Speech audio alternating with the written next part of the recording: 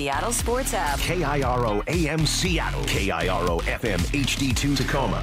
This hour is brought to you by Goldberg and Jones. Give me a freaking auto! From the Quantum Fiber Studio, this is Brock and Salk on Seattle Sports. Brock Heward and Matt Marcus. Sorry about just Mike. Heward, not exactly Joe Cap there in the pocket. Now here are your hosts, Brock Heward and Mike Salk. All right, good morning. Hi, everybody. It is the Brock and Salk Show here on Seattle Sports on 710seattlesports.com, the Seattle Sports app. Location. It's Friday, Maura. It's a formal Friday. What's up? Uh-oh, I wore a hoodie. You wore a hoodie on formal Friday? Oh, my gosh, Maura. And we talked about a cocktail dress, and here you are wearing a hoodie. Oh, just amazing. I'm dressed formally for golf because I'm going to play a little bit later today. You can listen on 97.3 HD2, or you can watch on YouTube, and you can see what Formal Friday looks like here in the studio for all three of us. And Brock, when he gets in here at 7 o'clock, that'll be fun. What should we talk about today? Any ideas? Any guesses? Anything that happened last night? Anything you want to get to? I'm assuming we have some text messages. We do. I thought more of them might be about the sad end to the Kraken season. They're not. We'll get to that in Need to Know. I did but you was watching that song. No, I watched it after the Mariner game just to torture myself a little bit. Did you see the text that my daughter sent me? Poor Avery. She was so mad about this whole season. No, we're not going to start there. I think right off the bat, maybe we'll get to some Late Night Mariners texts. Yeah. That's a better open, right? Do we like that one better? I like that one. The other one was fine with the, overnight Mariners text, but this really has the right vibe. Late Night Mariners texts. You guys are both probably too young to remember WKRP in Cincinnati, but Venus Flytrap was their overnight DJ, and I don't know, that always cracked me up. Venus Flytrap, bringing you those overnight hits. Okay, here we go. Overnight Mariner text, late night Mariner text. We've got a ton of them. I'll save a group of them for the end, but let's see what we've got. First, just admit it's over and we can all move on. Is it over, Lyle? Swept on the road. Is it over? Oh, it's a tough day. Is it over on April 17th, Lyle? Listen. All I'll say is I can understand the place of heart he's coming from. I understand. But hopefully we don't actually think it's over. Yeah, it is definitely an aggravating morning. Don't get me wrong. This one says, actually impressed by the Luis bounce back. Love Josh Naylor, but please, buddy, Rowdy Tellez at this point last year was out hitting you. I actually agree with all that. I thought Luis obviously had the bad inning. I thought overall he did bounce back pretty well. And I grant you that I've got a little Luis bias. It was not a great outing overall because of the fourth inning where he gave up all the runs. But I thought he kind of bounced back and got into it and at least pitched into the sixth inning and gave them a serviceable start and gave them an opportunity at least to get back into the game. We'll talk a little bit more about Luis later, but obviously not a great moment. Another late night Mariner text. Let's see what this one says. Late Night Mariners texts. The Mariners season will be over by next Wednesday when Texas and Sacramento both sweep them. Mariners going to lose 9 in a row? They could. That would be surprising. I mean, they got swept by Texas already. I guess it could happen again. And you know, I'm actually kind of excited to see the A's because I think they're a fun little team. But I don't know, getting swept by both at home. They played decently good baseball at home. It's just been on the road where they're 1-8. Shocking. Here's where I 100% agree with Salk. We need more extra base hits. We had 7 hits last night, all singles. Not good enough. Walks and home runs, baby. Go M's. Long season. All right, well, that's nice. Thank you. I always appreciate when people agree with me. That's very nice. And then we've got, I don't know, I'll give you a sampling of 5 or 6. Honestly, there's probably, there's dozens of these. But here's 5 or 6.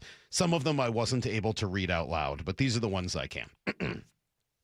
Bro really pinch hit for a dude named Connor Joe? Well, it was with a dude, but yes. Dan making another bad managerial move by sitting down Rayleigh for Connor. Really, Dan? We all understand he's not good against lefties, but he's the hottest hitter the Mariners have. Our bench is terrible. Why in the hell would they take Raley out for Connor Joe when Raley's on fire hitting right now? How stupid are they right now? Dan Wilson, nice guy, but these decisions are puzzling. Pinch hit for hot Raley with Connor Joe with the bases loaded? Padres say thank you. Pinch hitting Connor Joe for Luke Raley is hilariously bad management. Raley deserved a shot with bases loaded. And then finally, fire Dan, screw lefty on lefty. You do not take the bat out of Raley's hand in that situation. Bases loaded, 1 out in the 6th, down 2. All right. Let's look at it. Let's look at the decision. This is sort of the turning point of the game. I said yesterday when we were talking about the game beforehand, where I was like, well, nobody made like a decision or a mental mistake or anything like that. So like, you just look at it and you're like, okay, the guy blew the game. What are you going to do? Like, things happen. This was a case last night where there was some decision-making involved. So let's look at the numbers, and then we can decide what he should have done. I'll give you some of the facts. As you said, bases loaded in the 6th. You got Morejon coming in, who is a really good lefty. And I'll give you the numbers for Morejon, for Raley, and for Joe. And you can tell me what you would do, okay? I understand that Raley is hot, and I'll give you a little background info as well at the end. Morejon last year held lefties to a 325 OPS. Not batting average, OPS. That's on base plus slugging. Lefties on base plus slugging last year against Morejon was 325.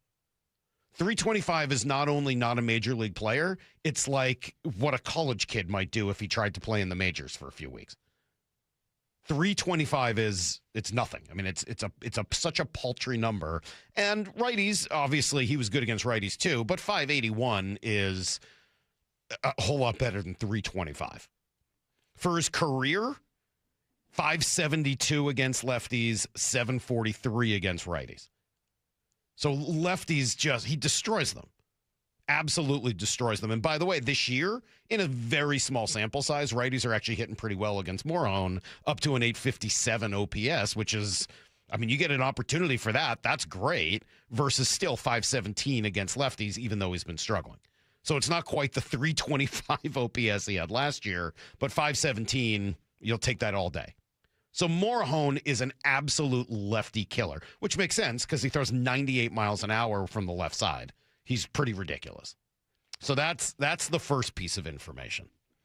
Second piece of information is Luke Raley. And we got a pretty good amount of sample size on Luke Raley in 6 seasons now. He's a good hitter who can't hit lefties. Luke Raley against righties, 799 OPS. Luke Raley against lefties, 533. So essentially he goes from a well above major league hitter against right-handers to a minor leaguer against lefties. Do you know how many hits he had, Lyle, just off the top of your head? How many hits does Luke Raley have in his career against lefties? Well, you put it on our you show saw sheet. 32. He has 32 hits in his career against lefties. 32. He doesn't hit lefties. He's got 236 of them against righties. So for everyone saying he's hot, yes, he is.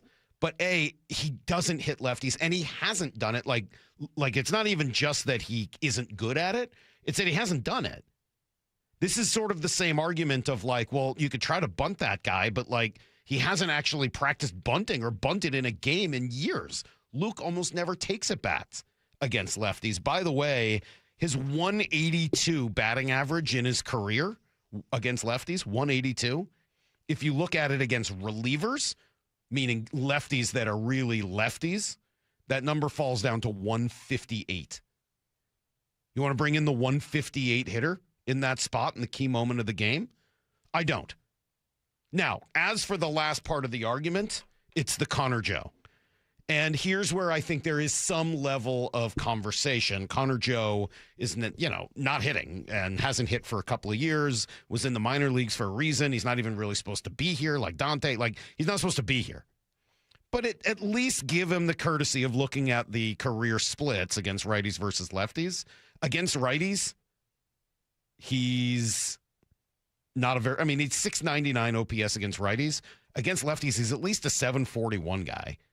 He actually does hit lefties a little bit in his career. Now, I know last year he didn't hit at all, and this year he was just called up. I wish that he wasn't the case there. If it's Rob Refsnyder, it's an easier debate, even though he's 0 for this year. You bring him in because he's got a pretty good matchup there against lefties. But I would defend this one. It didn't work, and so obviously you can sit here and rip me up and down and say that I'm just defending a stupid decision that didn't work. It obviously didn't work. You're right. Like, no one can defend that it worked because it didn't. But my understanding is essentially the Mariners would have like any team. First of all, I think 30 out of 30 managers would have done that last night. 30 out of 30.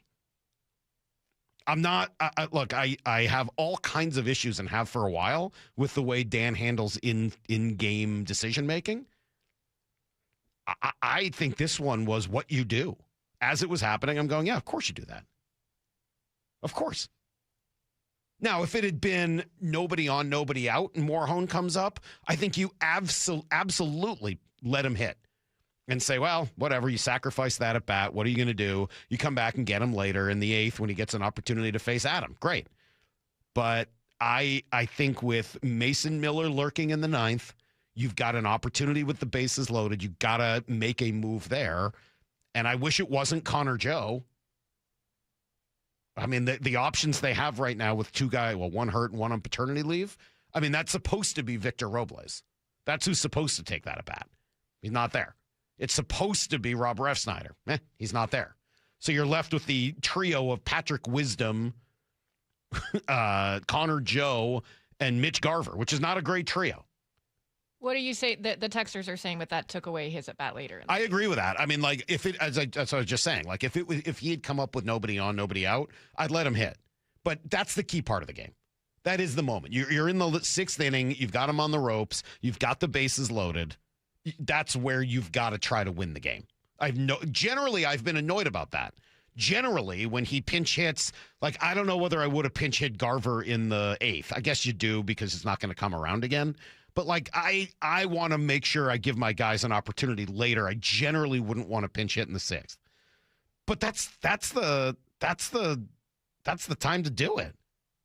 Yeah, I'm sorry. I actually agree with this one, and I've now gone on too long. Got to take a break. We'll talk about it more throughout the morning.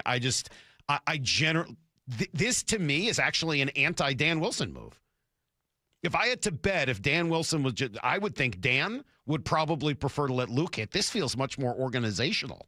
This is the organizational philosophy of the Mariners to have a card that says Luke really can't hit against lefties in a key spot, especially a tough one like Morejon. He's not good at it. I'm sorry it didn't work out with Connor Joe. I'm sorry you hit on 16 against the 10. You were in a bad spot. It didn't work out, but that doesn't mean it was the wrong decision. We'll come right back with everything you need to know next. 4 Down Territory. Michael Bumpus answers the top 4 football questions of the day. What concerns you when it comes to the 30-second pick? A lot of us talk about the 30-second pick like Price is just going to be there. Like, he's there, let's take him. I went on NFL.com. Nick Shook wrote an article about teams' needs. There are 2 teams that he thinks before the Seahawks need a running back. And if they go that route, then Price isn't going to be there. How are these guys going to pivot? Those 2 teams are the Jags and the Broncos. Catch every 4 Down Territory on the Seattle Sports app. Trust is everything. Earning it takes years. Losing it takes 5 seconds. Lee Johnson Auto Family. D.R. Horton's National Red Tag Sales Event is going on right now through May 3rd. Stop by any of its participating communities and find select Red Tag homes at incredible pricing. Visit drhorton.com. D.R. Horton, America's builder, an equal housing opportunity builder. Well, spring is all about getting ready for summer, isn't it? Hey, Brock Heward here, and working out in your own home, well, it is the best. We've been doing so for years. And you can allow Top Fitness to create your own home gym. And right now, get spring special financing with 0% interest for 12 months, plus mention me and receive an $150 credit towards any purchase over $1,000. Spring is here. So go get into Top Fitness with locations in Tukwila, Linwood, and Bellevue, or simply visit topfitness.com for more info. When you head to your local Toyota dealer to purchase a new car, ask them this question. Do you offer a lifetime powertrain warranty? If the answer is no, then visit Toyota of Kirkland if you're in the north or Toyota of Renton if you're in the south. Both stores protect your vehicles for life. with powertrain warranties on all Toyota models outside of the BZ. Not all Toyota dealers are built the same. Head to toyotaofkirkland.com and toyotaofrenton.com and receive a lifetime powertrain warranty on your next Toyota.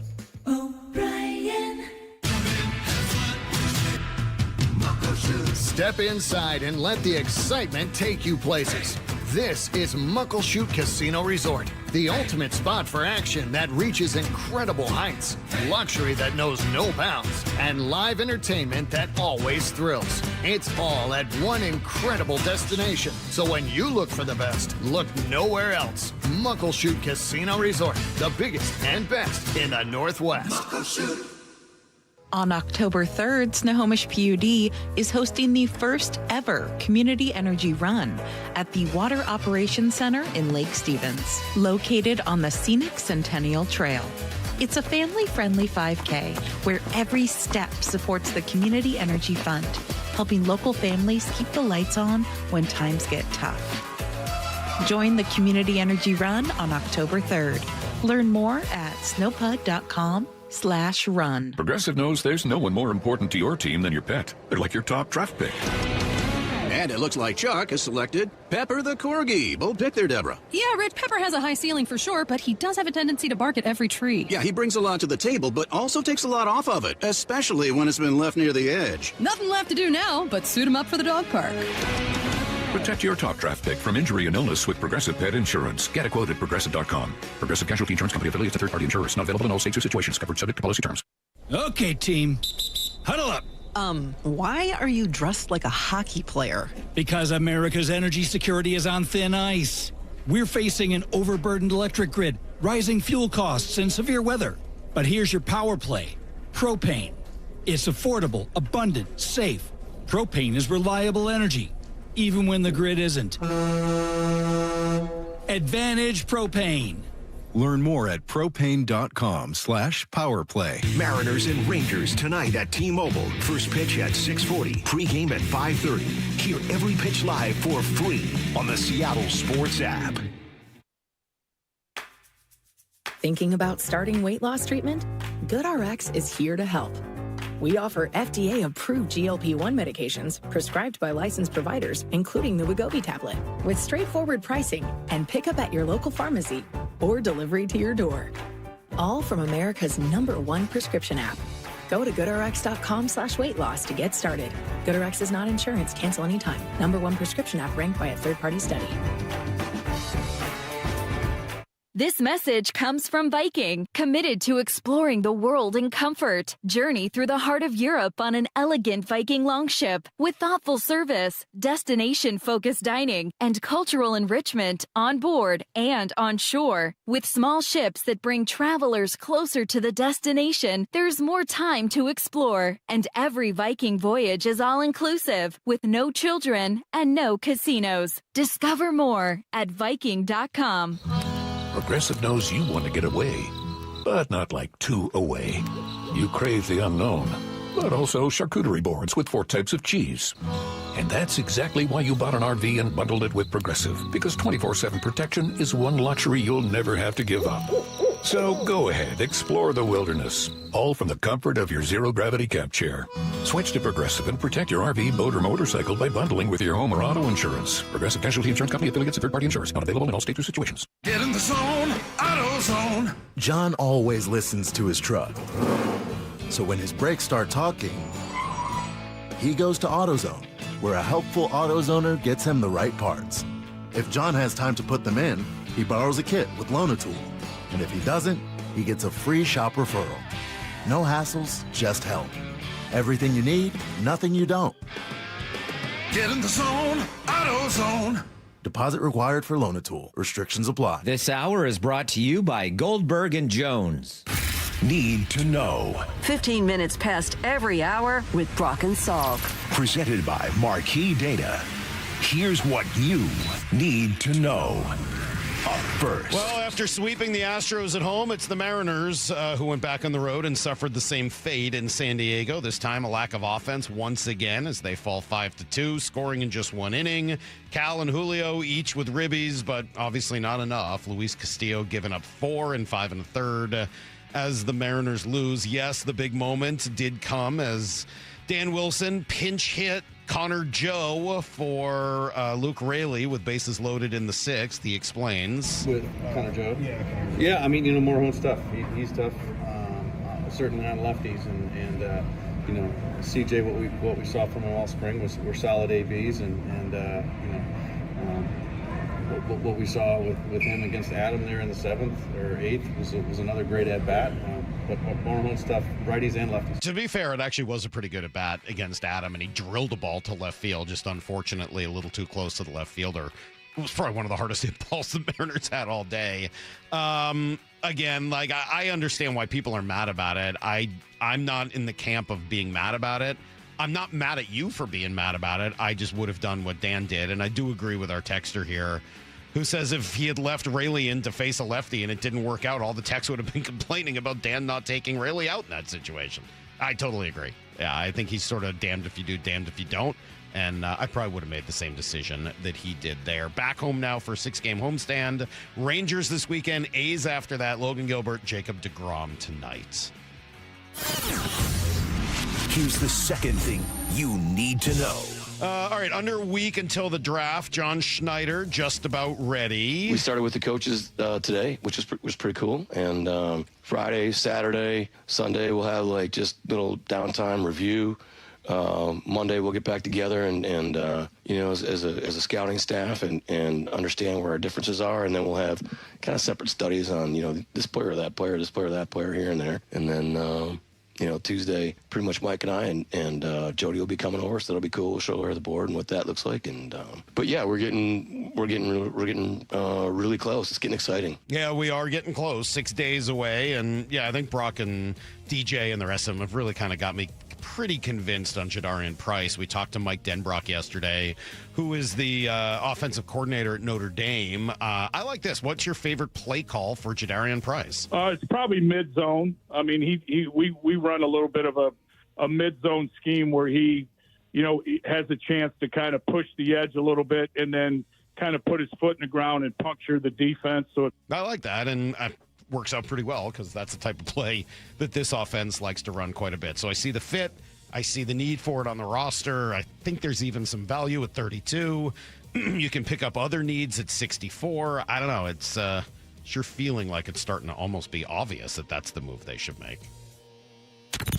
Here's the third thing you need to know. All right, season number 5 officially in the books for the Kraken. They dropped their finale in Colorado 2-0. Of course, they were shut out in the finale. They barely generated any scoring chances. It was just awful. They finished the season 34, 37, and 11.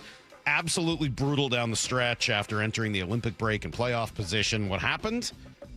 Yeah, inconsistent effort, not enough scoring, poor penalty killing, not enough firepower to carry them through tough nights.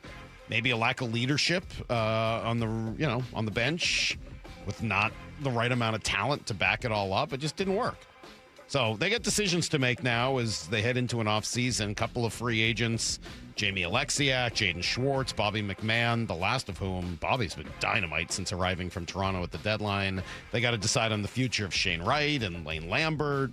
They do have a couple of first-round picks. Remember, they got their own pick, which will be somewhere between number 1 and number 8. Probably in the 6 or 7 range. And they've also got Tampa's pick, which I think is number 28. So there you go. That is everything you need to know. 1/4 every hour here on the Brock and Salk Show.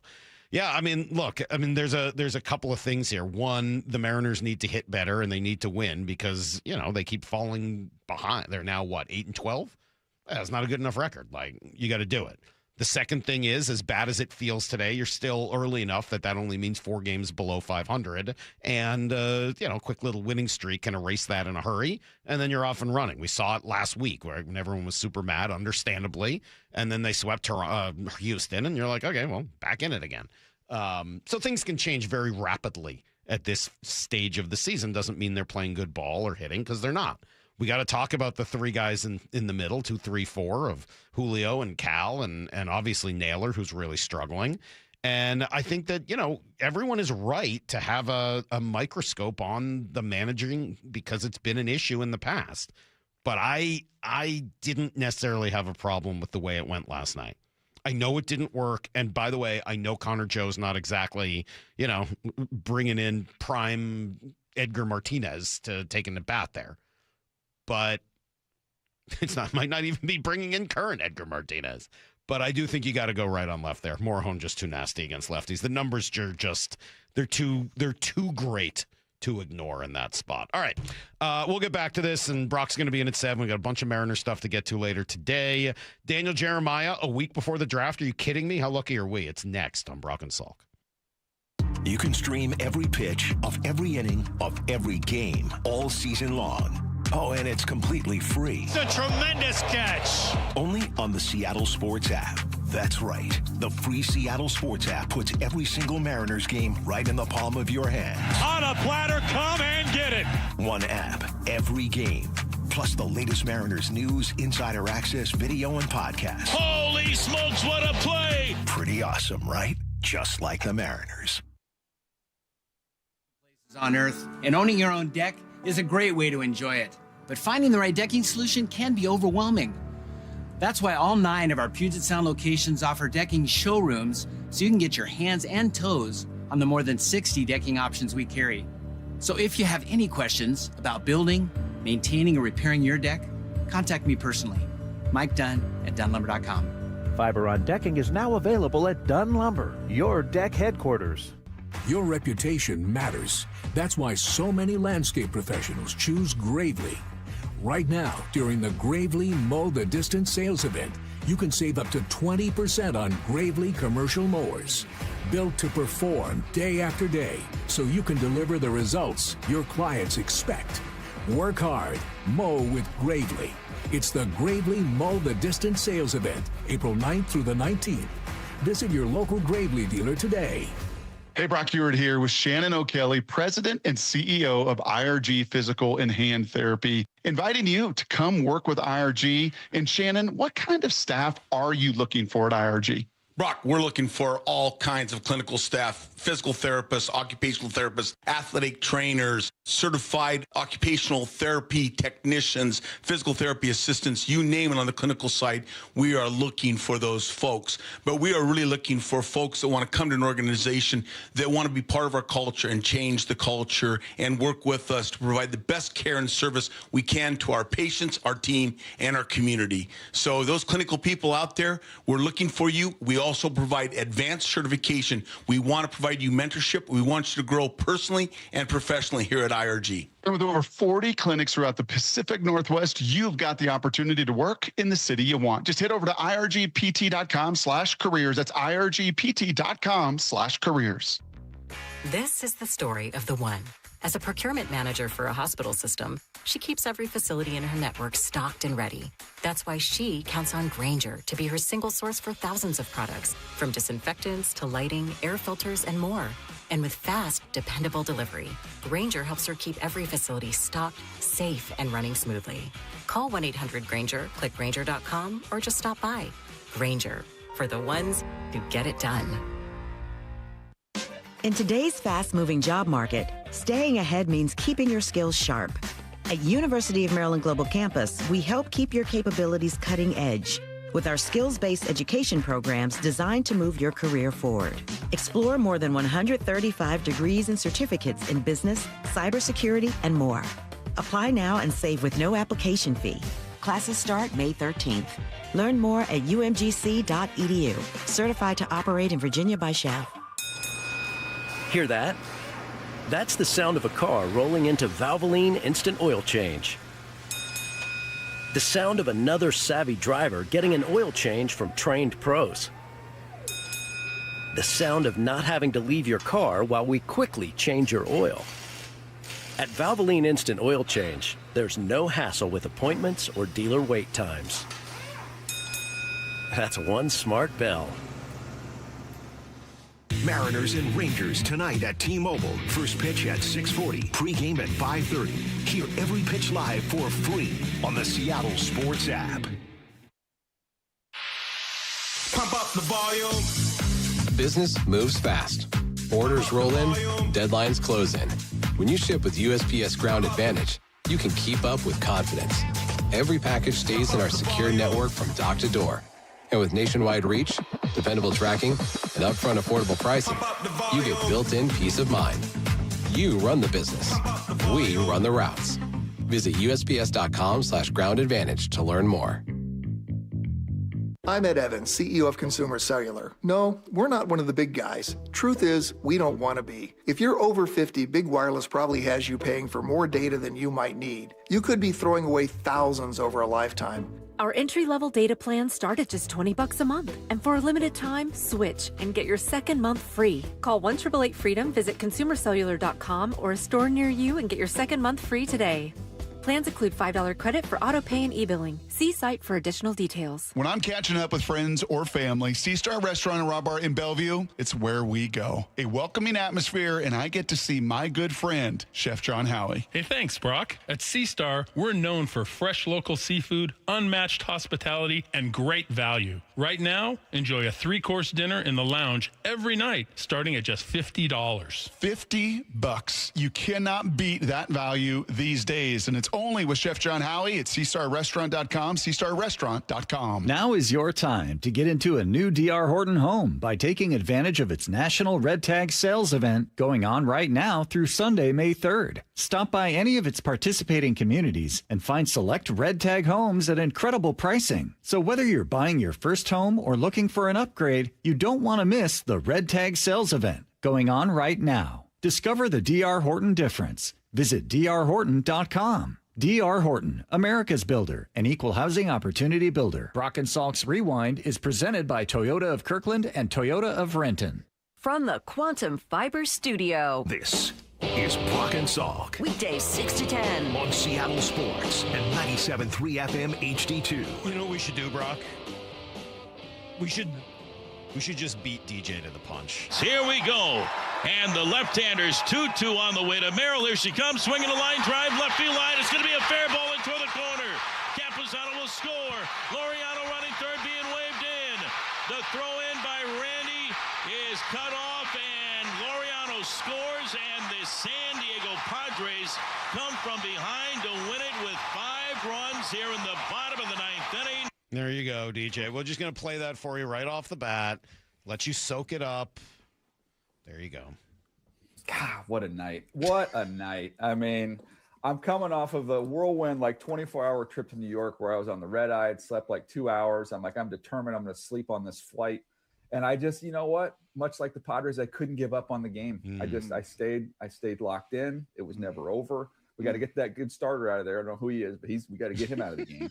Once we got him out of the game, I felt a little bit better. And then I didn't recognize Munoz when he came in. I mean, he's not just didn't have a last. He's not Mason Miller, is he? Nobody's Mason Miller. That guy's a freak. Not a human. Now, how pissed was that guy next to you when you take a selfie? At what time? Where were you flying over Iowa at that point? Are you going to share the exchange? I literally, I should have taken a picture of the map of where I was, because I was still I didn't get home till after midnight last night. I was still an hour and a half, 2 hours left in the flight. He is cranked all the way back and out. And so I'm I gotta document this in real time to send to the guys. So I take this picture. It lit up the whole cabin. All of first class. Was so bright. You just were embarrassed to say first class. That's okay. You can say it. It lit it up, and then and I got a little twitch over there, and I just immediately tried to put my phone down and then pretend like it wasn't me. But anyways, it was. It made for. I couldn't fall asleep. I was hoping to get a little shut eye on that flight. Remember, you got to win 4 games out of 6 to take the Vetter Cup. They've only won 2. Yes, they win the series, but the Mariners own the Vetter Cup, so just a tie does not get you the Vetter Cup back. So you don't get it back. You got to. You've got to earn it. Why are they back. not just playing 5? Didn't they play 5 games last year, a 3 and a 2 gamer? No, I think it's now 3 and 3. I think they've changed that now. Who the heck? I mean, we're having fun with this, and you can have fun with the text messages if you'd like, but I'll just tell you that it is literally the dumbest trophy in sports thing. The guy's a freaking Cubs fan. God bless him. I love his music. He doesn't really care for either one of these teams. But it is funny. It's just kind of hilarious. I think the over-the-top way they treat it is very on the Mariners broadcast during each I know. I was watching it, and it was you see the guitar. It's hilarious. Yeah. I love it. All right. By the way, I told Rocky he had to watch the Fernando interview. I hope you got a chance. We did. We actually played some of that yesterday. Hey, it's not every day you get to talk to the preeminent draft analyst 1 week before the draft. So let's ditch all the Padre talk. It's not every year we're competitive with the Mariners, so I'm just trying to celebrate it when I can. I guess you need to do that. I heard you with Joel Klatt, and then he referenced it yesterday. He said, where does Price, the floor and the ceiling for Jadarian Price, and you're like, 32 and 32. So you just think he's going to Seattle? I mean, I was just tongue-in-cheek having some fun on there. But, I mean, if you're going to say, like, where does he fit and, like, where's the guardrails of where he fits? I'm like, well, there's no better fit than Seattle. And so that's why I was kind of having some fun with that. But I think, obviously, they'd love to trade back. And if you could trade back and scoop him up and then get some other assets as well, it would make a lot of sense. And I could see them staying where they are. A corner there is there. They take a corner, a pass rusher. I know they've been able to find running backs, and I would agree in most years – I'd have the utmost confidence they can pluck one in the third, fourth round and be good to go. But I was talking to a GM the other day, and like on average, when I pulled the numbers, I believe it's 21 running backs get picked over the last 5 years. On average, 21. This general manager on their front board, which means they're draftable players, they had 8. Like, there's no running backs. So maybe there's one of those guys that you like. Whether it's Washington from Arkansas or Emmett Johnson from Nebraska. But there's no sure things in there. So if that's the case, Brock asked me this yesterday, and it was a good question. The difference between the running back you would get at 32 in price and the next available running back who might be out there versus, in this case, let's say a defensive end at 32 versus the one you could get at 64. I'd much rather look at the defensive ends and corners at 64 than I would the running backs. And that's crazy to say because 9 out of 10 drafts, that's the opposite. You'd be like, look, we're going to find a running back in the 4th, 5th round. Like, every year you can find one of those guys. It's just one of those weird years where they just aren't there. Should we read anything, DJ, into other mocks? Because now Todd and Mel and you and everybody's putting together your final mocks. Should we read anything into when there seems to be a little more consensus amongst all of you analysts with certain players to certain teams? No, I wouldn't. You would not. That because all it takes is one person having one morsel of information, and then other people kind of latch onto it. It just kind of gets, and some of it, I'm not saying it's even consciously. It's just you're going through the exercise, and that name pops into your head, I guess, when you don't have anything, when you don't have any good information there. But I'll give you a great example of where we are in the process. I talked to a bazillion agents, because they're helpful with where guys have visited and who's worked them out and those things. And I was talking to an agent who is a very reputable and a great dude and was telling me about a player that they have. And he was telling me about talking with the general manager of this specific team and where they picked and how they were going to utilize him and how much they loved him. And he could replace perfectly the player they lost in free agency. And I really believe he's hearing this from the GM. He's not making it up. And then just randomly that same day, I got text from the position coach from that team, and he was asking me where I thought players would go. And then this player came up, and I have a great relationship with this coach. He's like, "Oh, no chance. We're not messing with him. Like, no chance." So, I mean, like, that just gives you an example of how much stuff is floating in. Well, you all probably have different connections and different sources, right, around the league. Well, there's GMs who legitimately want to trade information, like, hey, I know this and this is some good information. What do you know about this team that's picking in front of us? Like, it's a flow, it's a give and take. And then there's other ones that are like the the super spies who think that they're going to put out this false narrative that they hey, put out that they love this player. I'm like, that's funny because I talked to your director of scouting who's in those meetings every day, and that's not what I heard. I don't tell them that. I just take in the information, but you can see quickly who's giving and is honest about the stuff. Well, I know you were celebrating your flight home. I don't know if you got to the homework that Salk had texted you about yesterday, earlier in the day. Well, there was a reason for it. Honestly, let me just preface it, DJ, by saying Brock finally convinced me yesterday, a week before the draft, what they should do is take Price at 32. Okay. I was not there yet. It's really hard for me to say take a running back in the first round, especially after all the money they gave to the wide receivers in the offseason. It's a lot of resources going away from your line of scrimmage. But flip side being they kind of have their offensive line set, and they're bringing back, 11 or 14? 13 out of 13 guys who were there last year. The defensive line is always a priority, but as you said, you like the idea of, a defensive lineman at 64, meaning probably an edge player at 64. So, okay, who's the edge player at 64 and who's the corner at 96? Yep, we'll go edge player at 64 first. I like both the Michigan kids with Moore and Barham. I think both those are good options there. I would also throw Kieran Crawford from Auburn would be very much in that conversation, who's got a lot in front of him, a lot of upside. And I think especially as you're kind of working him in, you'll get value from him early, and then there's more room to grow. So I think you got an opportunity to have a really good player, even more so a couple years down the road, but you can get him in the mix right now. When we get to the corners, the two names that I would give you a couple interesting ones. You've got Jalen Kilgore, who could be as the nickel and can kind of a nickel safety combo, but can do a lot of different things there. Just another kind of a versatile chess piece who's 210 pounds and a fun player. And he's a Gamecock, right? He was there with Eman Mori. You mentioned him a couple times. Yeah. South Carolina. So he's an intriguing one. And then I would say the other guy I was looking at was, really two guys. It would be Julian Neal from Arkansas, big corner, and then the local one, then Takario Davis, is probably going to go in the third round right there out of Washington. So those would be the ones that kind of are in my mix there. You mentioned production there. What has Daniel Jeremiah learned over all of these years when you evaluate production versus potential? I lean, every position is a little different. Like, for example, the receiver position, I mean, you can go, if you're the best receiver on a bad team and you're getting clobbered every game, you can compile a heck of a lot of production. Whereas, the kid might be the number 2 receiver at Alabama, Ohio State, and he's going to have half your production, but he's 10 times the player. So I don't get quite as caught up at the receiver position. But I am when it comes to pass rusher, when it is plays on the ball in the secondary, that stuff translates because you're a little bit in control of that. In my opinion, when you look at the number stats there. All right, and we have pressure rate, win rate. We've got all the different statistics there. But I mean, if you don't have a lot of sacks, you don't have a lot of win rate. Your win rate's low. Your pressure rate's low. Like that, my antenna kind of goes up a little bit to be a little cautious. Then that's a good lead into a couple of the guys Brock's profiled, right? The first one is the cornerback, right, Brock? Pounds? D'Angelo Pons, excuse me, who's a production guy, even if he doesn't have all the measurables. And the other is Brock I watched this. What's the guy from yesterday? The Auburn defensive end? Yeah, Keldrick Falk. Oh, my God. I'm out. 100% out. I watched that guy doing his drills at the combine. Hey, DJ, can I do you a favor, man? I'm out. Yes, We've sir. gained a lot of relationship over these couple of years. Couldn't be more out. What I would love to do is I would love to fly Salk down. I maybe even fly him first class, make sure he's rested.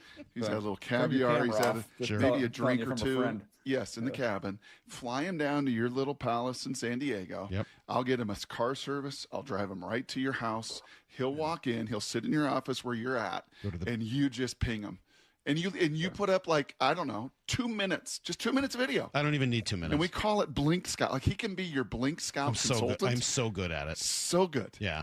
I'm in. I'm out. Shark Tank. I'm out. I'm out. I got to clean the chair off a little bit over there, but I got a spot. Will you take me to the Baked Bear in Encinitas for ice cream sandwiches? Because if you do that, that's all I need. I'm good. If you would just do that. Are you in on the Blink Scout? You got to have 2 minutes of video. Your guy Fennel or whatever's got to put together a 2-minute clip. I watched that. I don't even need to watch that guy play. I watched him do his drills at the combine, and he's like, patty cake over here, kind of walk around over here, and that's the official scouting term, by the way, is patty cake. Is that what it is? That's what it looks like. They throw him the ball, and he's just like, oh, okay, I'll take this.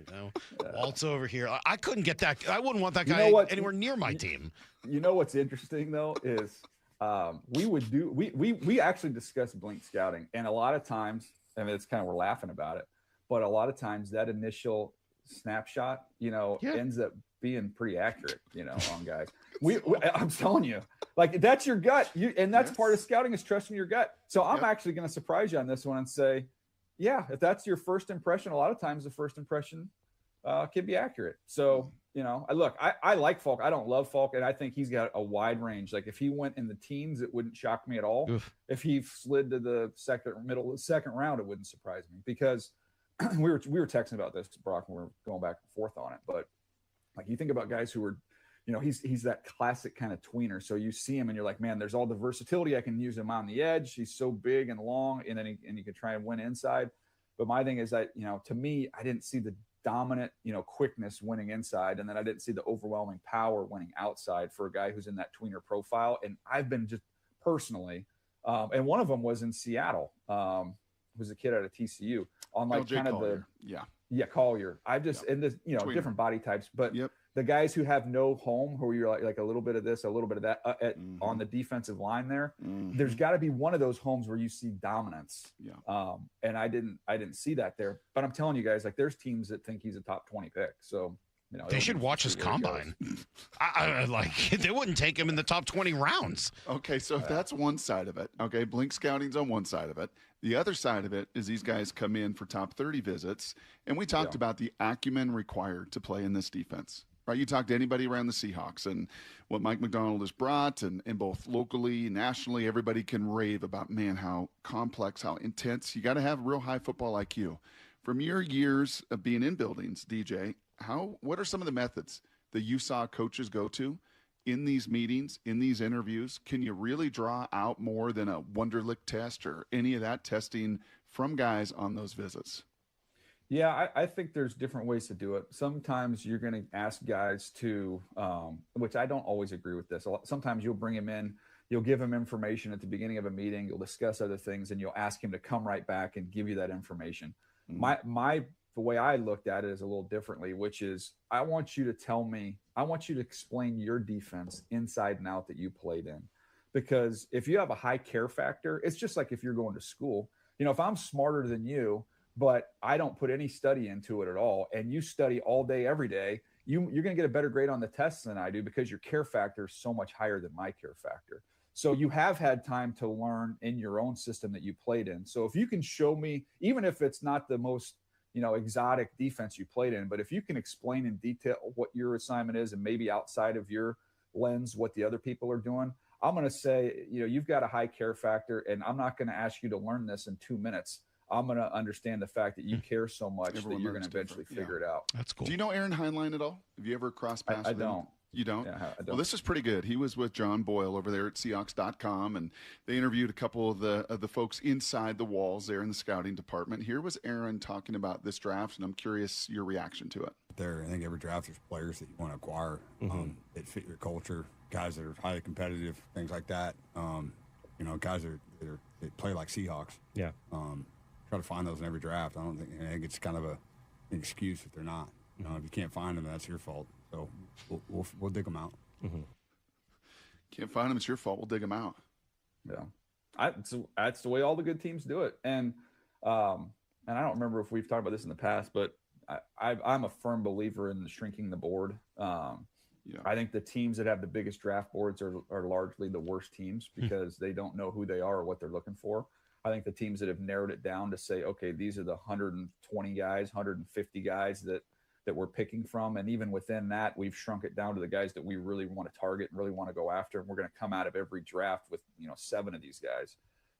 And when you talk to teams, I was talking to a defensive coach the other day on a really good team. And we started talking about players. He's like, I didn't watch him. He's not our guy. I'm like, okay, well, the guy might go in the second round. Yeah, we don't care. He's not for us. So, and those are the good teams. And you talk to the bad teams, and they've watched 900 players at every position because they don't know who or what they're about. Wow. So $32 billion businesses, right? Multi-billion-dollar businesses. There's only 32 of them. It's not like there's 150 NFL teams. There's 32. Of the 32, how many can say what Aaron Heinlein just said? Plays like a Seahawk, plays like a Ram, plays like a Raven. We've talked about that. Plays like an Eagle. Of 32, how many could even cross that barrier, DJ, where it's like, yeah, we know who we are. And he's going to play like a Cardinal. He's going to play like a Brown. How many of the 32 can finish that play like a Cardinal means what? He's going to be out of the I league just in saw 2 you. years? I saw Salk really kind of swallow deep when you said play like a Cardinal. Play right like there. a Cardinal. You're not going to be in the league very long. Yes. How many of the 32 can do that? Half? Maybe? I don't know how birds migrate, but as soon as the season ends is usually when that bird is migrated, unfortunately. Look, I think everybody gives lip service to it. I would say I'd put the number at 10, Wow.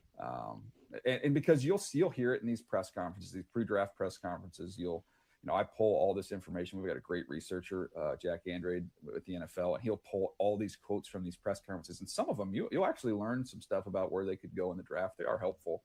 But they all give lip service to knowing who they are, and the draft comes around and you'll see a pick come across and you're like, well, that is absolutely not what you were describing you were about. So saying it's one thing, living it's another. I would say probably 10. All right. We got about 5 minutes. I got to ask you 3 questions. So let me see if I can go rapid fire with these 3. The first one is, if I want Jadarian Price at 32, who do I need to watch out for before 32 that could possibly take him? I don't really see one. I think Houston would be the only one I would, maybe have an eye on there. But I don't see him going before then. Okay. So I'd feel pretty good. If you want to take him at 32, you'll have a chance to take him at 32. And then I guess a follow-up to that is, how far back do you think you could go before you'd worry about not getting him? I mean, a player even like with him, and you have these other teams that have a back on their team, I wouldn't want to scale back too far. I'm talking 5 to 7 spots. He's just in a draft like this particular one. I don't see there's that many more players you'd be choosing from. So you got to be in the top 40. You got to be in the top 40. So. I would not go beyond 40. Okay. And other teams have a lot of draft capital. Those teams that do, Salk, and can the always move up. Go up. Yep, totally understand. All right, second thing, we're going to talk to his offensive coordinator later this morning from Notre Dame. What should we ask him? Mike Denbrock.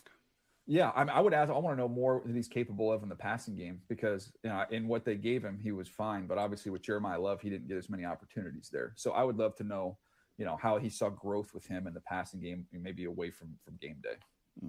And then finally, I just want to come back to the 2 guys you talked about from Michigan, because the defensive end position is still very much on my mind. The boy, you know how I feel about the Boye Mafe loss. I'm not mad about it. I totally understand why they did it. But I think it is a big loss, and I actually think it's their biggest on-field loss so far this offseason.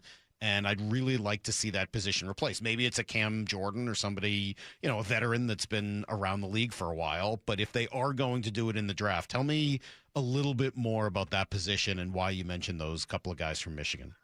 Yeah, there's the kid from Illinois, Gabe Akis, is another one who's kind of right in that mix. He's kind of just a bulldog. I like him.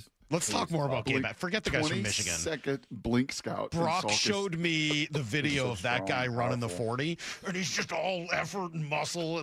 He's a wrestler, dude. Yeah, you could see it. He was wrestling the air to see if he could get farther down the field in the 40. I love him. Yeah. I'm all in. Tell me, forget the guys from Michigan. Let's go with this guy. So outside my top 50, in the top 150, I'll put that, finishing that up today. But my top 3 edge rushers outside the top 50 are Gabe Akis, Derek Moore from Michigan, Jayshon Barham from Michigan. So I have Akis and the 2 Michigan guys. So on Akis, just steady bowl power, can set the edge, had a good senior bowl. He does not have big-time closing speed, but he's just one of those guys that has a knack to finish. He was what we would play with in Baltimore all day, every day. Like, he was that type of a guy, and just a real firm, bully, power player, who after a while, you're going to block him the first 20 times. And then you're just going to get exhausted. Like, I don't want to do this anymore. And then he's going to make a play. So that's kind of how he goes. And then with Derek Moore, again, more of a power, more production than Barham. Barham was an off the ball, has played then new to the on the ball stuff. He's got a little more twitch to him, a little more juice, but still figuring things out. A little more development required there. But those are those clump. I would also throw the Tennessee kid, Joshua Josephs, is right there as well, who's really, really athletic and had you watch him against Monroe Freeling, who's going to be a first-round pick. He ate his lunch, so he's another one. There's a lot of pass rushers, guys. I mean, a lot more fun talking about those pass rushers than if you're going to ask me about the corners you're going to be looking at in the 3rd, 4th round. I mean, sorry, the running backs you'll be looking in the 3rd, 4th round. Miss Mora took a note for us because we were not going to remember this, Salk and I. So Mora's a great note taker, DJ, and we needed to ask you about T.J. Parker, because he was a guy that was mocked to Seattle and a few other guys' drafts, and he's a polarizing name. Give me a little bit on T.J. from Clemson. Yeah, it's a full process for him. So if you watched him in last year, and you watch him over the summer, as I did, I was excited about him. This guy's going to be a top 15 pick. He's got size. He can rush with power. He was productive at Clemson. This year, it's kind of a sleepy year, for him and a lot of those Clemson guys. And then he finished up strong against South Carolina. I think he had 3 sacks in that game. Had a great Senior Bowl week. Great, excellent combine, good workouts. So he's kind of done that full circle prospect, role here. So he's my 26th overall player in my final list. How cool is that? Just the opportunity to have DJ on here a week before the draft. We'll do it one more time next week. And then, of course, draft day is Thursday. All right, let's get back to story of the day. What the heck is happening right now to the Mariners? They are 1-8 on the road. They are 8-12 overall. They just got swept in San Diego. Brock's got numbers, and they tell a heck of a story. It's next on Brock and Salk. After reaching the NFL's mountaintop, The Seahawks win Super Bowl 60. the work continues for the Seahawks to keep the foundation strong. It's the 2026 NFL Draft. Next Thursday, April 23rd, only Seattle Sports begins its first-round draft coverage with a reigning NFL Executive of the Year. Who are the real Seahawks? The John Schneider Show at 4 p.m. with Brock Hewitt, Michael Bumpet, Steve Wyman, and host Bob Stelton live until 9 p.m. on Seattle Sports. Progressive knows life takes you in many directions. Bear right at exit 32, then begin to wonder why you never bought a fish tank. In 1.3 miles, you'll realize you've been mispronouncing epitome your whole life. At the roundabout, you will remember you said something at dinner you wish you hadn't and will think about it for decades. You have arrived at your destination, but it turns out there really is no destination and life just keeps going. Wherever life takes you, protect your home and auto with a bundle from Progressive. Progressive Casualty Insurance Company, affiliates, and other insurers. Not available in all states or situations. This is the story of the one. As a procurement manager for a hospital system, she keeps every facility in her network stocked and ready. That's why she counts on Grainger to be her single source for thousands of products, from disinfectants to lighting, air filters, and more. And with fast, dependable delivery, Grainger helps her keep every facility stocked, safe, and running smoothly. Call 1-800-GRAINGER, click Grainger.com, or just stop by. Grainger, for the ones who get it done. Upgrade your comfort and cut utility costs with Lake Washington Windows. Get 20% off energy-efficient windows and doors plus $1,000 off whole projects while taking 12 months to pay with no interest. Schedule your estimate by April 30th at lakewashingtonwindows.com. Wait, everything on this IHOP value menu is just $6? I told you it was amazing. A huge plate of pancakes, bacon, and eggs is just $6. Wow. There's also French toast, a ham and cheese omelet, and oh, they got a BLT and fries now. Okay, we're coming here every day. You don't have to tell me twice. Feast for just $6 with the IHOP value menu. $7 in some locations, available every day for a limited time at participating restaurants in the U.S. Hours may vary. No substitutions. Not valid with other discounts or promotions. Prices may vary. Help DEA keep our community safe and healthy by participating in National Prescription Drug Take-Back Day, Saturday, April 25th. Take action right in your own home by cleaning out your medicine cabinet of unneeded medications. Keep them safe, clean them out, take them back. Find a collection site near you at DEATakeback.com.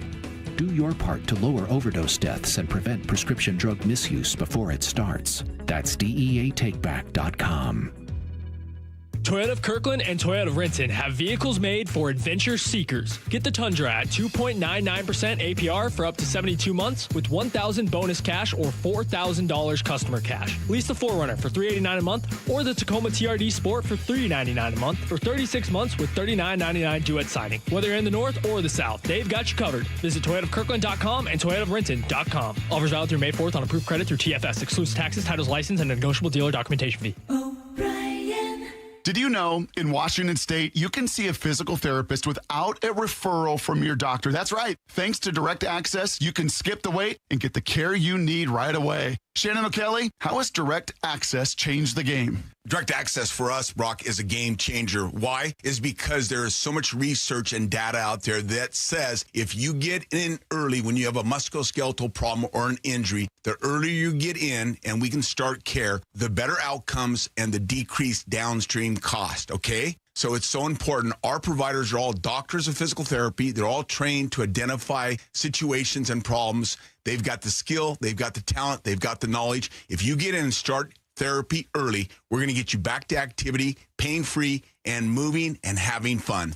Fast, easy, effective. Direct Access is your path to better movement, starting with a single step. Visit irgpt.com to schedule your appointment today. irgpt.com. You can count on the Seattle Times for local news and information on your teams and your scores. Get inside the game and go beyond the stats with game summaries, player interviews, and play-by-play analysis every day. Read our coverage at seattletimes.com/sports. Hey, it's Rich Eisen for Pella Windows and Doors. Sometimes teams take a timeout to regroup and call the right play. When it comes to your home, Pella Windows and Doors always has the winning game plan. They're not just window and door experts. They're experts at taking care of you and your home. At Pella, they find the products that meet your needs and their experts install them. They do it every day, and that's why your neighbors trust them. Discover why Pella is a trusted choice for homeowners everywhere. Visit Pella.com/Eisen today. That's Pella.com/Eisen.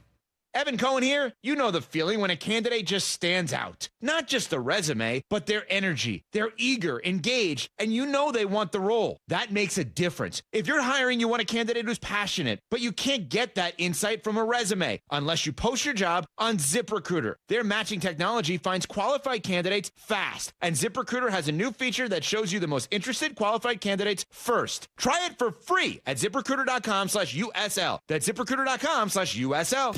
Let's go! This is Seattle Sports. Streaming through the Seattle Sports app. KIRO AM Seattle. KIRO FM HD2 Tacoma. Home of the Seahawks, Mariners, and everything Seattle sports.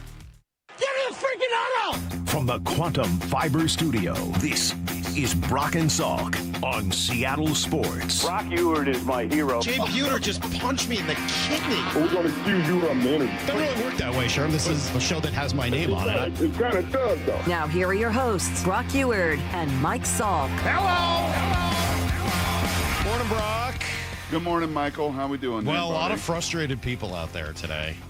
A lot of frustrated people came in early, and even Lefko was texting Moore and I last night, letting us know about all of the overnight texts that were coming in. We've changed the open, by the way, now at 6 o'clock. It's now, we've gone from overnight texts to late night texts. Late night Mariners texts.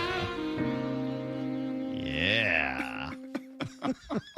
Kind of sounds like they're going to be spicy. Well, they were. They're all like, fire Dan Wilson, and the season's over, and oh my gosh, and Connor Joe's the worst. And I mean, I would say they were pretty spicy. Late night Mariners texts.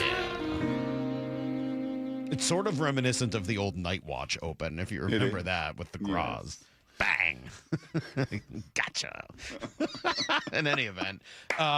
So, yeah, a lot of people very mad last night, Brock, and putting the blame squarely on Dan for the decision mostly to pinch hit for the red-hot Luke Raley with Connor Joe. Mm-hmm. What say you? What's going on here? Well, I mean, I certainly felt that in the social realms, and our buddy Joe Fan, very frustrated with Dan. And you know, my question to the folks is, you're 8-12. 20 games in, again, just about an eighth of the way through. So 2 NFL games. You're not going to judge and crucify any NFL team after 2 games. We're not going to do the same to the Mariners. But 20 games in, I put together the list of challenges. And even in that game last night, Dan Wilson's and his decision-making is anywhere in the top, I don't know, 5 to 10 of the issues on this ball club. I can't bring myself there. I just can't. I see Luis have a 3rd rough start. He's the only starting pitcher with a negative WAR on your team. Yeah. Everybody else has done a really nice job. I was looking and perusing last night, just the overall numbers in the league. Josh Naylor is the single worst WAR player in Major League Baseball right now. He's got a negative 0.9. Wow. Negative 0.9, almost a negative 1. He, on this pace, and it's not going to happen. He's going to turn it around. He had a phenomenal game before, he left on this road trip.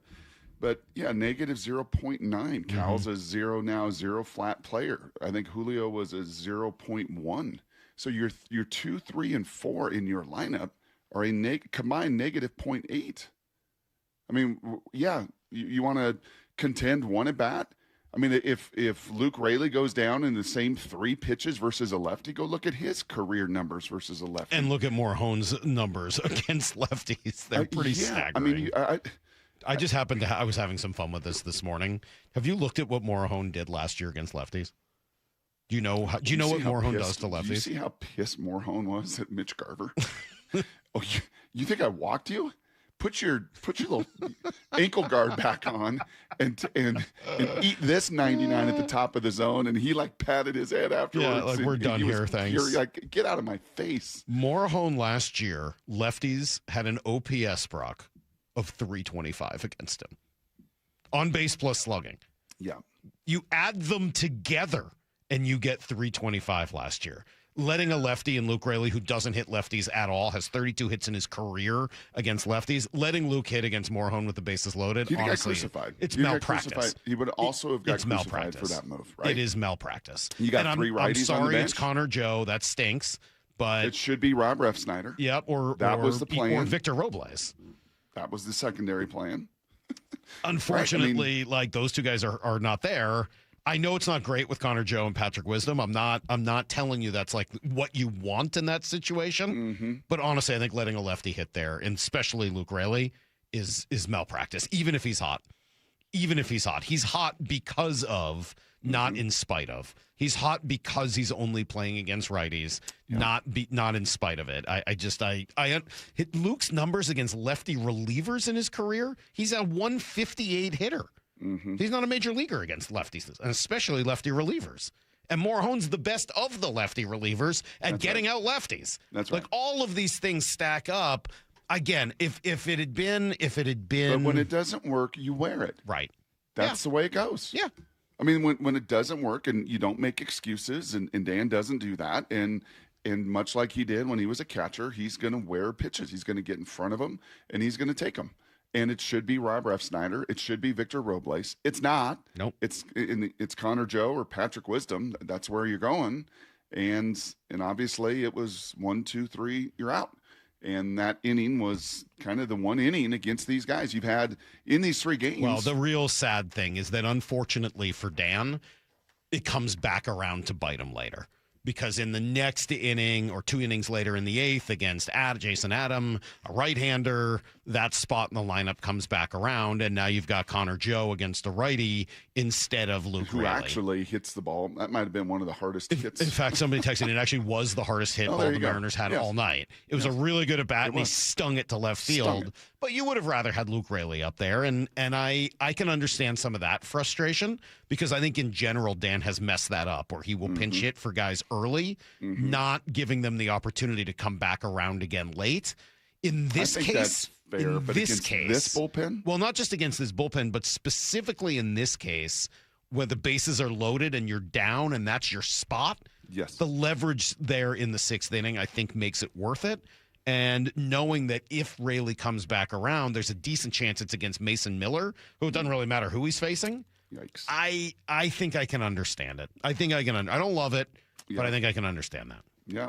I mean, I felt some of that outrage afterwards, and again, this is just the frustration. So why aren't those guys hitting when you're 8 and 12? Why aren't those guys hitting? I think that's certainly not for a lack of work, right? We've heard from numerous people, little tinkers, little thoughts, little swing thoughts, little adjustments you're going to make. You know, that is for each of them to answer individually. I think for Julio, that's easiest to see. It's timing. It's always been that way with him, and he's gotten better the last couple of weeks. You're starting to feel him warm up a little bit, so he's probably 3rd on that list. Cal still has a ton of swing and miss, a ton of strikeout in there, and then Josh Naylor would be the one. Yeah, I mean, just not hitting. I mean, the numbers are it's pretty brutal. Are pretty staggering. Well, I mean, when they're hitting, everyone says that Edgar is the reason, right? So when they're not hitting, is Edgar not the reason? I'd have a hard time with veteran players. Well, then you can't give them credit when they're hitting. That's right. That's the one that just drives me a little crazy because I just don't feel strongly about hitting coaches. And every time, and I get it, everybody loves Edgar. This is not like an anti-Edgar thing because he's Edgar Martinez, a Hall of Famer, and he did it all here, and he's a lovable guy. But when they're hitting, oh my God, Edgar just has these guys rolling. And when they're not hitting, it's like, well, I can't understand why these guys aren't hitting. Yeah. Again, I don't think he has that much to do with it one way or another anyway, so I'm not sitting here blaming him today. I just something is obviously going on where once again this team is not hitting as a group. A couple guys are. Rayleigh is. Donovan is. Like they've had a couple of guys who are hitting it. And Randy's a one-more player tremendous. through 20 games. Randy's been arguably the best. Randy's at-bats have been so good. Yep. Right? I mean, he does not give away at-bats when he's in a role like this. Mm-hmm. And even Julio started to come out of it, I think, a little bit. Julio for the last 10 days been pretty good after a really rough start. His at-bats have been really good. Yep. Cal's starting to come out. Like, I see signs that they're starting to come out of it, but you're right. Josh Naylor, no. And then, unfortunately, and this is why I do understand the Dan discourse last night, it's what I was saying yesterday. Like, sometimes you just get beat. Like, your player gets beat by their player, and you go, all right, what are you going to do? You got the matchup right. You did everything you could do, and it didn't work out. The frustration, I think, for a lot of fans last night is you didn't do everything you could do, and it didn't work out. I just think that 30 out of 30 managers would have pinch hit for Luke Rayleigh last night. 30 out of 30. Yeah. And so what did and I got people here saying, "Oh my God, you guys are just putting Dan on a pedestal, and you think he's a great manager." Hilariously, because nice. I think I've been pretty critical of Dan. I think you might have been the biggest critic of all, especially last year. I was pretty critical of a lot of Dan's moves throughout the year, but I don't even think this is a Dan move. Like, I think if Dan operated without a whole organization around him, I think he probably would have let Rayleigh hit. Yeah, I think so too. Dan is a trust my guy, trust the situation kind of guy. Yep. The rest of baseball has moved past that. And I think baseball in general, and if you were to go to their front office, not just the Mariners, but any front office, and say, okay, who do you want up here? And they're like, well, not Luke Rayleigh. Yep. Look at his numbers. And look at this guy's numbers. And look at Morejon. Like, there's no way we're going to let that. I would assume that Dan has like a card of like various, almost like like Mike McDonald has, of like green, yellow, red. Mm-hmm. And I would think that the Rayleigh versus Morejon matchup is probably their single lowest matchup they could possibly have on their list. Yeah. That's my guess. Or if not, it's really darn close. That if they ranked all of the various matchups, hitter versus pitcher, and just exclude Mason Miller because he's in his own category, the single worst matchup you could have is probably Rayleigh. Maybe it's Canzone, but it's either Rayleigh or Canzone against Morejon. So I understand the frustration because it didn't work. I honestly think that I would have made that. I would have made the same move. So there you go. All right, coming up, Brock, we'll come back. There's some more on this, a little more meat on this bone at 7:30. I've got some things that need to change and some things that probably need a little bit more patience. We'll do that in 20 after everything you need to know next. 4 Down Territory. Michael Bumpus answers the top 4 football questions of the day. What concerns you when it comes to the 30-second pick? A lot of us talk about the 30-second pick like Price is just going to be there. Like, he's there, let's take him. I went on NFL.com. Nick Shook wrote an article about teams' needs. There are 2 teams that he thinks before the Seahawks need a running back. And if they go that route, then Price isn't going to be there. How are these guys going to pivot? Those 2 teams are the Jags and the Broncos. Catch every 4 Down Territory on the Seattle Sports app.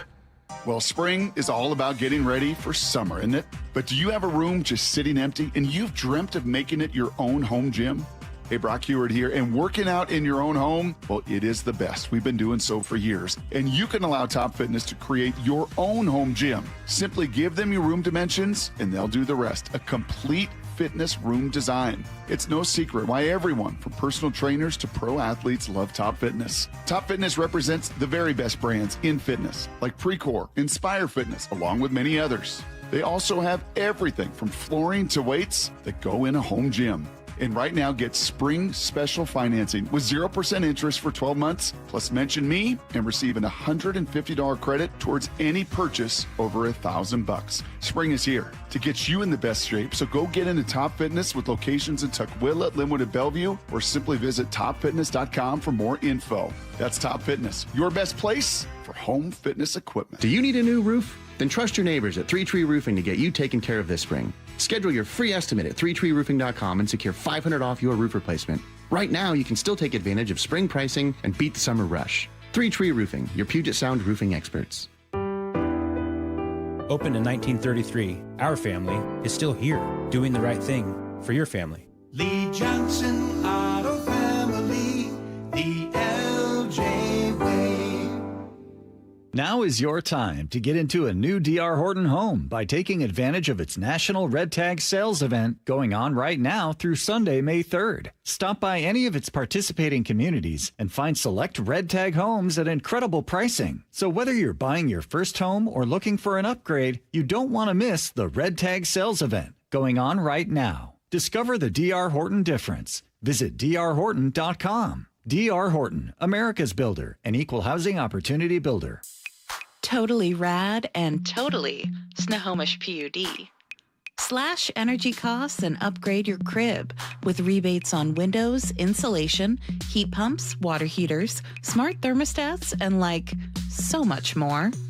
Since 1980, Snohomish PUD has been stoked to help customers save energy and money.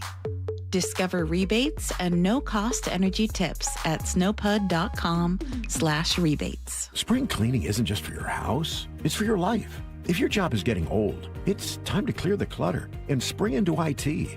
Go to My Computer Career. My Computer Career helped me get the skills and certifications I needed to start a new life as an IT professional in months, not years.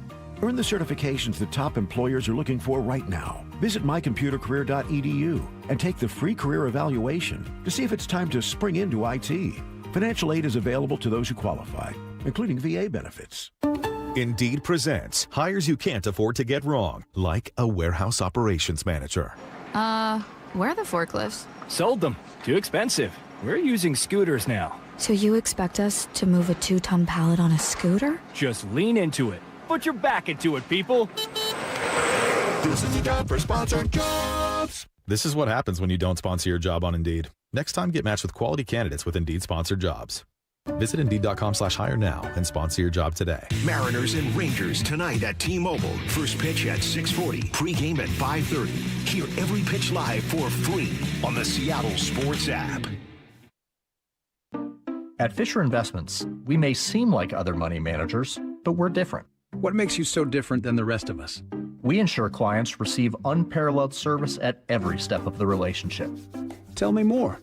Our investment counselors focus on service over sales, prioritizing clients' needs. How do you make money? We don't sell any commission-based products. We have a simple management fee based on the value of our client's portfolio. So we do better when our clients do better. What about client portfolios? We get to know each client, their finances, family, health, lifestyle, and more, and then we tailor a portfolio based on their specific goals and needs. Your clients really come first then, huh? Yes, we make them a top priority. Our goal is helping them achieve a comfortable retirement. Wow, maybe we are different. At Fisher Investments, we're clearly different. Learn more at FisherInvestments.com. Investing in securities involves the risk of loss.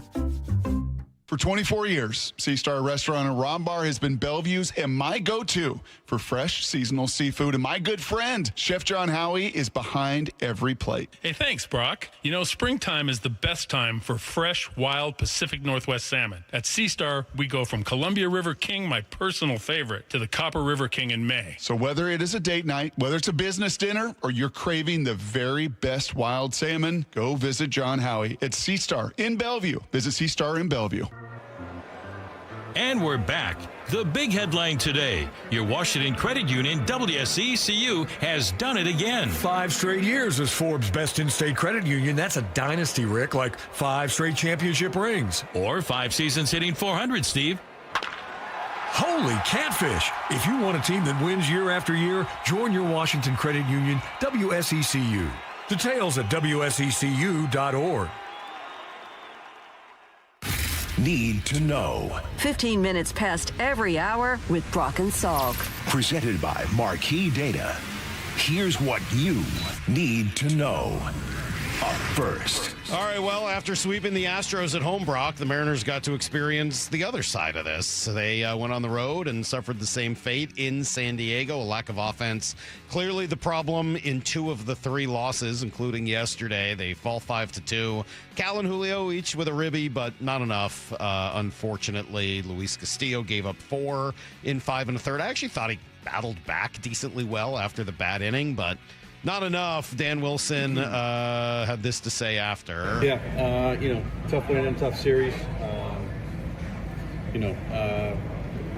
really the Padres, getting forward in the second there. I thought outside of that, really gave us, he got us deep enough to where we could, let the offense try to take some action, and they were able to do that there in the sixth. Got a couple runs there. We had some opportunities, earlier where we got a couple guys on, but not able to get them in, and they were just able to get some base runners on, get some balls in the holes, and score 4 there in the second, and we just weren't able to overcome it. They put the one on later on in the ball game, but.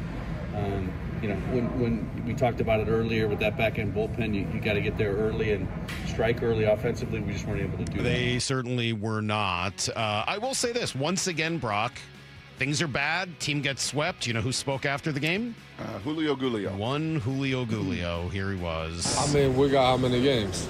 We don't even have players extend a period of time. So I feel like I said, like we're setting on the table. We're showing flashes, but I feel like we're gonna be in a good spot.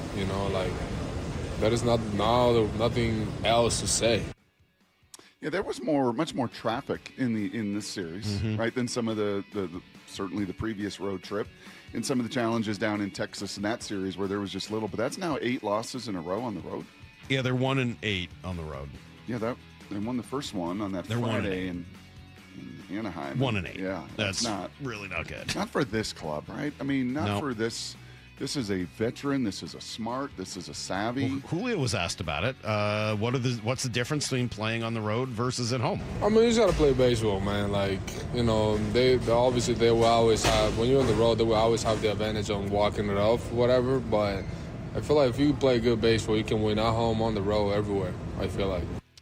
I appreciate Julio, man. I really do. I know today is a day for frustration. I'm as frustrated as anybody, but I really do appreciate Julio in these moments. I like that he speaks, and I actually like a lot of what he has to say. I think some of the frustration too, and I don't want to speak for the text toy. It has its own life, the overnight text That's for toy. sure. Okay. Yes, it does. But I think the expectation, again, this is about expectations. It's about standards.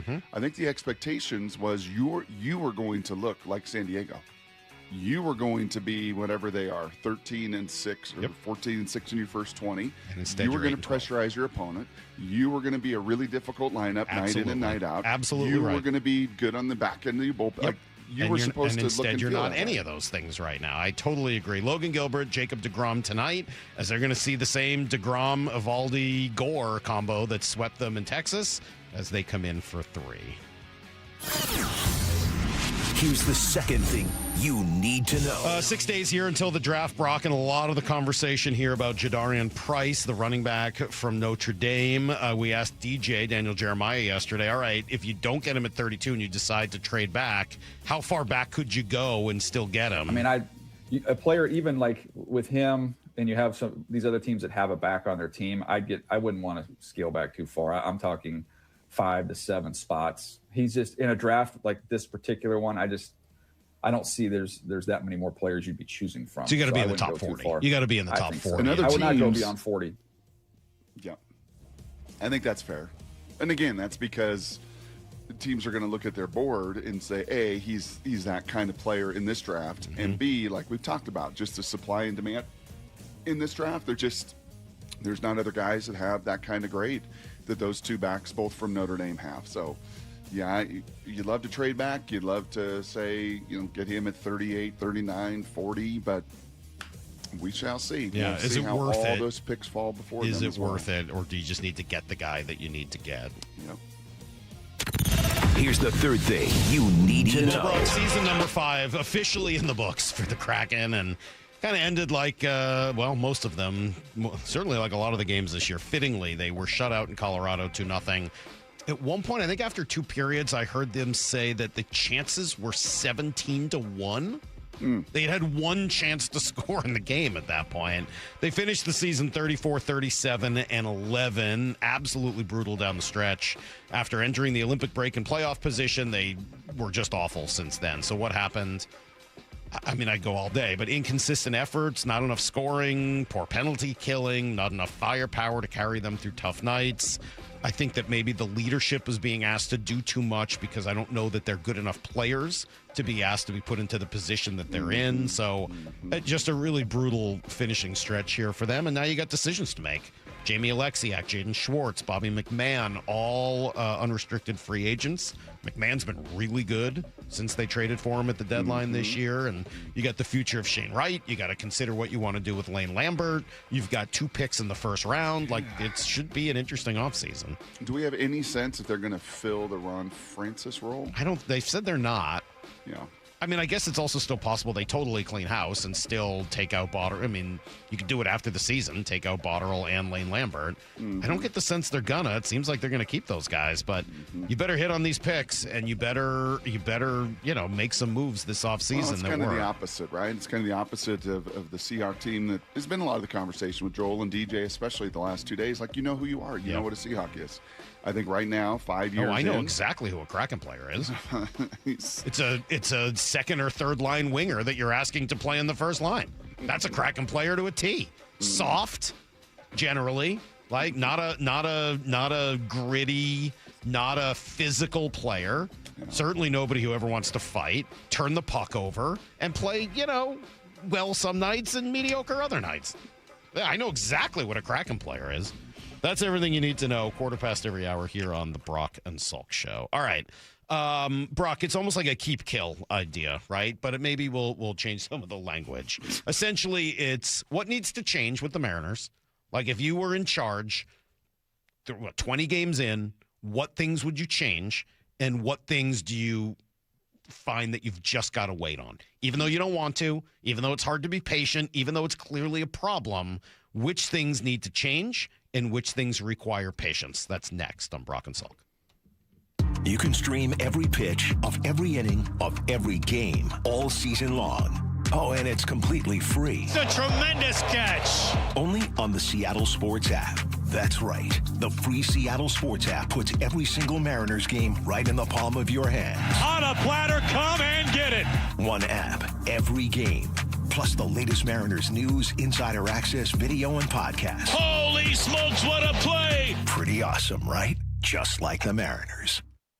Hey, Mike Salk here. We're getting ready for Mother's Day under just a couple of weeks now. And why not try Snoqualmie Casino and Hotel for Mother's Day weekend? They got this great giveaway where you could win up to 100 designer handbags, all filled up with prizes. That's Saturday and Sunday, May 9th and 10th.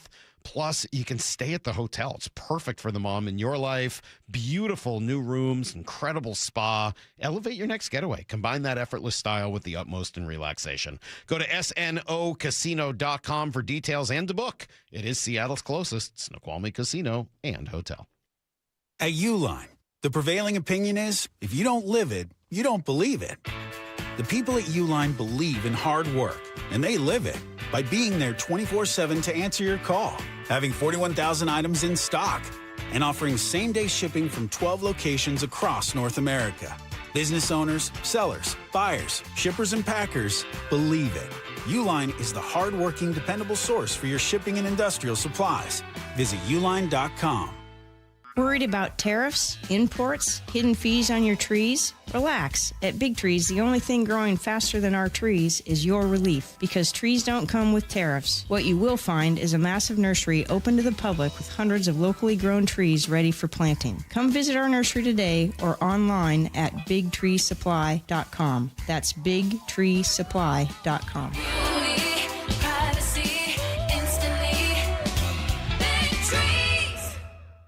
At Toyota of Renton and Toyota of Kirkland, they have a ride made for the young and the ambitious. Lease the 2026 Corolla for just $209 a month or the Corolla Cross for $269 a month, both for 36 months with $29.99 due at signing. Or level up to the Camry Hybrid for $289 a month for 36 months with $39.99 due at signing. Whether you're in the north or the south, they got you covered. Visit ToyotaofRenton.com and ToyotaofKirkland.com. Offers valid through May 4th on approved credit through TFS. Excludes taxes, titles, license, and a negotiable dealer documentation fee.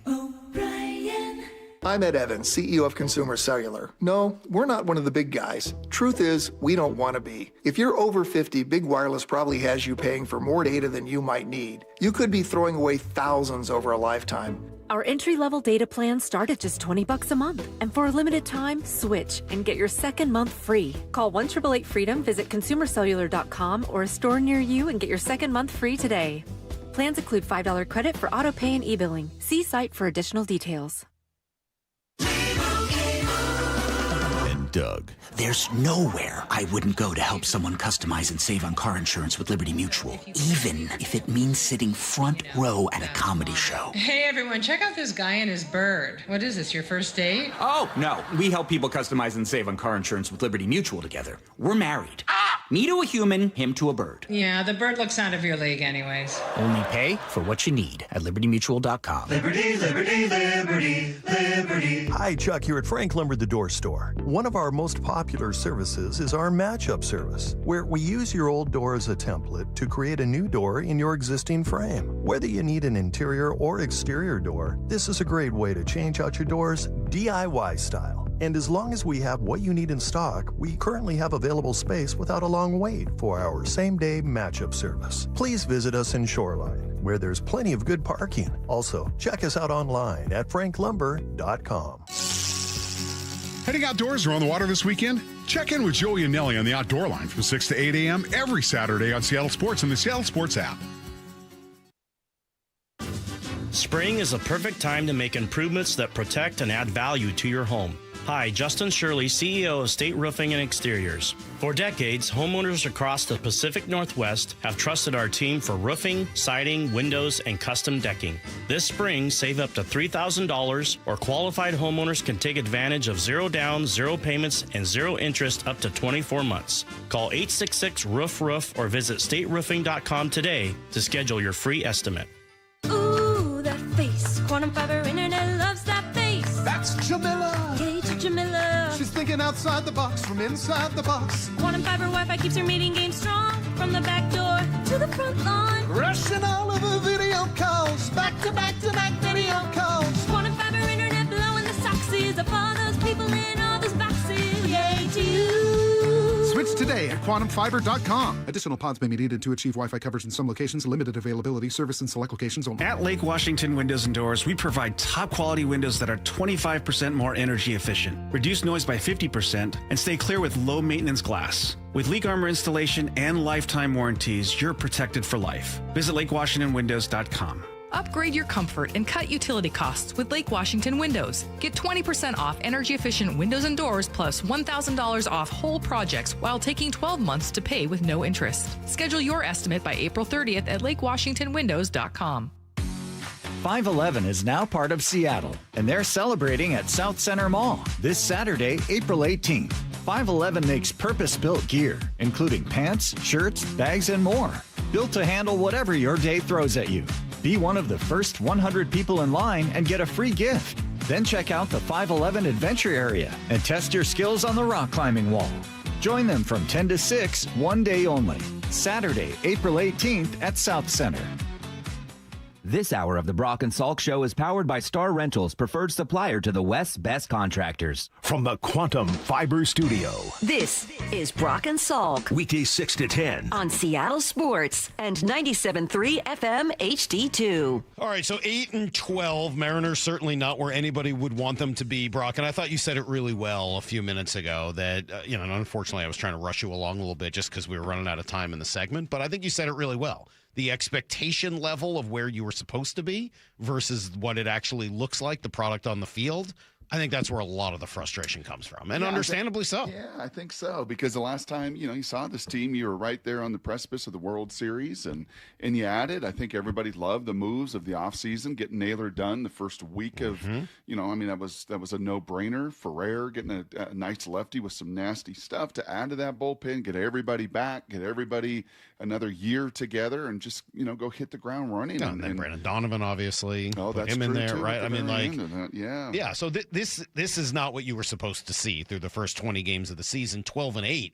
Honestly, I think if they've been 12-8, people would be like, all right, good, but let's go. Let's but 8-12 is obviously not at all close to what anybody was expecting. And 1-8 on the road. Yeah, I mean 1-8 on the road. Now swept twice on the road, plus a series loss to the Angels. I mean, it has been very frustrating, especially on the road. And yeah, we'll keep talking about how it's early, although it's getting less early, obviously, by the day. And I'll repeat what I said yesterday about earliness, that it doesn't mean the wins and losses don't matter. It just means that you probably don't want to project them into the future of what the team will look like for the next 5 months. But they matter, absolutely. And to have gone 8-12 against a relatively soft schedule is a bummer, right? Playing Texas and playing the Angels. A broken Houston team. Yeah, I mean, take advantage of. Yeah, they did play the Yankees and they did, play the Padres, a couple pretty good teams, but you'd really like to see probably at least be at 500, if not a little better right now. So it kind of led me to think last night, okay, of these things, you're 20 games in now. It's not a full sample size, but it's enough that we've gotten to see a little bit about this team, what needs to change and what requires some patience. So you start with maybe something that needs to change. Just a little changes, Brock. Maura, would you have preferred this one? Would this have made you happier? I let it go back to when we played as kids today. Sounds good. That's the way it is. Yeah. Come on. And Brock, obviously for you, Lil REO Speedwagon. They were so good at the fair in '87. I do like me some REO Speedwagon. I'm not going to lie. They're super cheesy. They're so cheesy, but I'll admit I won't turn off REO Speedwagon if I'm driving and I get roll with the changes or take it on the run or something like that. Like I won't turn off REO Speedwagon, even though I know they're bad. Lyle, do you know who sings any of those other than the one they just named? Absolutely not. All right. Well, the first was David Bowie, the second was Tupac, and then the third was REO Speedwagon. I love it. I've heard of one of those people. Tupac? Yeah. You never heard of David Bowie? No. Okay. Wait, what? No. No. I feel like we got to be careful. I love you, man. We got to be careful with Lyle today. I watched think so? one of his videos. We got to be careful. Is he going to be unhinged? He's ticking. Is there a possibility he could be unhinged? He is ticking a little bit. Yeah. Yes. Lyle, if I had just out of curiosity, if I had tasked you with finding a song about change, is there one that you would have thought of? There's a tail end of a Black Eyed Peas song that says "Switch Up" a bunch. Oh, I know. There is the Switch Up one. Yeah. Switch Up. Yeah, that. I like to say that when I'm playing Blackjack Switch in Vegas every now and again. Okay. I'd love to change the world, too. All right. Well, here's some things that could change, Brock. I got two things that could change and two things that probably require some patience. I'm not a big, the batting order is the be-all, end-all, and obviously Ryan Divish gets so mad about all of the batting order stuff. But I think at this point, maybe it is worth moving some things around to try to change it up a little bit, maybe dropping Josh Naylor down for now. It doesn't mean he's going to stay there forever, but it's not a punishment of how dare you continue to be bad, you got to hit eighth. But maybe just putting him into some different situations and moving Luke Raley up. I don't think that, getting Randy a few more bats, just letting some of those hotter hitters come up in different situations and come up a little bit earlier. I think it might be time to look at that. I think that is a fair thing after 20 games. Well, it's the most controllable and the easiest change. It's an easy change that, quite frankly, doesn't have a lot of long-term impact. Right? It's not like somebody's going to be like, I can't believe my manager didn't believe me after I was the worst player in baseball. He dropped me down in the order. Yeah, no kidding. We're just trying to maximize for a little while, and Josh can understand that. And this is what Dan is great at, right? The communication around this stuff. It just seems like a fairly easy, risk-free change you could make that isn't going to have any long-term negative impact or consequences, but might help you a little bit short-term and might just generate a little bit more offense. Yep. That one seems pretty easy. Yep, I think that one, and you're going to see the same three guys you mentioned that you saw down in Texas that swept you, and all three kind of had their way with you, and maybe you'd like to give those guys a little different picture as well as they plan and they put together their plans and their tunnels and all the things and all the details that go into their pitching plan. So yeah, maybe slide Randy up, maybe get JP back there at the top of the lineup, just mix and match a little bit. That would be the easiest change. That one's pretty easy and probably worth doing. And again, I'm not somebody who complains about the lineup every day. I'm just not a big lineup guy in general. But it's an easy thing. Like, why not do that? And why not take some of the pressure off a few of these guys and just put them in a different position to succeed? What else you got for me, boss? The only other one that I think there's probably a conversation there is about Andres Munoz. And I don't know exactly. I'm not sitting here saying like he shouldn't be the closer anymore, setting him down or anything. That's crazy talk. But maybe there is a conversation about just while he's trying to figure it out, giving him a little bit of an opportunity to do that in some lower leverage spots rather than just giving him the ninth inning every single time. And I don't know exactly what the best way to do that is. You are lucky enough to have Matt Brash, who is as filthy as it's going to get. I mean, like, the difference, I think, between Munoz and Brash, it's not quite flip a coin, but it's not that far off of it. And then you've got the possibility that he's maybe tipping pitches. This came from Ryan Rowland-Smith yesterday. Going back to the game against the Yankees, if you remember last year when they were pretty transparent about it, they were showing up at second base, they had to tell some sort of pitch tip. I think when you face your former team and there's enough of a history there, I think maybe he may have been tipping his pitches again. He dealt with this more than just that Yankees game last year. And I'm not just making excuses. Again, I go back to that. There's some sort of tell there with him because they were getting some decent swings off pitches that when you throw a 99 with movement and that slider, it's very difficult to have the kind of reaction time and the reaction in general that they had. Yeah. It's funny. I the other night when that was all going down, you could see the Padre batters. And it's not every time that this happens, but when they were coming from home plate to the next guy up, there was that little whisper in the ear, right? There were those little conversations being had. I think I even saw one of the guys at second base kind of give one of those Josh Naylor kind of signals, kind of lifting his arm up, letting that know. So, yeah, that could be a little bit in And he said he's had some grip issues, right? And he's working through some stuff, and he's trying to kind of get back to basics. Cool. I want Andres Munoz to be the closer again. But if you've got to make a change for now, Brock, if there's got to be little storms. German. Take me to the midget of the moment, he says. What does he say? Take me to the midget of the moment. I know he's trying to say magic. Can you say midget? Midget? I think you can if you're just speaking and trying to say magic, but it keeps coming off midget. Yeah, I would say so. I think you can say that. I was listening to a bit on a show where they were playing a bunch of lyrics like that, and it was like, well, just let him do his thing. That's not the way it's supposed to be sung. Those were not the original lyrics, but yeah, that just go with it. And that'll happen a time or two. Yeah. Okay, right. so those are the some two things that I think you could probably make some changes now. The other two things probably require a little patience.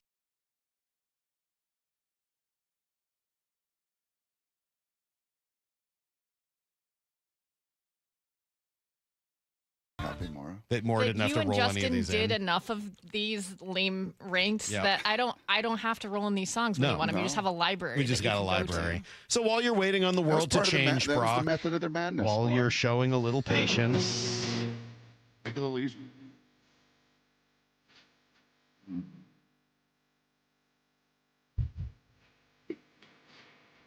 All you need is just a little patience. Lyle, you know who sings either of those two songs? No. Yeah, I know John Mayer. Not the second one. Second one's Guns N' Roses. Whatever. Have you heard of Guns N' Roses? You've heard of Guns N' Roses. Yes, I have. A lot of people pointing out. They did a whole South Park episode on Slash being fake, essentially. Oh, there you go. A lot of people pointing out that you kind of look like David Bowie. I don't think so. You don't know who he was a minute ago. Well, I looked him up a minute ago. All right. Now you think you don't look like him? I'm impressed you looked him up. Somebody said if you found the picture with the red hair and like the lightning bolt makeup across the face, I could see where you wouldn't think you look like him. But very lean, very bony, very skeletal. I actually kind of see some of that. Somebody said they fell down to their knees in AM/PM in shock that you'd never heard of David Bowie. That's pretty funny. Well, I looked it up. He was apparently in an hour-long SpongeBob movie. That was the only movie I would have heard of that he was in. Well, he's a singer more than an actor. Oh, well, now we know. He did some acting, but like... famous singer. All right, doesn't matter. Okay. It doesn't matter. Lyle, we're moving on. So you're going to stay patient. You're going to keep Colt down in AAA for sure. Even if he keeps making the plays that he makes. And I am for now. I'm not making that move. That requires patience. I'm going to be patient still, Brock, on the platoons, and I know people are mad about them, but I'm going to have a little bit more patience with Rob Refsnyder when he comes back. You got to he's got enough of a track record, and I'm willing to give him some time. Doesn't mean that these guys get forever, but I think it's too early to make a decision on the platoons, on Rob Refsnyder. I think it's probably too early to make a decision on Luis Castillo. And I know that there's a kind of a ticking clock there when Bryce comes back. I don't know what the right move is there. I know I've got some sound. Hold on, let me find the sound, because I've got some sound of Bob from the other day, Bob Stelton, saying that, you got to be, Luis should be the one who's on notice, because at some point you're going to get, Bryce Miller back, and he's going to look pretty good. Here was Bob earlier this week. All right, let's assume Hancock continues to roll. Continues to pitch well. Right now, his ERA is just a touch above 2, right? His first 2 starts were brilliant. Last one, he gave up 3 runs in 5 innings. Mm-hmm. That was more of what we were kind of expecting him to be. Like, hey, give me 5 and 3 or less. I'm good. All right. We'll see what he ends up being, and this could be a moot point because maybe the wheels come off. Who knows? But let's just hypothetically say he continues with what he's been. Bryce Miller comes back healthy. But then let's throw in, let's say Luis Castillo continues with who he's been. Should the spot in the rotation in question not be Hancock, but Castillo? Yeah, it's a fair question Bob asks there, and obviously Luis is not pitching great, although I thought I didn't think he was that bad last night. I thought he kind of battled through it. He obviously had one really tough inning, but other than that, he was actually pretty good, I thought, last night. A lot of, and I'll say it again, and it's where my eye goes now, because I know how hard this is to do. He just has so many uncompetitive He does pitches. have more than you'd like. This was not supposed to be me sitting here telling you Luis has been great, because he hasn't been. No. But he does battle. He does get deep into games. And at the end of the day, Luis Castillo doesn't have options, and Emerson Hancock does. That's right. That's right. I know it'll be frustrating, but unless you're planning to move one of these guys to the bullpen, and maybe that is the future for Luis. Maybe it is time, and maybe that's a conversation that we're going to have because of all of those guys. His stuff could play up, right? Mm-hmm. Especially if he could throw another couple miles an hour onto his fastball. Pitching out of the bullpen, I don't necessarily have a problem with Luis, the reliever. We saw it in the postseason last year, and it was actually pretty effective. So, I'm open to that conversation, but just remember, you can't send down Luis Castillo. Well, I don't think there's any way Emerson Hancock's coming out of this rotation at this point. There's Seems just hard to the way imagine. he's pitched. So what do you do? How do you make that happen? If everybody is healthy when Bryce Miller comes back, I think Luis, for the time being, is either getting real IL'd or he's getting phantom IL'd, and it gives you some time to figure it out. You can always do that. But you can also put him in it's not impossible to put Luis in the bullpen. Well, that would be the other option. I just figured in May, the Mariners may not do that yet. Maybe they do, but I don't think you're going. IL? Yeah, that's my guess. A little too many pitcher flu? Sure. Oh, man, these guys, we got a lot of pitch. You know what? My elbow hurts. Man, it really is bothering me right now. Yeah, I could see that as well. Yeah. But I do think you're not going to cut Luis Castillo. You're not going to, I just think you give this, he's an important piece for them. He tends to go deep into games. He gives you, the last one was not it, but a lot of quality starts. I'm not losing faith yet in Luis. I appreciate that. So there you go. What do you? Those are just some patience. And I think some that's changes. all fair. Yeah, I got another exercise. I don't know if we'll have time. Maybe with G. I was thinking about this late last night. Just you're different, and this is again because of the draft is so central in my mind of floor versus ceiling in these conversations we've had. Who are your elite players on the Mariners? You have elite players, you got great players, you got good players. Their ceiling. Yeah. And when their ceiling is elite, Julio is elite, Cal is elite, Munoz is elite, Wu is elite, Logan is elite. That's their ceilings. You got a bunch of great players. But the great players, I think, are your challenge right now. The great players really aren't playing great. Your elite players might be playing okay. That's Naylor, right? Yep, I think that's pretty accurate. Yeah. But I still have faith. I got some faith in Luis. Whoa, it might be blind faith, Brock, but it's faith. That was, for some reason, not blind faith, even though it says that. I don't know what happened there. Maybe you want this one instead.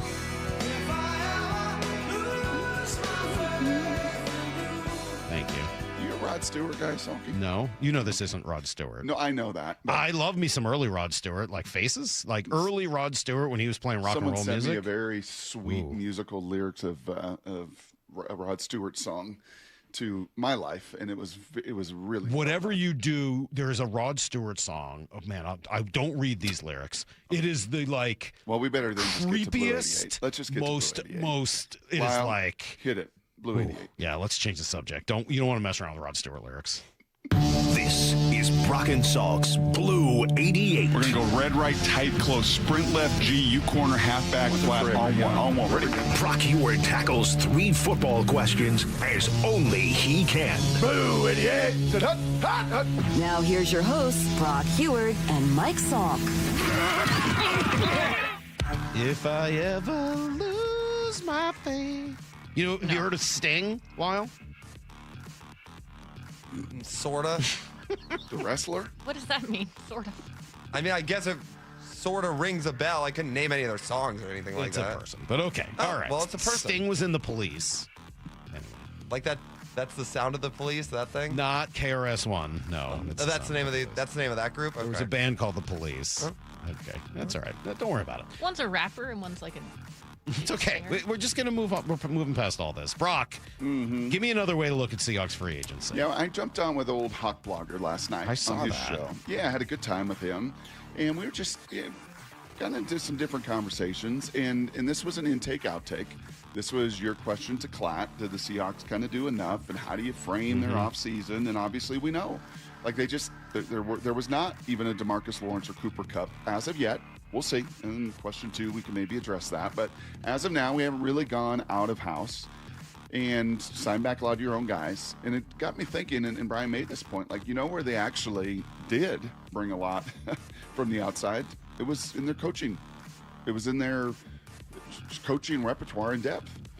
Right? When you bring in a Zach Orr, who was the D coordinator in Baltimore, now he's going to come and he's going to be your linebacker coach. When you bring in a Jimmy Doherty from down the road, and he's going to come alongside, some of the folks in the scouts in the coaching projects, and just be another set of eyes and another set of ears. And he didn't lose a ton of people to the Raiders, and you were able to keep John Benton and keep people around and add in.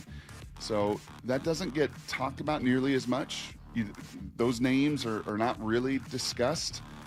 But, man, you talk about the difference the coaches made in the development of players and that offensive line in particular.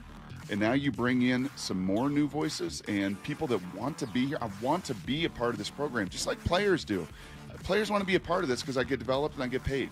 Coaches want to come work for this guy. I want to come work in that organization, and they brought in some pretty high-powered free agent coaches in that regard. All right, question number 2. You're not buying it. No, I'm not buying it. Obviously, it worked wonders on the offensive line, but still feel like the talent out versus talent in is still at a net negative right now, and that's not necessarily a problem, but I think you got to pick up some of the difference there. Yep. Question number 2, Brock. Dante Fowler, defensive end, has been around for a while, was in for a visit. Does he have anything left? Yeah, if he does, they're going to be able to, I think, reap a lot of it. The only other guy that maybe has a relationship with him, Aiden Dirty, a couple years in Dallas, is Dan Quinn. He's been a Dan Quinn guy. Okay. All right, you look over the course of his career, it is truly remarkable. Played for Dan Quinn at Florida all the way back then, Dallas and Washington last year. And I'll tell you what, his like under the hood numbers of pressures and sacks, and just a couple years ago, he had a double-digit sack season. Yeah. So that this is not a 35-year-old. This is not a. I know there's been some spec about Cam Jordan, and he is out there, and obviously Jadeveon is still out there, and Von Miller, who they kicked the tires of, is still out there. He and Cam Jordan kind of strike me as similar.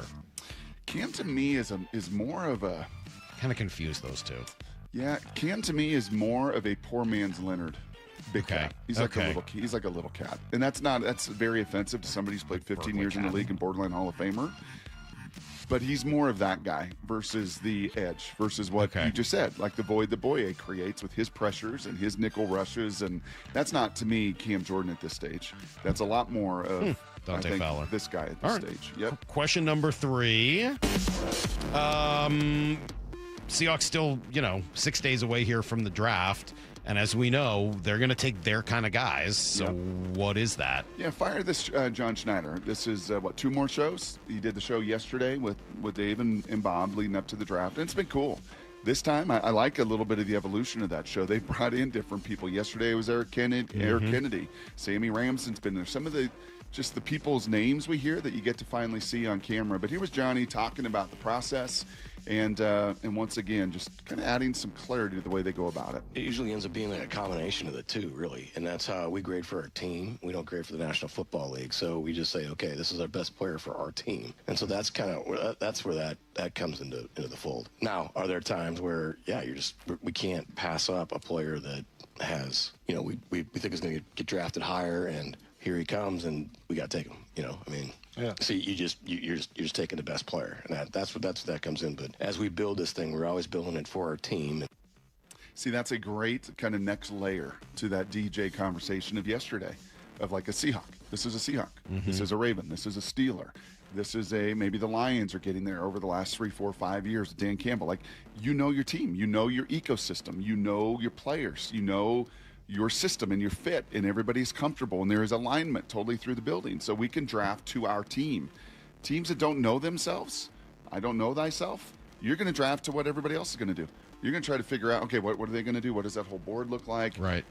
Not everybody but don't is. You have to also know what the rest of the league is doing, right? So you have to kind of do both, right? And I think that's a little bit of what he was saying there. Yes, best player available, your needs, and then, ultimately, how do those grades compared to what's actually happening in real time? He chuckled. He said, I wish I could be DJ and Mel Kiper. I wish I could have 5 different iterations of my mock draft. I don't like the way that one went. So can we redo this? Can we start this whole thing over? Because I don't really like how the pieces and the cards fell to me. And when you sit now at 32, it is very different than where you've sat in the top 10. For sure. Right? It's very different than even 18, where you sat a season ago. All right, good stuff. That is today's Blue 88 every morning at 7:45. Brock goes through 3 football questions. And yes, pretty draft-focused right now, as was a lot of our week. If you missed any of the really fun people we had, don't worry. We're going to go through some of the best of it next for you in review and a little commentary to boot. It's next on Brock and Salk.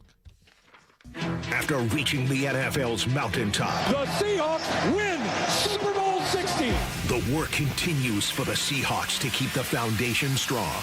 It's the 2026 NFL Draft. Next Thursday, April 23rd. Only Seattle Sports begins its first-round draft coverage with a reigning NFL Executive of the Year. Who are the real Seahawks? The John Schneider Show at 4 p.m. with Brock Huard, Michael Bumpus, Steve Wyman, and host Bob Stelton live until 9 p.m. on Seattle Sports. Running a small business means juggling a lot. Your network has to handle it all. That's where a fiber-only provider falls short. You need a partner who gives you a greater advantage. Introducing the Total Solutions Advantage only from Comcast Business. A first-ever combination of the largest, fastest fiber-powered network, the most reliable Wi-Fi, gig speeds with equipment and security included, and a 5-year price lock. Plus, it's all backed by a 30-day money-back guarantee. The Total Solutions Advantage only from Comcast Business. A new standard for small business with reliability, security, and savings in one. Switch today. Get started with a great offer as low as $60 a month. When you add it all up, no one does business like Comcast Business. Offer ends 6/1/26. New customers only. Requires 300 megabits per second internet and security edge. 1-year agreement, eco-bill, and autopay required. Equipment, taxes, and fees extra. Most reliable Wi-Fi based on Open Signal Awards USA Fixed Broadband Experience Report, May 2025. Hello, Seattle. Bank of America, in partnership with Visa, invites you to a FIFA World Cup 26 watch party. Open an eligible Bank of America checking account in participating financial centers only for an opportunity to reserve 2 complimentary tickets while supplies last. Experience special musical guests, games, giveaways, food, and more, all at a legendary venue. Learn more at BofA.com/BofA Visa Watch Party. What would you like the power to do? Bank of America, proud to be the official bank of FIFA World Cup 26. Bank of America and a member FDIC. Terms apply. All rights reserved. Meet the company electrifying the marine industry. ARC, a fully electric boat that feels like a luxury EV. Significantly less maintenance and service, ARC is built to be as easy to operate as it is to maintain. Featuring heated seats and seat backs, a large display, easy handling, and impressive kick. You have to see it and experience ARC for yourself. Book a demo. They'll pick you up on Lake Washington, Lake Union, or Lake Sammamish if you can't come to them in Kirkland. Go to arcboats.com/demo. ARC. You have to see it to believe it. If you're building decks in Puget Sound this season, you need materials you can trust and a supplier who delivers. Par Lumber carries premium TimberTech and Trex composite decking, railing, and accessories contractors depend on across the Northwest. With reliable job site delivery, we keep your projects moving so you can keep building. Right now, get 20% off deck railing and lighting with any TimberTech or Trex deck board purchase for a limited time, only at Par. Visit par.com/decking to learn more. Par, where the builders go. Hey, it's Dave Wyman for Bellevue Rare Coins, and I'm really excited to be working with them again as we're seeing the price of gold at all-time highs. And here's what that means for you. Items you haven't thought about in years can be worth thousands of dollars. Old jewelry, coin collections, gold watches, necklaces, and pendants. And a lot of people don't realize how valuable these items are. And right now, it's worth finding out. Find Bellevue Rare Coins in Bellevue, Linwood, Issaquah, and Tacoma, or go to BellevueRareCoins.com. I had pain, I had numbness in my feet. That pain and that numbness just got worse and worse and worse as time went on. This is Greg describing life with neuropathy. I went to 5 podiatrists, tried different treatments, tried different orthotics, tried different shoes, had cortisone shots in the tops and the bottoms of my feet. Saw a neurologist. All my medical doctors said, can't help you. Live with the pain. You're not going to be able to sleep. This is your life. And then I just gave up until I found Sound Pain Solutions. I'm Dr. Mark Shelley, a chiropractic physician and board-certified functional neurologist at Sound Pain Solutions. Our neuropathy treatments can rehabilitate damaged nerves. We use FDA-cleared, non-surgical, drug, and pain-free procedures that help neuropathy sufferers like Greg find relief. I feel better. I mean, just feeling better is huge. If you experience numbness, shooting or burning pains, or loss of balance, call us. Sound Pain Solutions, 855-996-0025, or click soundpainsolutions.com. I remember brushing my hair and looking down and thinking, oh my gosh, do I have any hair left? I used to look at women with thick, beautiful hair and think, why doesn't my hair look like that? My thinning hair is making me feel so old. If you want thick, healthy, gorgeous hair, then you need Hair Volume from New Nordic. With clinically proven ingredients like apple extract, biotin, and millet, Hair Volume nourishes your hair follicles to promote thicker, healthier-looking hair. Say goodbye to shedding, thin, and dull hair, and hello to thick, healthy hair with Hair Volume. Since taking Hair Volume, the shedding has all but stopped. Now, instead of being jealous of other women's hair, I have friends who are jealous of mine. My hairdresser couldn't believe the difference in my hair. Now she's using Hair Volume too. Available as a tablet or delicious gummy, Hair Volume is available online at Amazon and NewNordicUSA.com, or find Hair Volume in the hair care aisle at your local CVS. Let's go! This is Seattle Sports. Streaming through the Seattle Sports app. KIRO AM Seattle. KIRO FM HD2 Tacoma. Home of the Seahawks, Mariners, and everything Seattle sports. Get his freaking out! From the Quantum Fiber Studio, this is Brock and Salk on Seattle Sports. I don't read the internet, guys. Take the bull by the hands. And Brooke, you are. And Brooke, you are. Now here are your hosts, Brock Heward and Mike Salk.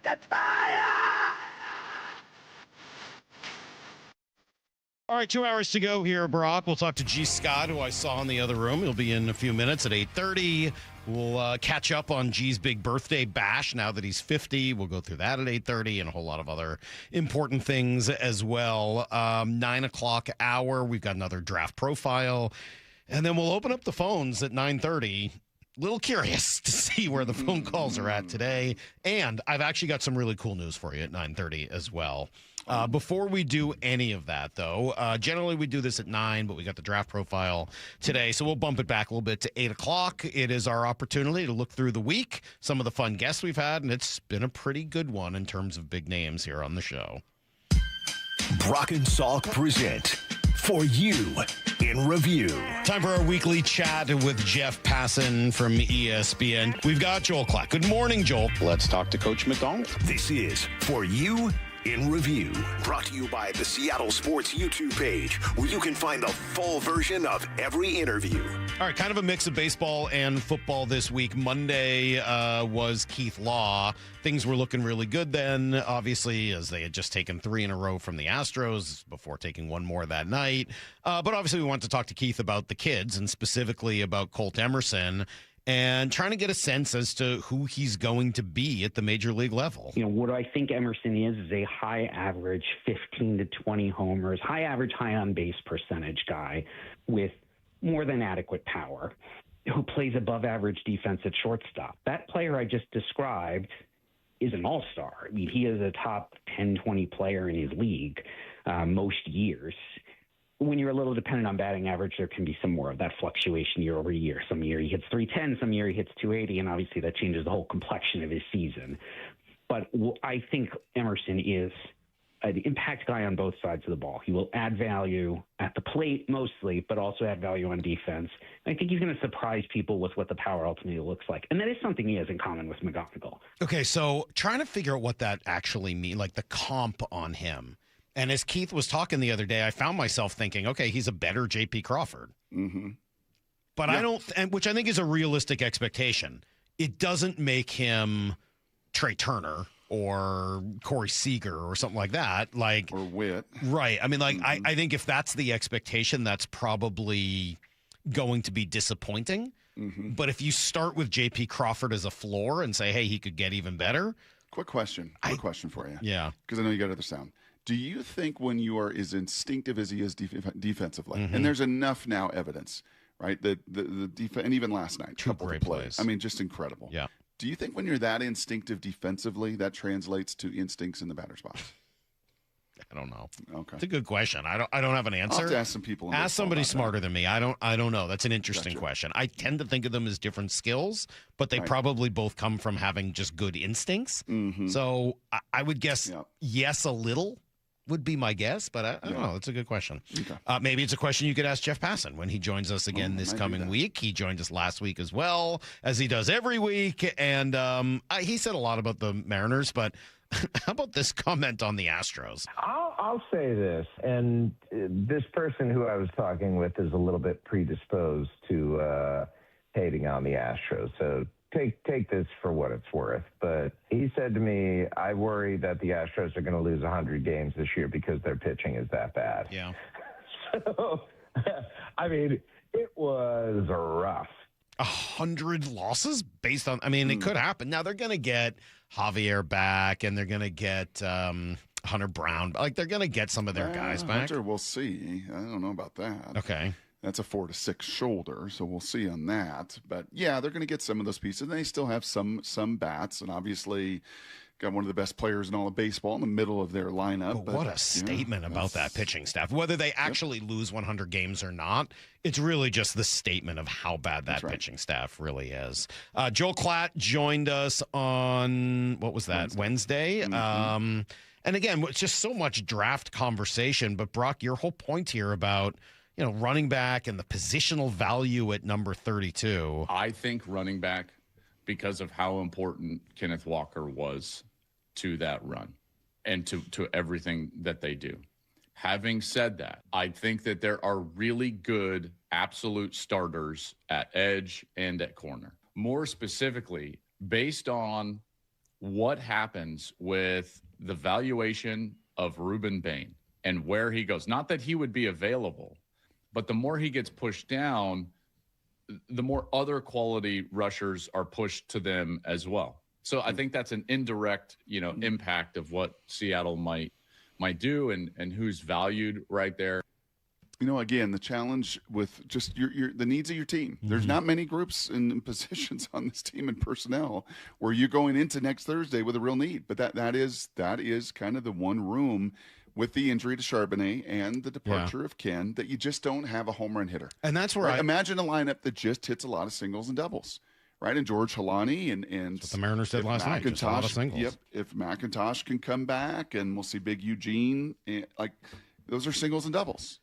Yeah, but you need somebody that can somebody hit else. That triple or home The run. only thing I would have disagreed with there, and it's a quibble more than a real disagreement, is how important how important the running game is to their system is the way I think I would have phrased that. Mm-hmm. And the way the running game looks right now, without Charbonnet for most of the year, and with Ken Walker having moved on, correct. I think that's why we keep talking about a little bit more need there. So enter Daniel Jeremiah yesterday and say, Brock, all right, the running back you could get at 32 versus 64, or the defensive end difference between 32 and 64 it's just two completely different animals. I'd much rather look at the defensive ends and corners at 64 than I would the running backs. And that's crazy to say because 9 out of 10 drafts, that's the opposite. You'd be like, look, we're going to find a running back in the 4th, 5th round. Like every year you can find one of those guys.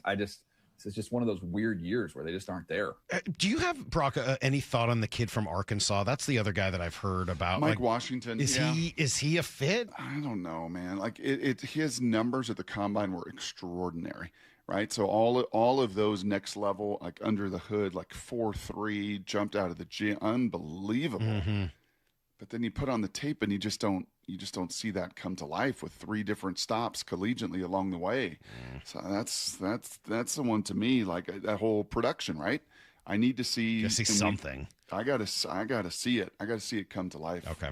Finally, we wanted to follow up on Jadarian Price, so we talked to his offensive coordinator at Notre Dame, Mike Denbrock, who joined us yesterday, and said, okay, like, could he be that explosive guy? If you've got sort of the bigger, thicker power back, can he be the explosive home run hitter you talked about before, Brock? I think he absolutely does. And I think he's the best thing about him, too, is, he's coming from a little bit of a 2-back system, right? I mean, he's kind of used to playing in the scheme that he's called upon to play in and making plays when he's called upon to make them. And he did that very thing in this program at an extremely high level, and I think he'll fit very comfortably into that role. And it was crazy, right? So, if Jeremiah was starting the game and he's out there for the first series and we're like, okay, well, let's JD's going for the next series, and the first play he touches the ball and away he goes and nobody lays a finger on him, that's the type of player that he is. It's good. And a couple kickoff return touchdowns as well. Mm-hmm. And his background is a guy that does expose itself. That does show itself. And again, that's why you've got kind of the delta between him and whether it's Mike Washington as a third back or Jonah Coleman as a third back. Whoever it is. Yeah. Correct. Yeah. Well, there you go. That was just a little week for you in review. All of that can be found on our Seattle Sports YouTube page. You can find all those interviews and all the interviews that we do anywhere on the station there on the page. A couple of texts came in actually just on the Colt Emerson stuff. One says, how about Xander Bogaerts as a comp? Yeah. I mean, that I could see Xander Bogaerts is a better J.P. Crawford. Like, they got a lot in common with their eye, but Bogaerts probably with a little bit more power and just a little bit more oomph in general.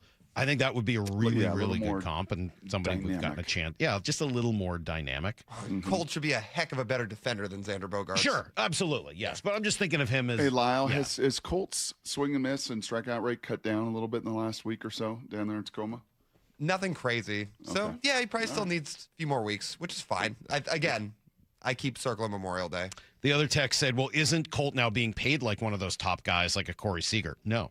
No. Actually not. No. He's actually being paid a lot more like a J.P. Crawford. So that's why, I think everyone likes that deal so much, assuming if J.P. Crawford's the ceiling, or the floor, rather, you're not paying him like Trey Turner. You're not paying him like Corey Seager. That's actually the whole point. All right, quick break. Come back. We'll give you guys everything you need to know. Then we'll catch up with G. It's Brock and Salk, Seattle Sports on 710. 4 down territory. Michael Bumpus answers the top 4 football questions of the day. What concerns you when it comes to the 30-second pick? A lot of us talk about the 30-second pick like Price is just going to be there. Like, he's there, let's take him. I went on NFL.com. Nick Shook wrote an article about teams' needs. There are 2 teams that he thinks before the Seahawks need a running back. And if they go that route, then Price isn't going to be there. How are these guys going to pivot? Those 2 teams are the Jags and the Broncos. Catch every 4 down territory on the Seattle Sports app. Brock Ewart here with my buddy Shannon O'Kelly from IRG Physical and Hand Therapy. Shannon, we met about a decade ago when you came into the studio, and at that point, IRG was humming, but you were not 40 locations strong all over the neighborhood. How have you done this, and why? Number one, Brock, great people. Our strength here at IRG is our people. Secondly, we are a company that has a culture of giving back and taking care of our patients, taking care of our team, and thirdly, taking care of our community. We want to be your family physical therapist. More importantly, we want to be your family's neighborhood physical therapist. We want you to come in, have a great experience, and get better and get out there and be pain-free and function. Take care of your friends. taking care of your neighbors, taking care of your community, and taking care of Western Washington. With over 40 locations now, that's exactly what IRG Physical and Hand Therapy is doing. Find them in person, find them online at irgpt.com. That's irgpt.com. Start having fun. Caesar Sportsbook at Muckleshoot Casino Resort is your #1 place to eat, drink, watch, and have fun. Keep up with your favorite sports anywhere and everywhere on property with the mobile app. Visit muckleshootcasino.com today. Scan the QR code and let the play begin. Muckleshoot. Help keep our community safe and healthy during National Prescription Drug Take-Back Day, April 25th. Find a collection site near you at deatakeback.com. Do your part to lower overdose deaths and prevent drug misuse before it starts. Hey, did you hear about that multi-billion-dollar Roundup settlement? Yeah, it impacts people who are exposed to weed killers at work or at home, even if you just used it in your own yard. Lawsuits claim it causes non-Hodgkin lymphoma, a blood cancer. But we're not sick, so that doesn't affect us. But it does. This cancer can take 10 to 15 years to show up. That's a long time after exposure. It is, and that's why the settlement is paying claims for up to 21 years. If you get sick, even years from now, you could get $6,000 to $165,000 or more as part of the settlement. So what's the catch? If you stay in, you give up the right to sue them later. Learn more at weedkillerclass.com or call 1-888-403-8201. If you or a loved one has or had non-Hodgkin lymphoma, even if they've passed, you must register for benefits. That's weedkillerclass.com. 1-888-403-8201. Paid for by the Roundup Settlement. You can count on the Seattle Times for local news and information on your teams and your scores. Mariners, Seahawks, Sounders, Kraken, Storm, Huskies, Cougars, Rain. Get inside the game and go beyond the stats. The Seattle Times is always there with game summaries, player interviews, and play-by-play analysis. Don't miss a play. Stay in the game and in the know for what's next. Read our coverage at seattletimes.com/sports. Guys, your testosterone level impacts your energy, drive, weight, hair loss, and even ED. Revive Men's Health Seattle will check your T level for free. For your free T level check, exam, and consultation, call 206-529-1111 or visit revivemenshealth.com. Listen every day to the Bump and Stacy Show for headline rewrites. Powered by Bay Alarm Security Services. Security systems and fire alarms for every business. Bay Alarm, we got you. Do you have a car, truck, or SUV you're willing to sell? How about an RV or commercial vehicle? Wayscar Ford in Auburn will buy it from you. And when they resell your old vehicle, they'll split the profit with you 50-50. That's right. You'll get paid twice. I'm here with Mark Clymer of Wayscar Ford. Mark, I'm not surprised your vehicle profit-sharing program's doing well. It's a fantastic offer. It sure is, Stacy. We've been buying a lot of cars off this thanks to your advertising, and I got to tell you, customers are loving it. They're getting top dollar for their vehicle up front. They're getting paid right now, and the best part is when we resell that vehicle, they're getting 50% of the profit. A lot of people have vehicles right now that are sitting around and they're worth a lot of money, and they're saying, you know, what the heck? I want to sell it. I don't want to deal with it myself, but I don't want to give it away either. This is the perfect opportunity for them to get the most they can for the car without having to go through the hassle of selling it themselves. Exclusively at Wayscar Ford, celebrating 104 years in Auburn. WayscarFord.com. That's WayscarFord.com. Progressive knows you could have easily taken the freeway, but you took the scenic route to see a waterfall and an oddly busy boiled peanut stand. Discovering the unexpected is exactly why you bought an RV, so protect it with a bundle from Progressive. Because although you may be 3 hours behind schedule, you're 6 jars of jam richer and possibly enrolled in a butter-churning workshop.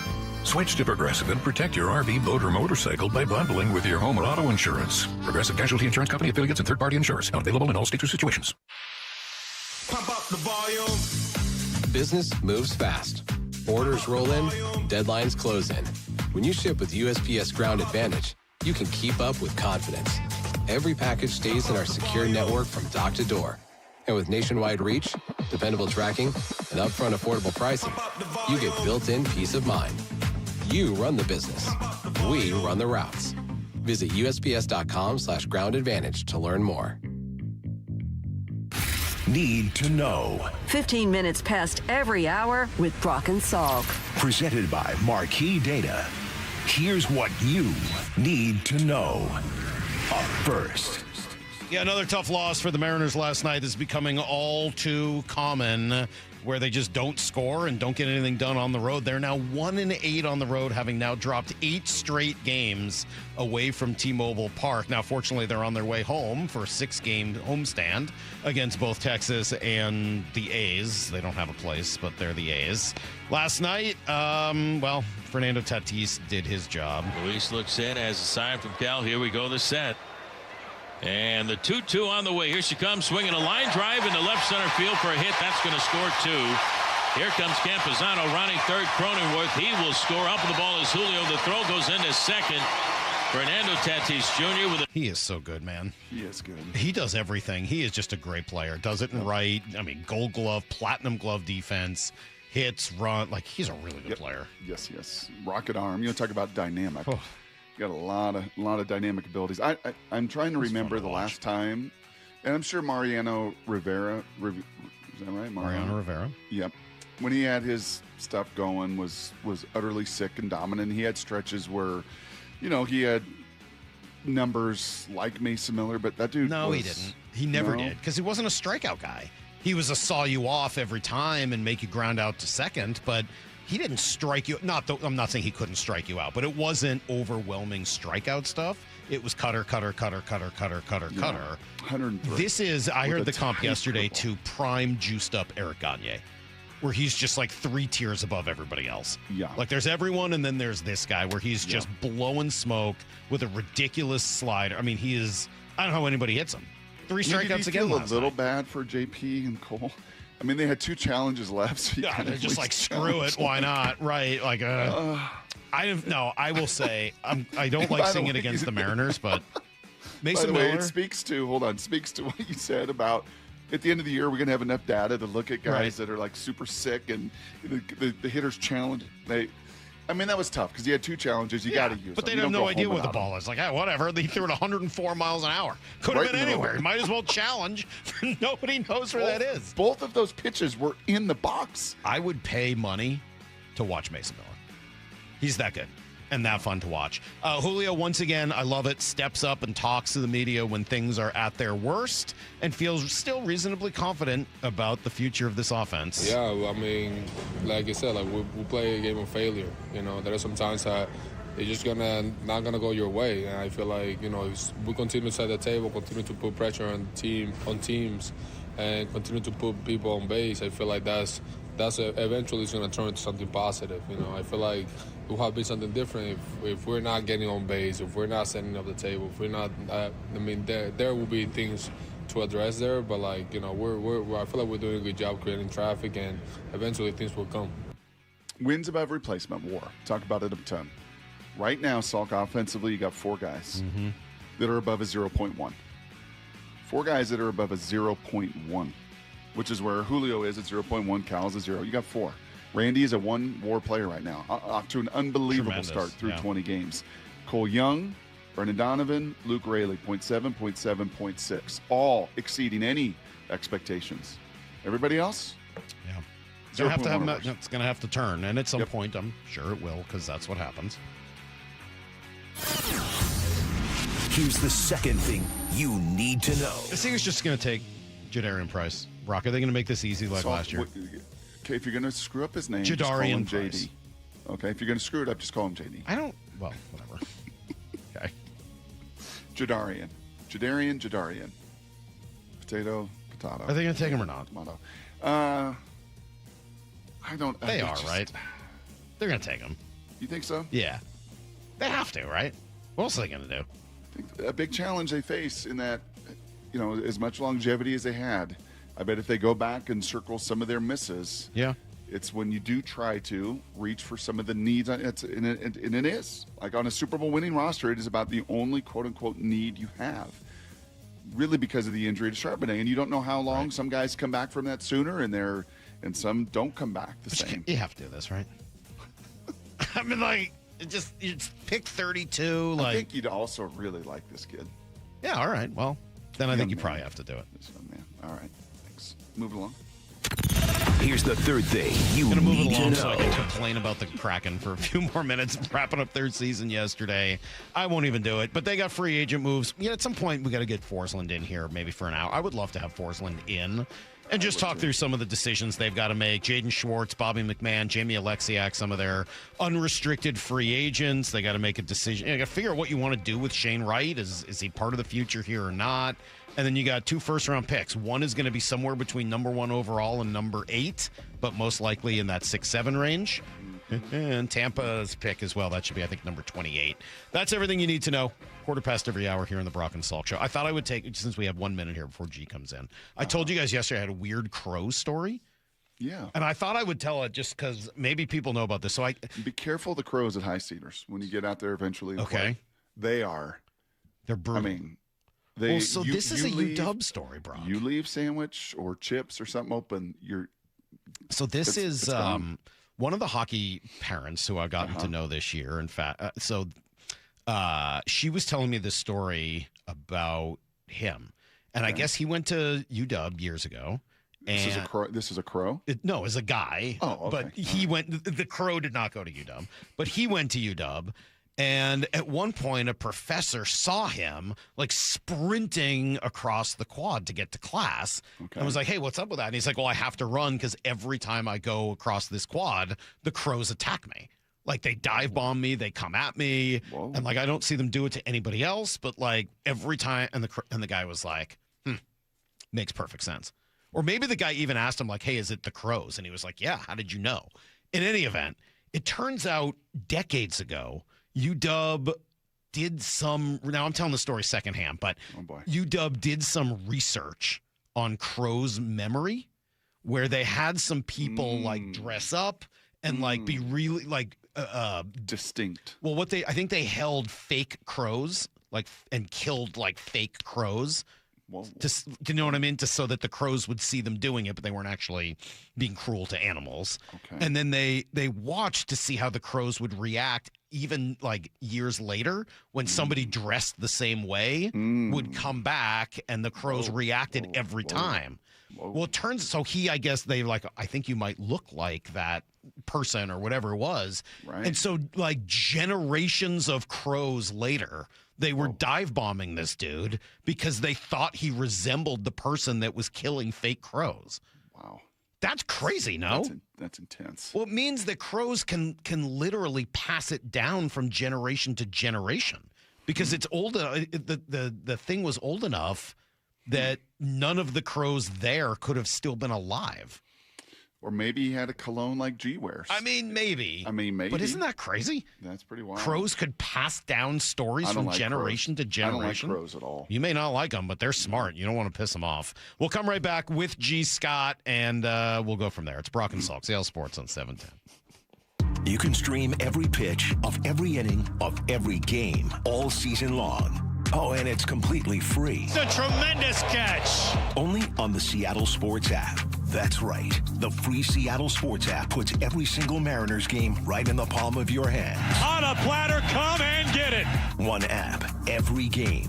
Plus the latest Mariners news, insider access, video, and podcast. Holy smokes, what a play. Pretty awesome, right? Just like the Mariners. Highlights don't win games. The full box score does. I'm Brock Hewitt, and most business leaders aren't short on data. They're short on clarity. Numbers are scattered across ERP, CRMs, and spreadsheets, making decisions reactive instead of confident. And that's not how great businesses are built. Marquee IQ brings all your data together into one clear view, even if it lives in disconnected systems or offline, so you can see what's really happening and act faster. Stop running your business on highlights. Get the full picture. Visit datathatwins.com to see what Marquee IQ can do. 2 years ago, my office launched a major media campaign to identify a key witness to our client's bicycle accident, which we later settled for $10 million. Because when we accept a case, we don't rest until we do everything possible to improve our client's chance of recovery. We're one of only a few firms in the state with an in-house investigation team building our clients' cases. So when you hire Davis Law Group, you don't just get a dedicated and award-winning legal team. You get our commitment to better service and even better results. Request a free consultation today at 206-888-8888. Home is more than a place to live. It's where the best of life unfolds, where possibility sparks, where community grows, where lives take shape. At the Master Builders Association of King and Snohomish Counties, that belief drives the work our builders, remodelers, and tradespeople do every day. Because when we build more homes, we're building so much more than housing. We're making room for what matters most. Learn more at roomforwhatmatters.com.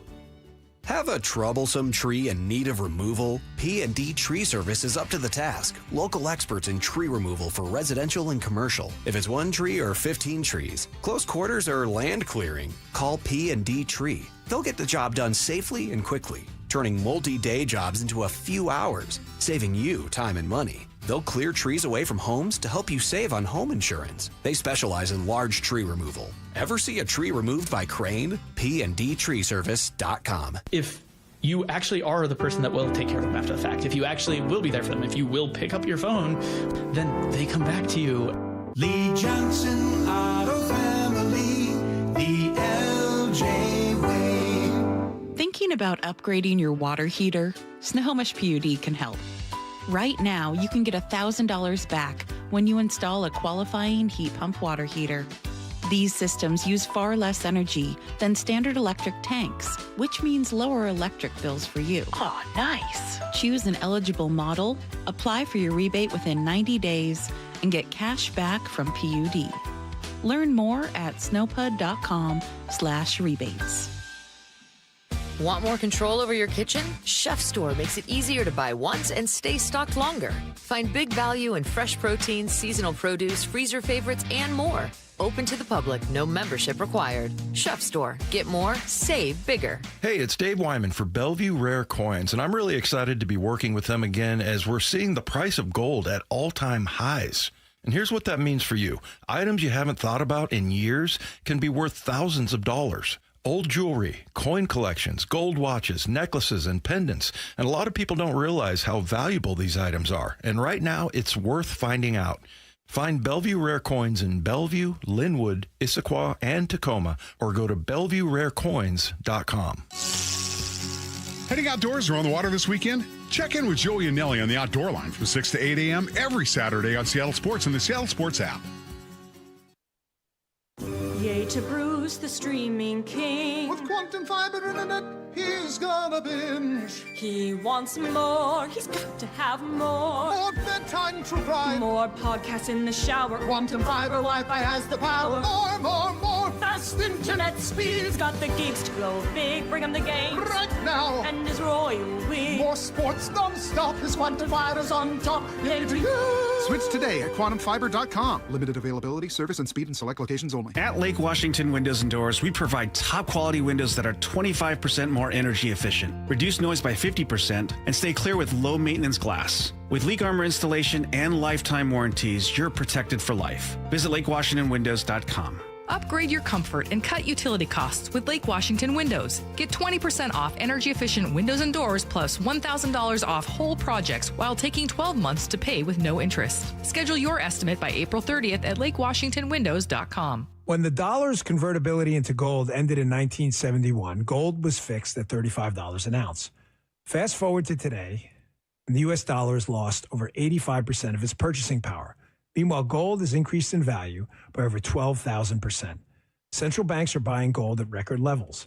Major firms are holding significant positions in gold. And I choose to buy gold from Birch Gold Group.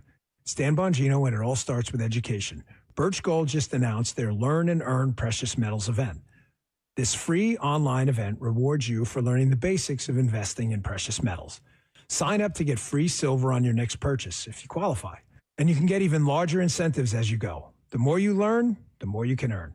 But act now. This special event only runs through April 30th. So text my name, Dan, to the number 989898 to join Birch Gold's Learn and Earn Precious Metals event by April 30th. Text Dan to 989898 today. Message and data rates may apply. From the Quantum Fiber Studio. This is Brock and Salk. Weekdays 6 to 10. On Seattle Sports and 97.3 FM HD2. This says Salk, your buddy, must have looked like Dick Cheney because the UW Crow researchers were wearing Dick Cheney masks. I'll Google it. He does look, he doesn't look unlike Dick Cheney. I don't know what he looked like when he was in college. That's funny. All right, G. Scott's here. Good morning, G. Let's give the people what they want today. Okay, yeah. 253 just texts in and says, "Open up the phone line with G." We're not doing that. No, that's a no. That's an absolute Didn't you guys already try that? Didn't you already do that a couple weeks ago? No, we're not I've going to been coming on y'all show all this long. Wait, just tell the truth. Why would you guys never want to open the phone line? Because we're opening up the phone lines in an hour. That's what we do at 9:30. Yeah. We have a We're routine. not going to do it twice. We have a process. Like the Seahawks draft. We give the people what they want at the time they want it. You know what? Speaking of routine and process, when you turn 50, Brock Heward, you love your routine. You understand me? Like, I mean, routine. Look, yesterday was the first time that it's sunset at 8 o'clock in over a year. Your dog was asleep. You know what I'm saying? I don't think it was over a year. Well, not over a year. Yeah, you're right. It's like a few months. But the thing is, you were asleep at 8 o'clock? Listen. What? Let me tell you something. 50 is the new 30, but 8 p.m. is the new 11 p.m. You were in bed at 8 p.m.? Yes. How do you do that? Your dog up at 3:30. Well, there you go. You're on my dad's schedule. Yeah. I can't believe I'm hanging out with you two geezers. Well, Both of you guys turned 50 within the last 2 weeks. I don't want to tell you what I was doing because then you stop talking to Brock and I. What I'm doing in the morning. You don't. Oh yeah, you're working out. Oh, you're working out. You're 3:30 working out. Yeah, because you got to go to bed at 8 o'clock. That's absurd. Hey man, I missed y'all. What's happening? Well, I had a great time at your party. Thank you for the invitation. Yeah. It was great. We had a really nice time at G's birthday party. His family was there. Over there, Sea Star. Good choice. Can I talk freely right now? Good Are we amongst family right now? I think so. Okay. Listen. In the trust tree, like cotton underwear, like white listeners, cotton we're underwear good. in the Okay, trust tree? let's talk for a sec. Okay. First of all, the invitation for the dress attire said, "Put that stuff on." Right. It didn't say stuff. Insert the other word. So I got to tell y'all, I was really, really impressed by Mike Salk. Mike Salk showed up in a nice suit. He looked good. I mean, he kind of like he had that own the room type feeling. Yep. Now, this is the part that I want to say we in the trust tree. Mike Salk loved going to talk to black women. Yeah, that's true. I mean, that's true. I don't know. That's not untrue. Yeah. That dude Was that delegation all over him again? Oh man, my aunt loved him. Did she? Oh, that makes me so happy. He's such a. And I told my Aunt Jean, I said, you know what? Your brother, my dad, loved that guy too. Oh, well, I did go over. So G had his favorite aunt, or his, among his favorite aunts. I don't know if I don't want to speak out of school. I know, because if they're listening, I don't know right how now, many of your other aunts might be listening right now. I hear they're big. It's a real thing. A lot of big Brock and Salk listeners among the G's aunt community in Chicago. But I did get a chance to go over and talk to your aunt for a few minutes because just knowing how meaningful your dad was to you and your story, and since I'd met him once, and since you said that they were really especially close, I just wanted to go over and say something to her about it. Plus, she was just cool. Yeah, she was. I'm glad to hear you say that she liked me because she was a little tough to read. Oh, she is. She's a little tougher to read than some other people in her demo. She used to travel around with the Isley brothers back in the day. She's lived a full life. She was awesome. Yeah, she's awesome. And But yeah, you missed it, Brock. Where was you at, dog? I didn't get the invite, G. Yeah, I didn't get the invite.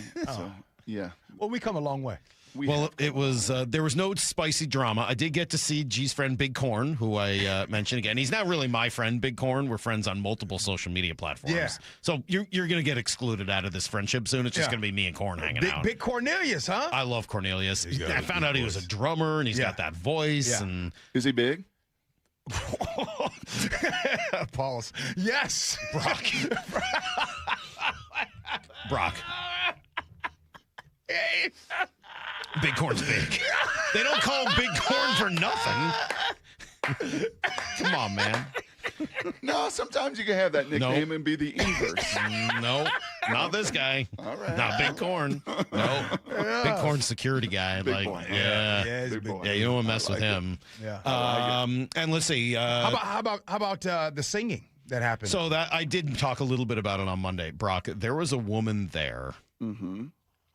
What's her name? Josephine Howell. If anybody knows who Josephine Howell is, it was shocking. She sang a song, "Home" by Stephanie Mills. Is the song that I went to sleep to every night in military school. How would you? what genre would you call that? Sort of like in the soul gospel, gospel almost? Ish, yeah. Okay. The way the spin that she puts on Certainly. it. She had sort of is she a gospel singer? Yes. Okay. Brock, this woman was unbelievable. You know how you can tell how good a singer is by how far away the mic they have, or how far away from their mouth they have to move the mic when they hit the big notes? She had the mic essentially under her knee.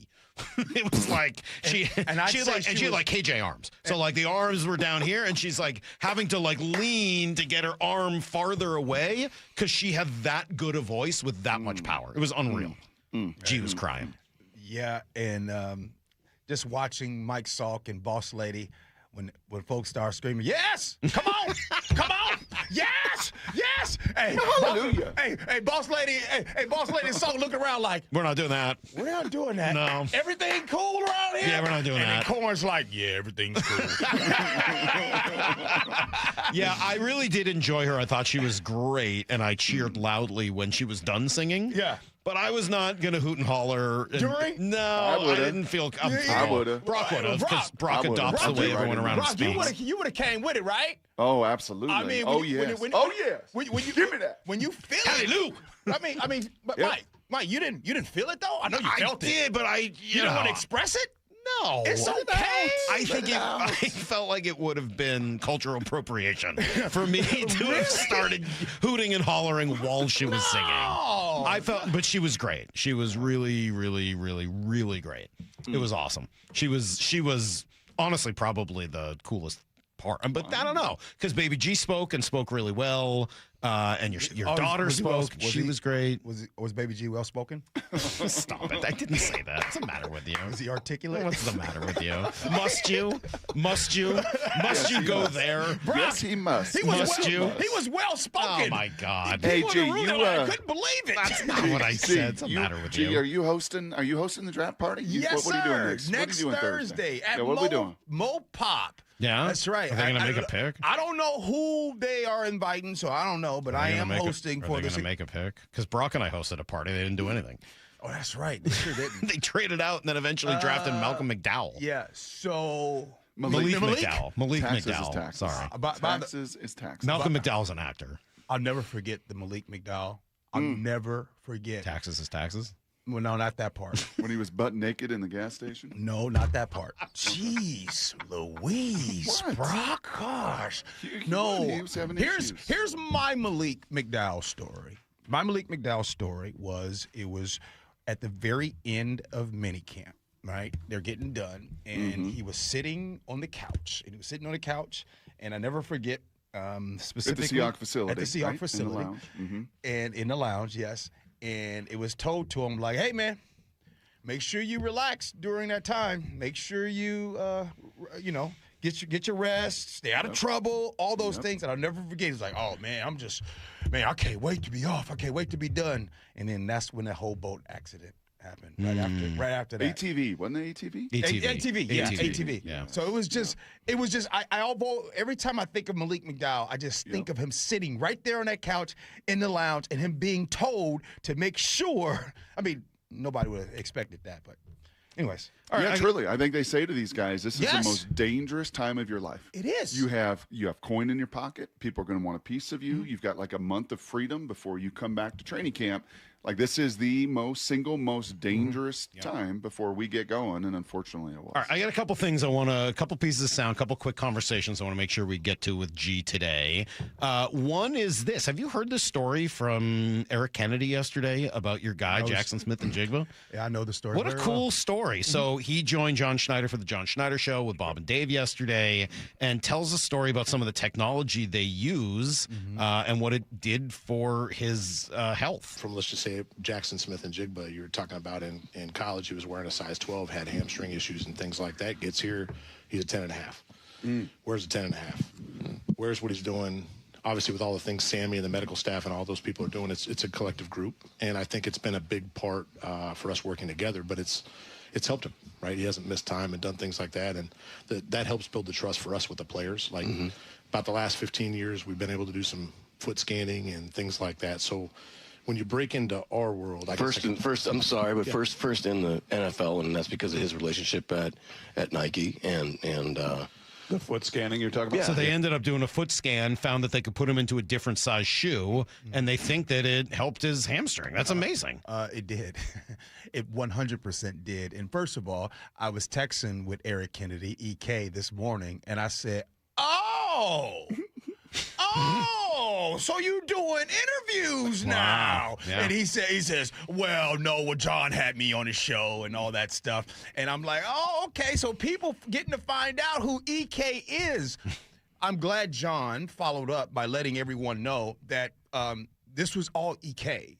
This was his deal, his relationship with Nike coming. I never forget, maybe about 6 years ago when they came up with this technology. So where, usually you think about going to Foot Locker or Champs and they measure your feet. You guys remember that little black little deal that you put your foot into? With the silver, with the metal. Oh, yeah. Well, still 11.5. This whole thing, you actually stand there and it scans everything because, someone wearing a 10.5 over here and someone wearing a 10.5 over there is still not the same foot. Some people got flat feet. Any of y'all got flat feet? I got flat feet. Right? Lester Towns had the worst feet I've ever seen in my life. You got wide feet. You know what I need? I need an equipment manager to come help me with some of that stuff. Can I get an equipment room manager just to help me with my life?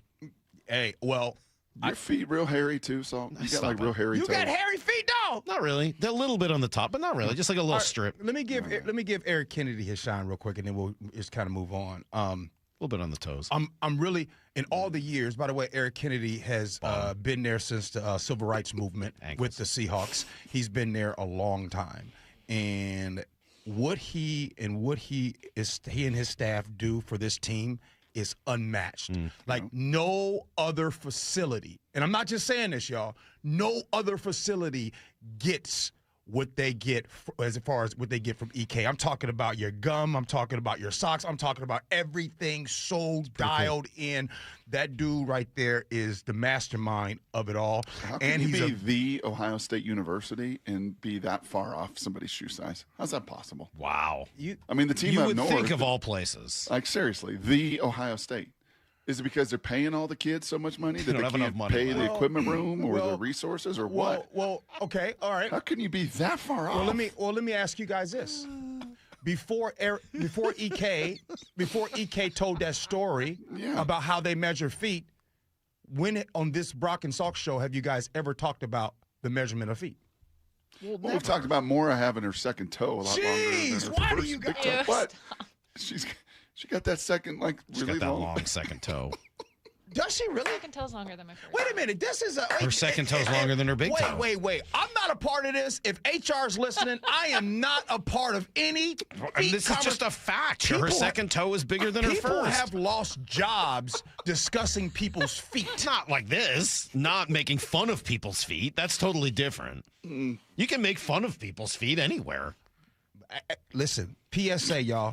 Do not listen to Mike Salk. Don't go to work trying to make fun of you some can make fun woman's of people's feet. Yeah. Yes, you can. Absolutely. You cannot. If somebody has bunions, you don't think you can make fun of that? Hey, anybody in my delegation, don't try it.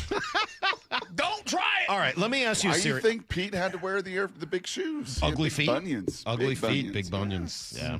Bunions are. All right. What do you make of this story? Brock and I haven't had a chance to talk about this, but we texted a little bit about it last night. So the first overall pick of the Dallas Wings in the WNBA, her name is Ozzie Fudd, right? And she is now going to be joining the team, right, with Paige Beckers. Her girlfriend. They were both at UConn together and have publicly said that they've dated, right? I don't know if they're still dating. I think they are, but they have gone out and they've said that they've dated. A lot of rumors. Well, not just forgetting about rumors. Alleged. But no, not alleged. They said it. They said we're on together. TikTok, they did. Yes, they have. Okay, well, so they've put it out there publicly that they are or have been a couple. Yep. So doesn't that make it fair And then there game? were a lot of rumors, by the way. There were a lot of rumors they had broken up. Okay. So that's why this question was asked. This is a very fair question, then, I think, from the reporter, asked respectfully, and the way it was shut down by the Wings PR department, By the I think Dave is Pearson of the terrible. Wings, yeah. I think this is awful. Paige announced last year on TikTok that y'all were a couple, and I'm wondering if that is still the case, and if so, if y'all have talked to any other couples in the league about how they negotiate that dynamic as pro teammates? That is a perfectly respectful question. Keep going. And what happened next? I know I hit the wrong button. Hold on. Let me. Here you go. I understand why you have to ask that question, but we're going to respectfully decline from commenting on our players' personal lives. The next question. That's not a question about their personal life. Yep. I'm sorry. I strongly disagree. That's a question. If the guy had said, "Are you a lesbian?" or something like that, like, "Are you dating okay, at that point, that's disrespectful and it's about her personal life, and there's no reason to answer that. And I would have been right there with you. Like, yeah, cut that off. That's not what we're here for. So, first of all. But I thought the way he asked that was absolutely a fair sports question about the team. And he said, hey, have you talked to other people? He was trying to get a story out of it. First of all. And she can't answer it? First of all. That's wrong. Okay. Let me go through it. The question was absolutely legit. Okay. It's a legit question. What you all just saw, since you guys brought his name up, by the way, I didn't bring your name up, Dave Pearson. They did. So what you guys just saw. I didn't bring it up either. Yes, you did. No, I did. Brock did. What do you mean I didn't do it? Jeez. I did. That way, because he don't like his name being brought up. So that's why I don't bring it up. Okay, so what you guys saw is you saw someone who is in a Dave Pearson role not do their job correctly in the first place. And by the way, that job is communication director. Dave, much more than that. He's also vice president, everything else. But that's that job. So what should have happened was you prepare. This is going to be her first time meeting with the media. Yep. Hey, listen. This question. Hey, and by the way, when this question comes up, let them know, hey, you know what? I want to just answer basketball questions. But because you didn't do your job beforehand, You sure about that, though? You sure? Because I think, and I'm sorry, go. You can finish, but I'll challenge that just a little bit based on how she jumped in there. It wasn't as if Fudd, as he was starting to she nope. You could see. Well, but her that face could also be. I forgot to. I never prepared her for this, so I better jump in. That look that she gave was she was not prepared for that, and when she wasn't prepared, she looked over, and then that's when the director of communications jumps in and makes the comment. If you would have done your job in the first place, that wouldn't have happened. Now, I can speak very well on this topic right here. But they also might have decided this is the way we want to handle it. We're going to have the PR person jump in. And I just think it's a mistake. First of all, you're calling more attention to it. And more than that, it's a basketball question. That's a team dynamic question that I think is absolutely in bounds. Well, and by the way, it absolutely exists in women's college basketball. And in women's hockey. I mean, the two best players on the Montreal Victoire have been dating. They were both on Team Canada together. The Victoire? What? That's the name of their first of all, PWHL Mike team. Salk, this is where I disagree with you. That was not the plan.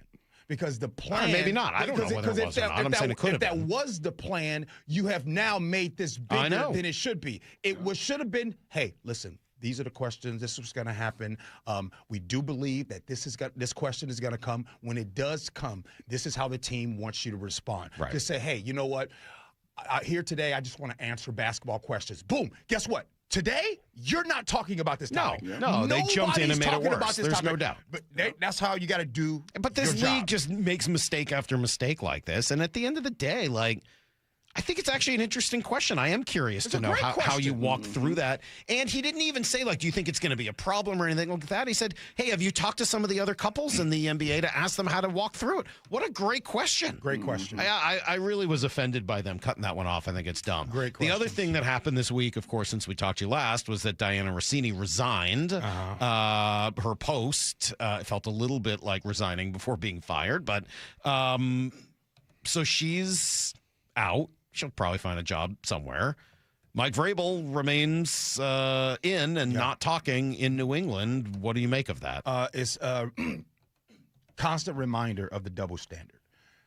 This is a double standard for the same people that say that Diana Rossini, you know what, it's hard for her to do her job because of journalistic integrity. I would argue right back with you. Well, then it's hard for Vrabel to do his job because he needs to have integrity too. He needs to be able to go and look at his locker room, right, and those meetings and be able to speak to them. So it stinks all the way around. It's a reminder of the double standard. She was handed her walking papers. He will be handed the headset to be coaching week 1 like nothing. So you think he should happened. be fired? Well, I ain't gonna go that far. No. I'm not. Listen. But, I'm not, so I'm not gonna go that far. Okay. But you cannot tell me nothing. nothing for Vrabel? It doesn't feel right. I agree with you. Fired. Nothing? Has it impaired I'm his gonna ability to do his job? I'm going to imagine that Northeast media, when they finally get to him, there's going to be some stuff.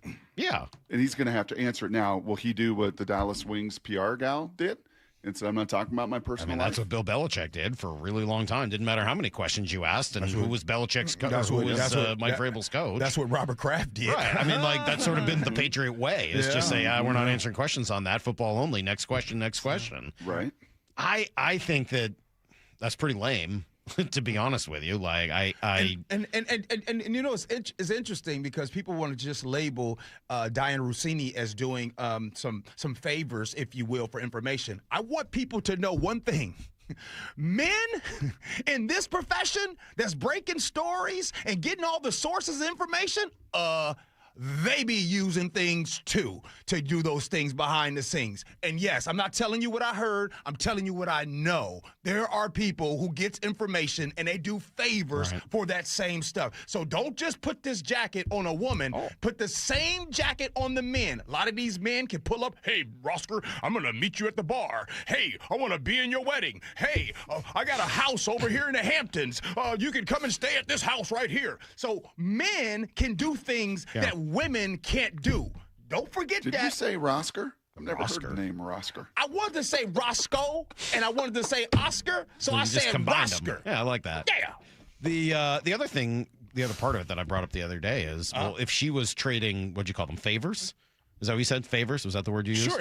If people want to allege, if people want to say that. Well, taking favors in order to give away information should be a problem too. Absolutely. But that's where to me this is almost a Me Too thing. It's like, well, then you were using your power, you were using your position to take sexual favors in exchange for. Can you tell me why the next layer to this that came out last night, the USA Today fired the I don't woman understand reporter? that one. Other than I think she was because talking she said, a lot don't about let the door, rumors. don't let the door hit you with a good Lord split you. And she wanted to pounce on that. So USA Today is like, okay, you're out. I think USA Today was saying that you were talking about rumors, not about what's truly been reported. And I'm going to guess that's what it was, but I was a little confused by that also. G, thank you. Always great stuff. Love the sweatshirt today. Great Seahawk. I appreciate it. Something about the font on there. It looks like, what does it look like? Gee, now that we're 50 and our filters are less, It looks like that place Von Trapp's in Capitol Hill. Question. Ask me a personal question. Do you totally dress yourself? Are you 100% G dressed, or do you have consultants? Does the wifey help? It's one of the best compliments you've ever given me. I do it all myself. 100% yourself. Hey, Brock, I can't say this on the air, but we turned 50, dog. Have you thinking about TRT, bruh? TRT? Yeah. What's that? The testosterone enhancement. Oh, the testosterone. No, he just tries to get me to do it every Salt day. needs a He just talks about me doing it every day. I'm thinking about doing it, but I just probably have to stay on it for the rest of my life. Gee, I don't think you need any more yet. testosterone. You seem like you've got more than enough. good. I don't think you need any more of that. Brock, have you thought about it? G and Salt needs some Ursula testosterone. coming up over on our sister station 97.3 Cairo News Radio in just a couple minutes. We'll be right back with Brock's draft profile here on Brock and Salk. After reaching the NFL's mountaintop, The Seahawks win Super Bowl 60. the work continues for the Seahawks to keep the foundation strong. It's the 2026 NFL Draft. Next Thursday, April 23rd. Only Seattle Sports begins its first-round draft coverage with a reigning NFL Executive of the Year. Who are the real Seahawks? The John Schneider Show at 4 p.m. with Brock Hewitt, Michael Bumpet, Steve Wyman, and host Bob Stelton live until 9 p.m. on Seattle Sports. Upgrade your comfort and cut utility costs with Lake Washington Windows. Get 20% off energy-efficient windows and doors plus $1,000 off whole projects while taking 12 months to pay with no interest. Schedule your estimate by April 30th at lakewashingtonwindows.com. The baddest bulls on the planet are taking over the Tacoma Dome as the PBR Unleash the Beast Tour returns to the Pacific Northwest April 24th and 25th. Experience 90-point rides and the toughest cowboys in the world going head-to-head with 2,000 pounds of pure muscle. It's man versus beast in the ultimate showdown at Cooper Tire's PBR Tacoma. Don't pay full price for the thrill. Stop by any participating Fred Meyer for a 20% off ticket discount code when you buy Monster Energy. Start having fun. Caesar Sportsbook at Muckleshoot Casino Resort is your #1 place to eat, drink, watch, and have fun. Keep up with your favorite sports anywhere and everywhere on property with the mobile app. Visit MuckleshootCasino.com today. Scan the QR code and let the play begin. Muckleshoot. Imagine all that could happen in 5 years. Jobs may change, kids will grow, new memes will come out, but also, what if you had reliable, intelligent Wi-Fi and the price didn't change for 5 years? Well, thanks to the Xfinity 5-year price guarantee, you actually don't have to worry about that part of your future. You're guaranteed 5 years of Wi-Fi that boosts speeds to your devices that need them the most, that finds and fixes any issues before you even notice them. It's like a super intelligent Wi-Fi that keeps you protected from threats online, all with our best equipment with no annual contracts, no fees, and no strings. So even though the kids will grow up and you still won't understand 6-7, your internet will stay sharp, reliable, and most importantly, the price will stay put. 5 years. Same internet price. Lock in reliable, fiber-powered gig Wi-Fi for effortless streaming. Plus, get the Disney Plus, Hulu bundle, and Peacock Premium included on us. Xfinity, imagine that. Restrictions apply. Peacock Premium included for 3 years. Programming subject to change and availability. Actual speeds vary. Xfinity Internet is powered by fiber and connected to the premises by coaxial cable. If you're building decks in Washington this season, you need materials you can trust and a supplier who delivers. Par Lumber carries premium TimberTech and Trex composite decking, railing, and accessories contractors depend on across the Northwest. With reliable job site delivery, we keep your projects moving so you can keep building. Right now, get 20% off deck railing and lighting with any TimberTech or Trex deck board purchase for a limited time only at Par. Visit par.com/decking to learn more. Par, where the builders go. If stocking your fridge, freezer, and pantry all in one trip sounds appealing, then Chef Store is the place for you. From fresh meat and produce to everyday essentials and frozen faves, get more for less at Chef Store. Open to the public, no membership required. Visit today. My name is Whitney Allen, and I'm a widow. My husband, Ryan, died. We never thought we'd ever have to use life insurance, but the unexpected happened. With Ethos, signing up was fast and 100% online. You can get a quote in seconds, apply in minutes, and get same-day coverage. No medical exams, and you can get up to $3 million worth of coverage. I am grateful we were prepared. Get your free quote at ethos.com/play. That's ethos.com/play. Paid spokesperson. Time spent on application may vary. Online health questions required. Less than 4 in 10 kids aged 6 through 12 are playing sports regularly. 4 in 10 kids? Let it sink in. Just 4 in 10 kids. ESPN is building a nationwide coalition powered by Disney called Take Back Sports, with the purpose of training more coaches, expanding access, and creating community-driven sports programming that puts kids and fun first. We're working on that story. We hope you'll join us. Visit takebacksports.org to learn more. Pump up the volume. Business moves fast. Orders roll in, deadlines close in. When you ship with USPS Ground Advantage, you can keep up with confidence. Every package stays in our secure network from dock to door. And with nationwide reach, dependable tracking, and upfront affordable pricing, you get built-in peace of mind. You run the business. We run the routes. Visit USPS.com/Ground Advantage to learn more. I'm Ed Evans, CEO of Consumer Cellular. No, we're not one of the big guys. Truth is, we don't want to be. If you're over 50, Big Wireless probably has you paying for more data than you might need. You could be throwing away thousands over a lifetime. Our entry-level data plans start at just $20 a month. And for a limited time, switch and get your second month free. Call 1-888-FREEDOM, visit consumercellular.com or a store near you and get your second month free today. Plans include $5 credit for auto pay and e-billing. See site for additional details. Let's go! This is Seattle Sports. Streaming through the Seattle Sports app. KIRO AM Seattle. KIRO FM HD2 Tacoma. Home of the Seahawks, Mariners, and everything Seattle sports. This hour is brought to you by Davis Law Group. Give me a freaking auto!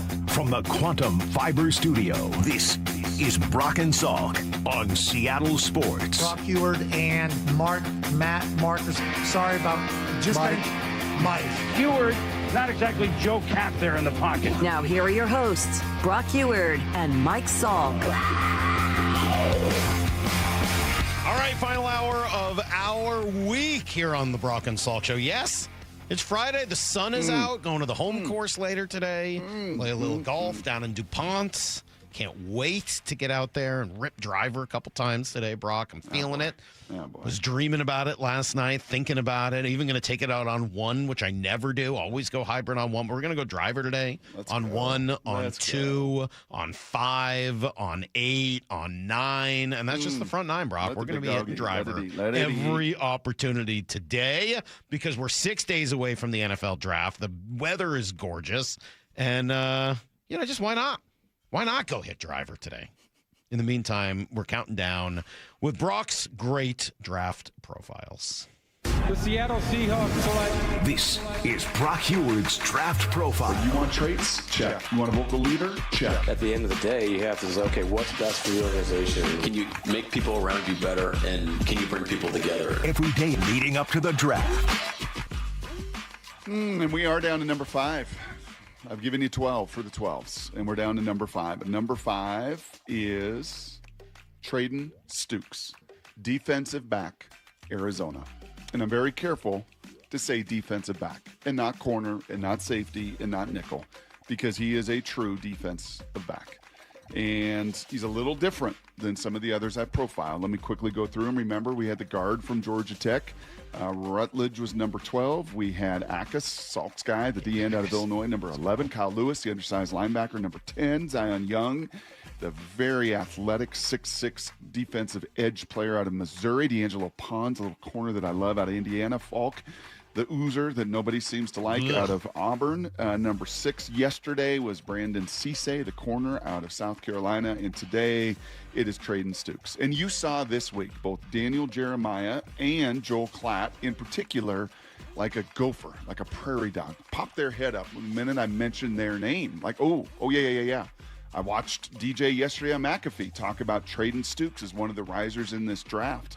Listen to DJ, in fact, on that show, talk about the ascension that Stukes has made here really over the last month and a half or so. Treydan Stukes from Arizona because he's got the nickel safety flex, and he's super athletic, smart kid. He's been great on the interviews.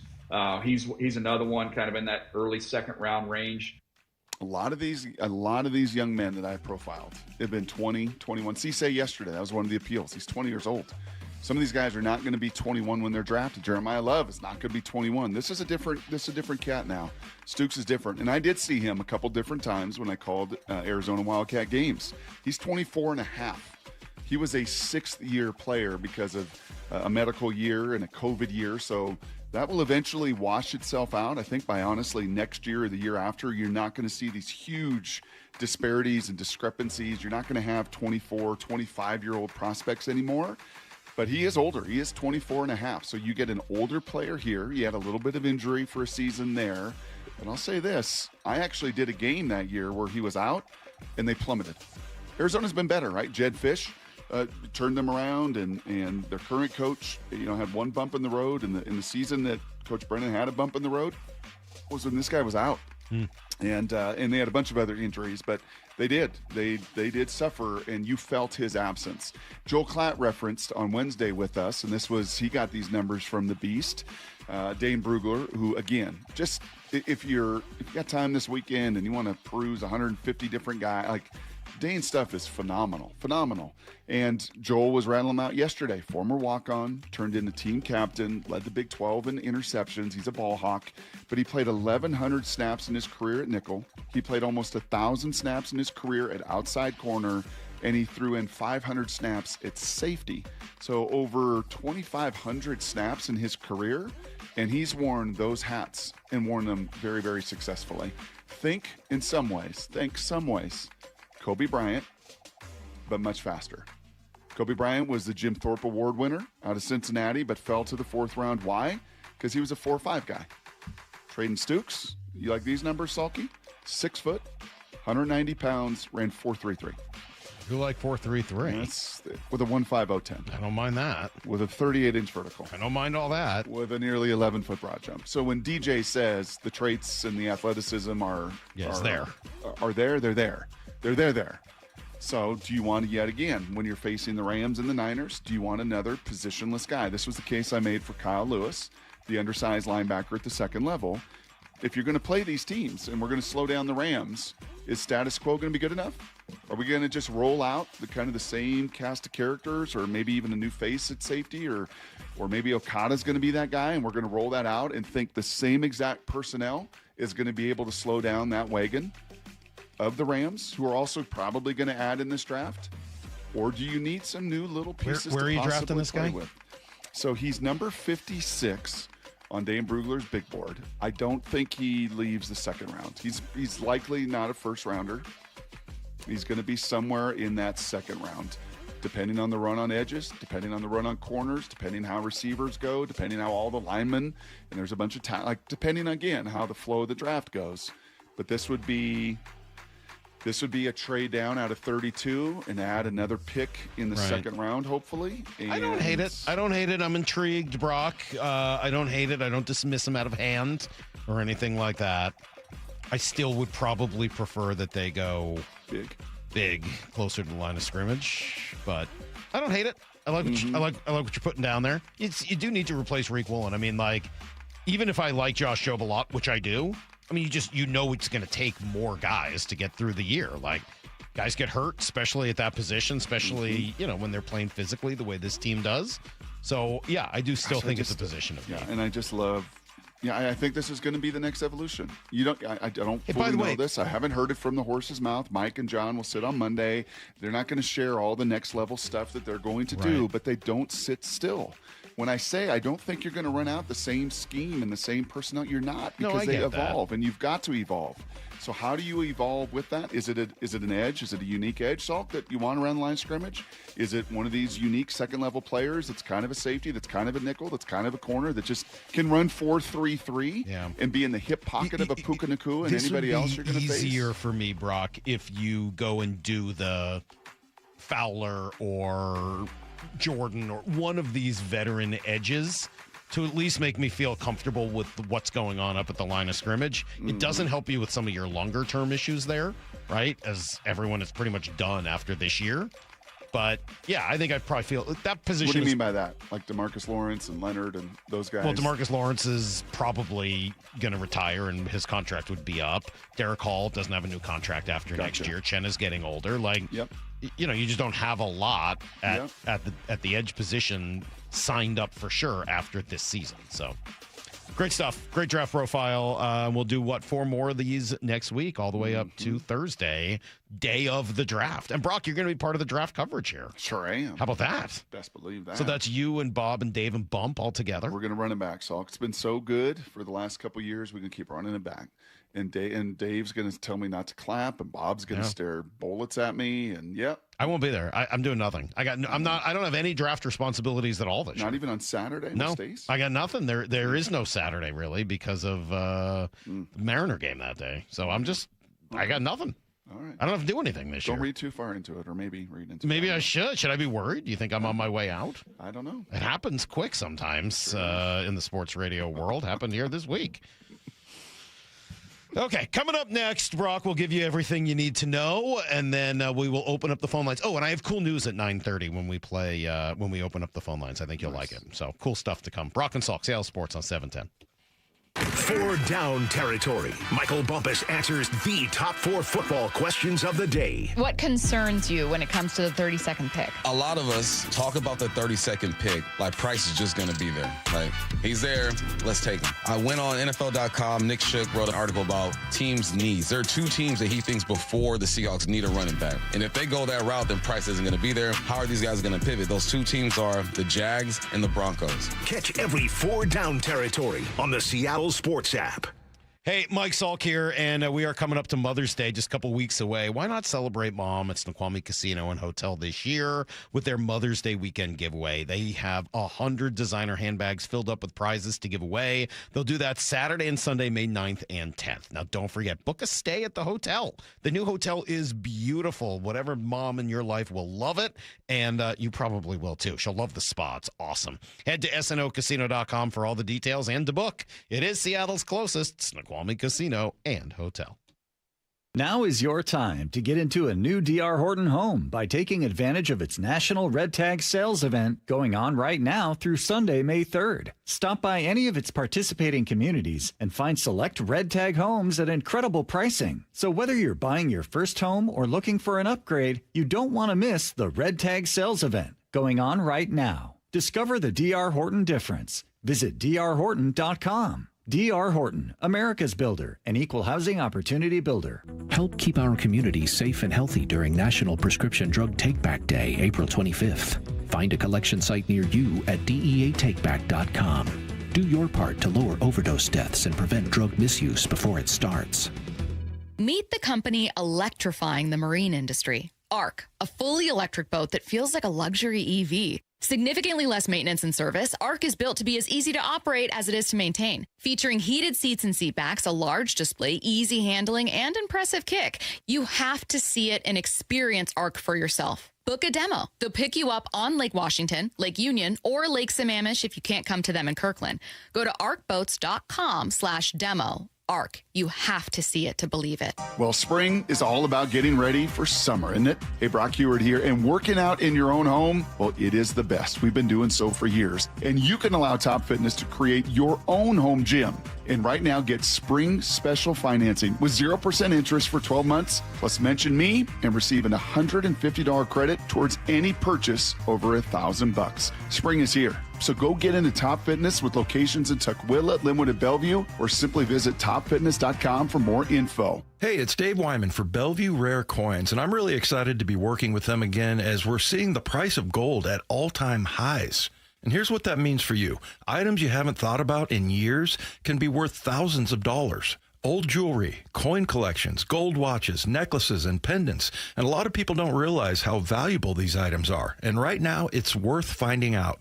Find Bellevue Rare Coins in Bellevue, Linwood, Issaquah, and Tacoma, or go to BellevueRareCoins.com.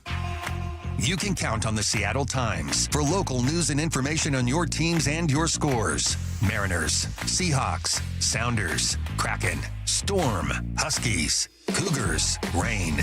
Get inside the game and go beyond the stats. The Seattle Times is always there with game summaries, player interviews, and play-by-play analysis. Don't miss a play. Stay in the game and in the know for what's next. Read our coverage at seattletimes.com/sports. Our number one thing with them is always like, hey, welcome someone in and assure them that they're in the right place. We're going to take care of them. Lee Johnson Auto Family, the LJ way.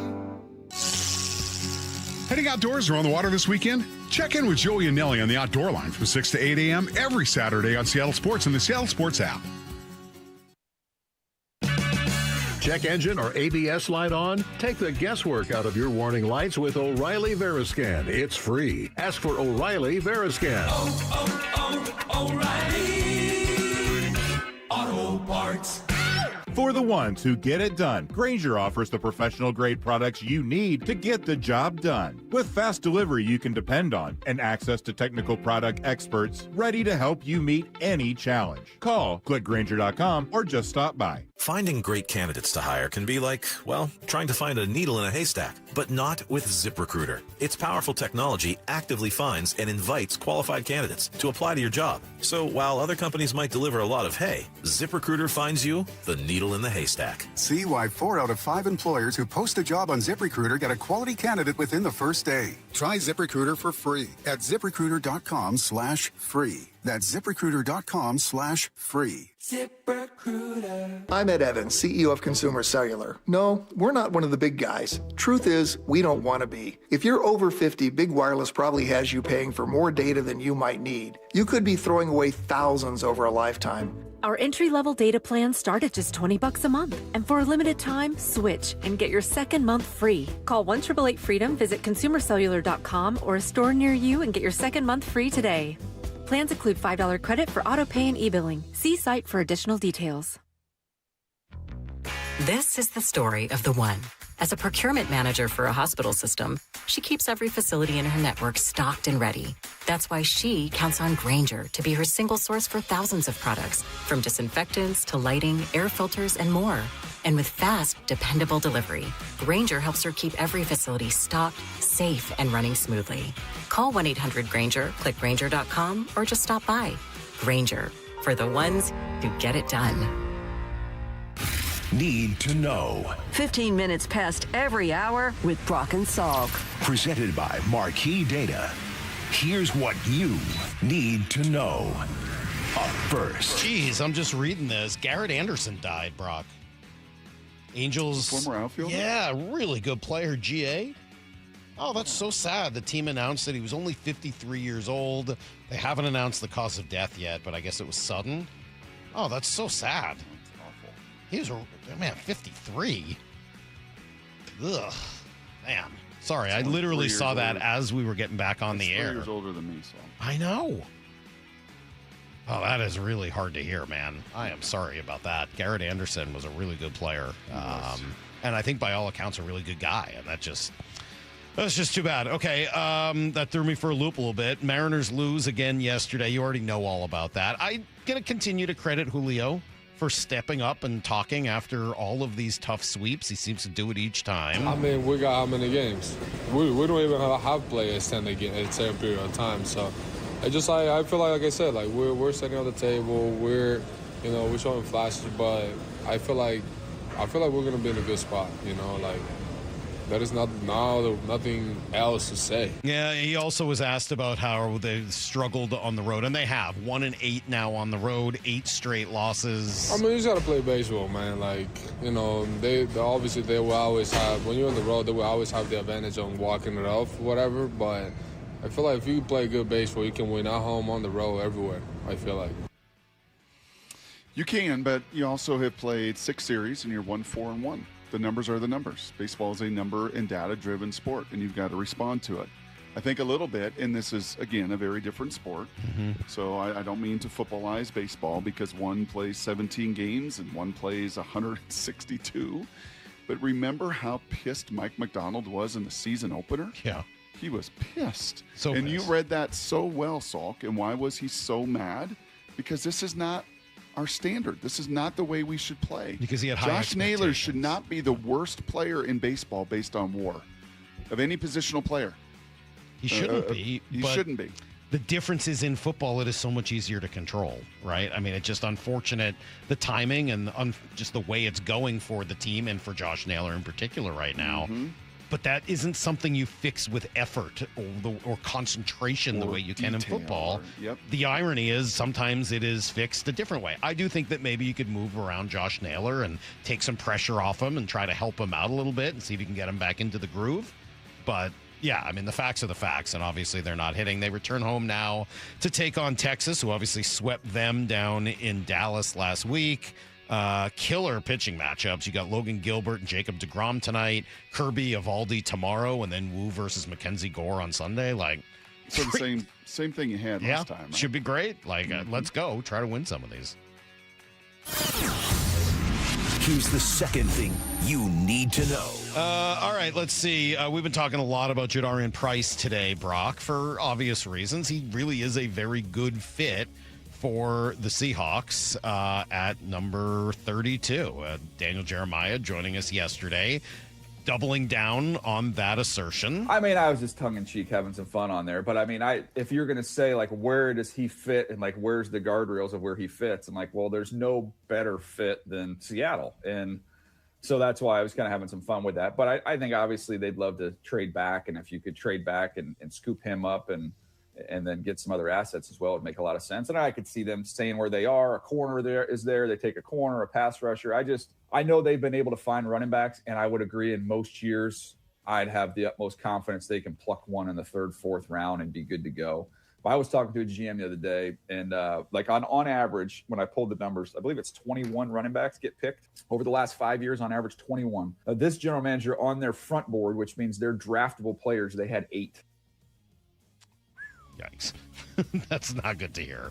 So, you do need a running back. Yeah, and I think if there's good news in that, there's not a lot of other teams with needs. I heard Bump's little promo talking about Denver and Jacksonville. I don't think Denver got their running back in the second round last year. They paid the often injured back. They gave him 8, 9, 10 million guaranteed. But and just listening to the Jacksonville's the other one. They lost Travis Etienne, right? Yep. So Jacksonville may be in play. Or Travis A-Chain.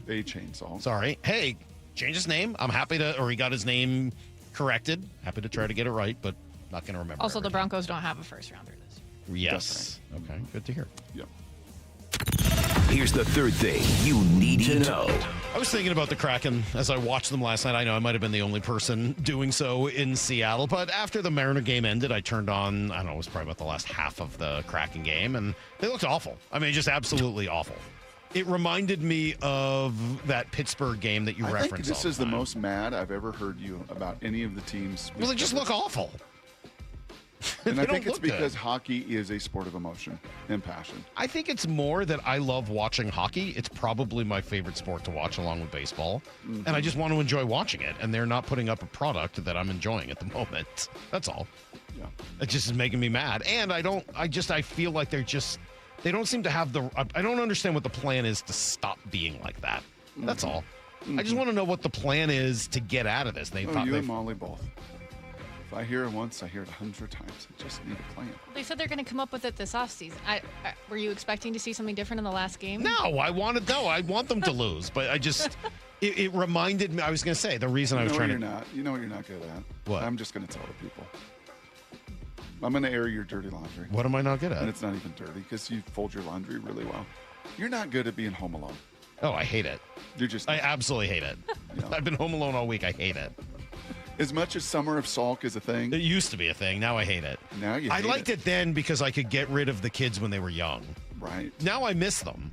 Yeah. I miss my wife. I miss my kids. Come back, please. Yeah, you're not an introvert and good at by yourself. I've called Brock like 3 times this week out of boredom. I need help with various issues we're dealing with. I hate it. And then sitting there watching yeah, you're right. That's everything you need to know. Can't argue with any of that. Can't argue I figured the final half hour of the week I could finally share. Oh, you could have shared it any time. I'm not. You think I'm hiding that fact? No.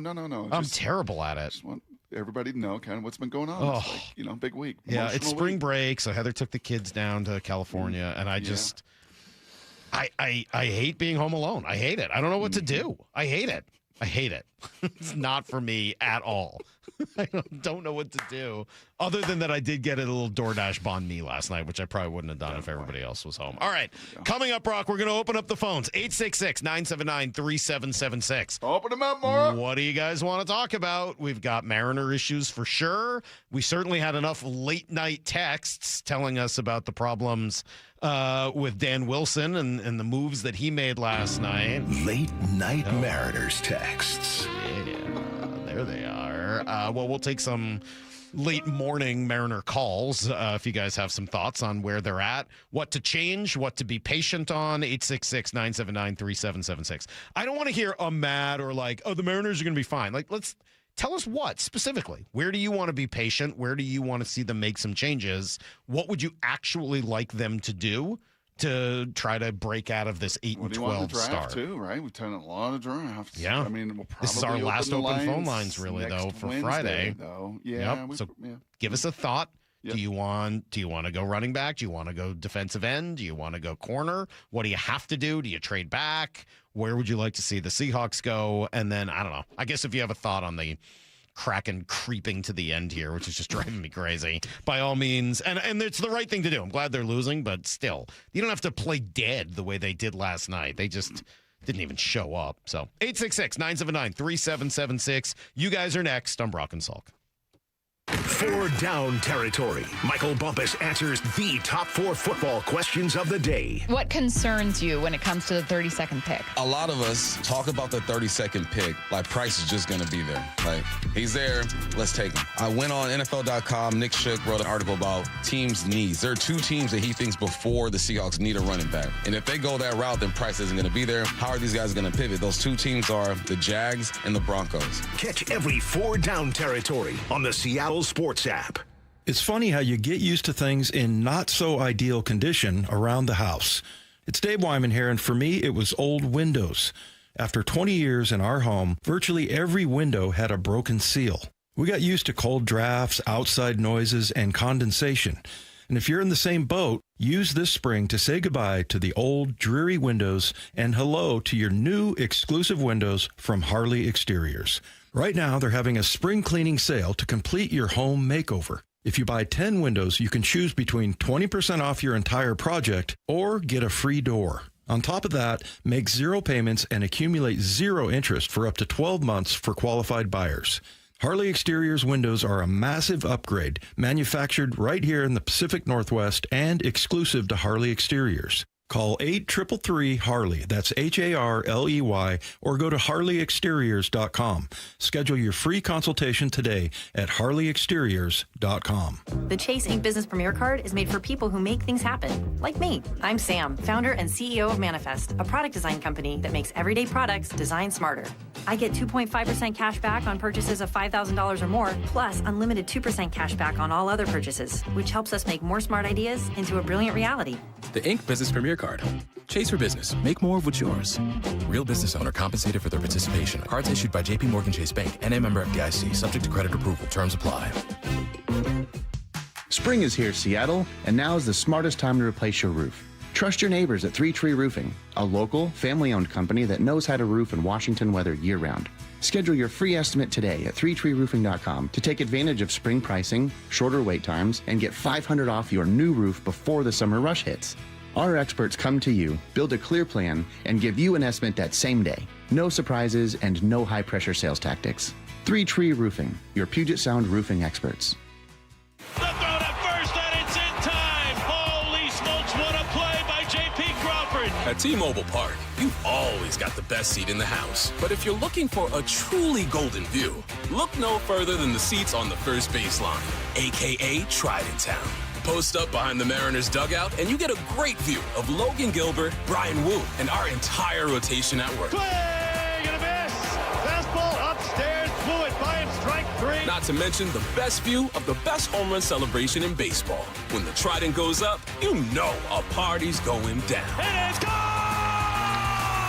Julio! Mariners baseball. Treydan South. The Mariners are back in town today for a 6-game homestand. Don't miss tonight's King Dome Fanny Pack Hat Night at 6:40 versus the Rangers. Thanks to Global Credit Union and 3 straight Mariners value games against the A's. Monday through Wednesday with tickets starting under $12. Lock in your seats at mariners.com. Shopping for a new Mazda? Shop the West Coast's largest Mazda dealer, Mazda of Everett. With more new Mazdas in stock than any dealer in the region. Shop over 780 new Mazdas. Click on the Mazda of Everett price. At Mazda of Everett, exceptional customer satisfaction is the standard. Plus, at Mazda of Everett, you negotiate directly with the owner. Locally owned, trusted by thousands. Shop MazdaofEverett.com and see why we're #1. Mariners and Rangers tonight at T-Mobile. First pitch at 6:40. Pre-game at 5:30. Hear every pitch live for free on the Seattle Sports app. 1-877 Cars for Kids. KARS Cars for Kids. 1-877 Cars for Kids.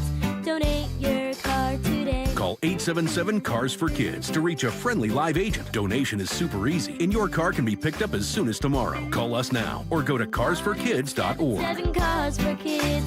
Donate your car today. Did you know you can donate real estate too? At Lake Washington Windows and Doors, we provide top quality windows that are 25% more energy efficient, reduce noise by 50%, and stay clear with low maintenance glass. With leak armor installation and lifetime warranties, you're protected for life. Visit LakeWashingtonWindows.com. Upgrade your comfort and cut utility costs with Lake Washington Windows. Get 20% off energy-efficient windows and doors plus $1,000 off whole projects while taking 12 months to pay with no interest. Schedule your estimate by April 30th at LakeWashingtonWindows.com. Help DEA keep our communities safe and healthy by participating in National Prescription Drug Take-Back Day, Saturday, April 25th. Take action right in your own home by cleaning out your medicine cabinet of unneeded medications. Keep them safe, clean them out, take them back. Find a collection site near you at DEATakeback.com. Do your part to lower overdose deaths and prevent prescription drug misuse before it starts. That's DEATakeback.com. I'm Ed Evans, CEO of Consumer Cellular. No, we're not one of the big guys. Truth is, we don't want to be. If you're over 50, Big Wireless probably has you paying for more data than you might need. You could be throwing away thousands over a lifetime. Our entry-level data plans start at just $20 a month. And for a limited time, switch and get your second month free. Call 1-888-FREEDOM, visit consumercellular.com or a store near you and get your second month free today. Plans include $5 credit for auto pay and e-billing. See site for additional details. From the Quantum Fiber Studio, you're listening to Brock and Salk. Weekdays 6 to 10. On Seattle Sports and 97.3 FM HD2. You know what my news is, Brock? It's not my news. You got good news. What do you got? It's just news. Here on a Fella Friday with a little Fella Cootie in the background there. Fella Cootie is going into the Rock and Roll Hall of Fame this year. He was inducted into the Rock and Roll Hall of Fame posthumously. But how about that? Pretty cool, right? Fella Cootie going into it's a really interesting Rock Hall of Fame class. So Oasis and Phil Collins are both going in. Oasis once called Phil Collins, I think, the Antichrist. Oh, so they went back and forth over some stuff. So they're going to be inducted the same year. That's Phil's kind of still entertaining. around, right? Wu-Tang Clan's going in. Oasis has always been a bit dramatic. Oh, very dramatic. Yeah. I mean, they won't have time to be able to fight with Phil Collins because they'll be too busy fighting with each other. So, it should be a pretty spirited and entertaining Rock and Roll Hall of Fame induction this year. Is Phil's doing okay, right? Phil, I think, is doing okay. Okay. You know, Phil Collins, have I told you this before? Phil Collins is the guy that got Robert Plant playing music again after the death of John Bonham. He was like essentially going to shut it down, and Phil Collins went to his house and like kind of got him up and going again and playing a little bit of music. So yeah, all right, there you go. That's what I got in terms of Fella Cootie news. I'm maybe trying to distract myself, Brock, because I don't want to have to rant and rave. The next time I hear that this is a great sports town, I'm going to just argue against it. Oh, no. You're telling me today, with the Mariners where they're at and the simple questions around them, the Seahawks 6 days from drafting a player onto a Super Bowl winning roster and the Kraken just missing the playoffs yesterday, and that only 4 people in this entire city have something to say? Wow. I just don't believe it. Wow. Maybe you just don't know the number. I'm going to just say maybe you just didn't hear the number or you forgot it or something like that, because it is unfathomable to me. Unconscionable. It's unconscionable. It's just wrong. I used that word on Madden yesterday. Did you? The first 5-syllabic word. Unconscionable. Nice. Good work. And the scriptwriter was like, what did you say? You wouldn't have done that 17 years ago. Did I screw that up? He's like, no. That was just a 5-syllable word. Love it. Yeah. Well, 866-979-3776. Phone lines are open, and we got a couple of lines clear. So stop embarrassing this city and Please show tell up with me, a little something what's to say. my fella's name in the rocking chair up in Edmonds? Please tell Mike me. and Edmonds? I don't know. Maybe Mike's busy. I don't even have a call from Mike and Edmonds today. Come on, Mike. We'll start with Brooks, who's in Seattle. Good morning, Brooks. Hey, good morning. More embarrassing than only getting 4 calls is the Mariners never trying to break up double plays. They never go hard in the second. It drives me. The only people are Josh Naylor, Luke Raley. Everybody else, they either get out of the way, they slide early. It destroys me. So I don't know how to tell you this, but they took that out of the game a few years ago. You're not allowed to go in hard anymore. Yeah. Like, you can slide into second base, though. You can, but no team goes in hard anymore, because if you do, they call the batter out. No, that's not true. Yes, it is. The Mariners. No, the Mariners are one of Brooks. If you go in hard and take out the guy making the turn, they just call the batter out too. I'm not even saying going in hard. Just going into second base. They're getting out of the way. They're acting like it's an inconvenience. They're an inconvenience to the other team trying to turn a double play. Okay. No other team does that. Other teams still go to second base. The Mariners are just bailing. I got to tell you, Brooks, thank you for the call, as I'm not going to rip call, but that is one of the strangest points I've heard. I love it. Thank you. I don't honestly know what to say. It's illegal to take people out now at second base. So once that's the case, if you're out, you just kind of out. Are they not just have playing to take hard, it. Salky? Are they not playing I've the not game noticed the right any way? problem with them not playing hard. Yeah. They've made mistakes. They just have not played effectively. They've They've not played to their talent. I haven't watched them played collectively as a group. Yeah, I don't know if I've seen any. Randy at times, if there's one guy you're going to circle, Randy in the outfield. But that's defensively, right? That's right. That's right. And that's been him his whole career, is sort of mercurial defense. That's kind of what you get. Mm-hmm. I gotta say, I'm gonna disagree with the call, especially because you're not allowed to do that anymore. 866-979-3776. Go to Idaho, talk to Ed. Good morning, Ed. Bring it, Ed. Morning. Hey, couple things real quick. Number one, I would move JP back to the leadoff and bump everybody else down. Basically, JP, Donovan, Raleigh, Julio, et cetera, et cetera. Mm-hmm. I realize people don't think that's right, but every time we put JP in that leadoff position, he plays pretty well. And we win most of the time. Second thing, and I'll take it off the call, if we're not playing better by the 1st of May, I would get rid of Arozarena. I would bring the kid up from AAA, put him at third base, and I'd move Donovan to left field. So just out of curiosity, I mean, I love the passion. Randy's been your best hitter so far this year. You just DH gotcha, him. I understand. You would DH him, you want to DH him, or you want to get rid of him? I'd find some place for him to go because I'd trade him. I do not believe he wants to be there. He's in his contract year, so he's going to play better. I would trade him for get what you can get because he's going to walk at the end of the year. I'm just telling you.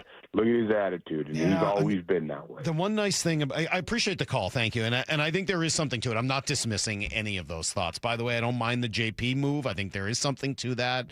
We talked a little bit earlier about maybe juggling the lineup a little bit. Times. Did he against Houston? When Donovan was hurt. When Donovan was out? Yeah, or sick. Yep. Mm-hmm. Yeah, I don't mind that idea. I think there's something to that and kind of moving things around a little bit, shaking it up. The Randy one, I think it's a little early for that conversation. So far, he's honestly been one of the best hitters on the team. He's been one of the best in the league to start the year. He's not been one of the best in the league. He's already a one-WAR player. I mean, that's pretty good. Overall, he's been pretty good in the first 2 weeks. Mm-hmm. You keep doing you're a one-WAR player every 2 weeks, you're going to end up with 8 more. Yeah, it's going to be just fine. I guess what I wanted to come back to is the idea of trading Randy versus letting him go. The one thing I would say is if he really doesn't want to be here, but he lasts throughout the year, you can give him a qualifying offer, which he's not going to take because he's going to want to be a free agent, and then you get a first-round pick back. That's true. So the idea of trading Randy, you're not trading him for nickels on the dollar. If you think there's a great deal out there, fine, but you're hopefully going to be in a pennant chase. You're going to want Randy around, and then you can make him a qualifying offer, which he'll deny, and then you get a first-round pick out of it. So that would be my guess as to the way the whole Randy thing plays out. He does have a unique body language to study. He does. Yep. There's no doubt. I could see very, very easily how fans, and you watch it, and even people close to it, see, is he really engaged? Yeah. Is there a total, when I talk about that discipline and that focus and every pitch, every play, is he in It's not space? really who Randy is, but Nope. man, is he hitting right now, that's for sure. Sean's in Puyallup. Good morning, Sean. Hey, what's going on, guys? Salk, I called last week, and we had a discussion about platoons, and then we talked about the substitutions that Dan's making. Sure. And last night, so I just wanted to ask you this, because I was speaking with some people earlier. In that situation, you got to let Rayleigh hit, right? Even though you're looking at the numbers, my goodness, you're going to the righty with Connor Joe. Yeah. I don't love having to go to Connor Joe. Don't get me wrong. I'm not I don't think it's as definitive last night as anywhere else, but I was go back and listen to the 6 a.m. hour or the 7 a.m. hour. Look at Morejon's numbers, lefties versus righties. He is a 350 OPS against in his career or last year against lefties. Lefties can't hit the guy, and Luke Rayleigh can't hit lefties. So you want to put those two things together in the most important spot of the game and say, okay, Luke, you don't hit lefties and you never get an opportunity to do it. Let's put you up against arguably the best lefty in the game and in a huge spot ask you to get a hit? Wow. So yes, you think that one at bat has changed my whole view on platoons? No, it has not. Yes. It should have. No, that's ridiculous. I'm just kidding. But this is my only other thought that kind of goes with that is like, I understand Rayleigh sucks against lefties, and honestly, he may have struck out either way. Yeah. But I don't know. Is there a way to, like, if you put him in there, you're like, yeah, go face the lefty. Are you building confidence or showing confidence in him? Do you know how many hits he has against lefties in his career? How many what? How many hits Luke Rayleigh has against lefties in his career? I do not, but I would say not that many. 32. He's not very good at it. He has 32 hits against lefties, and the other guy gave up a 350 OPS, not on base percentage or slugging. When you add on base percentage and slugging, I'm sorry, you got a pinch hit a righty there. I'm sorry that Rob Refsnyder's not there. I'm sorry that Victor Robles isn't there and that you got to go to Connor Joe. That's not ideal. I'm not telling you this is like a great scenario. No, it's the greatest stress test ever on your platoon. Right. I mean, Connor like this Joe is literally like, this is 16 against the 10 in blackjack. Like it's just not an ideal scenario. But you play the numbers, you do what you're supposed to do, and hope that it works out. And I thought they did that last night. So you know what happens in basketball, and I've seen this now, especially high school and in college basketball. You'll have the coach who wants to make a sub, and he stands up or she stands up. And I got a sub. I can't look at that anymore. And then they look down their bench and they're like, I can't do that either. Like it's not a hand I want to play. Yeah. The Connor Joe is not a great option. I'm not trying to sit here and tell you that was like an ideal spot, but I don't think that Luke Rayleigh against a lefty is a better option. It's just not. That's not what he does. 866-979-3776. Go to Joe in Spokane. Good morning, Joe. Hey, good morning. How my peeps in Spokane doing? How the peeps on the east side of the mountains doing? We all doing good? We hanging in? Feeling good. It's getting warmer this weekend. Looking forward to it. Nice. Love it. Hey, I'm just concerned about the confidence in Dan Wilson, and I'm wondering, with your guys' inside, do you feel any of that in the clubhouse? Is it just a fan thing, or do you see any of that behind the scenes? So I would say the greatest strength that Dan has in the people that believe in him in the most are the people in the clubhouse. I think that's even more than the front office. I think that's more than the media. I think that's more than the fans. I think if there was to stick with that whole stress test of confidence in Dan Wilson and where is that confidence the highest, I think it's the 26 men in that clubhouse. The Cal Raleighs, the Julio Rodriguez, the Josh Naylors, the Brian Woos, the Logan Gilberts, go down the list of the leaders and the best players. I think those guys believe in Dan more than anybody else does. And that's what matters. So, we can speculate and think about it, but if they believe in him, then that's at the end of the day, that's all that really counts. You disagree with that, Salk? No, I don't disagree with it at all. I think that I think if there was any sort of Dan, I don't want to say uprising, that's not right, but like any sort of fissure, anybody that was concerned, it would have come out after Game 7 last year. Mm-hmm. It didn't. Right? Like with Grady Little, when he made that kind of mistake in Game 7 of the ALCS, it came out immediately and he had to be fired because there was, essentially a vote of no confidence. It didn't happen with Dan.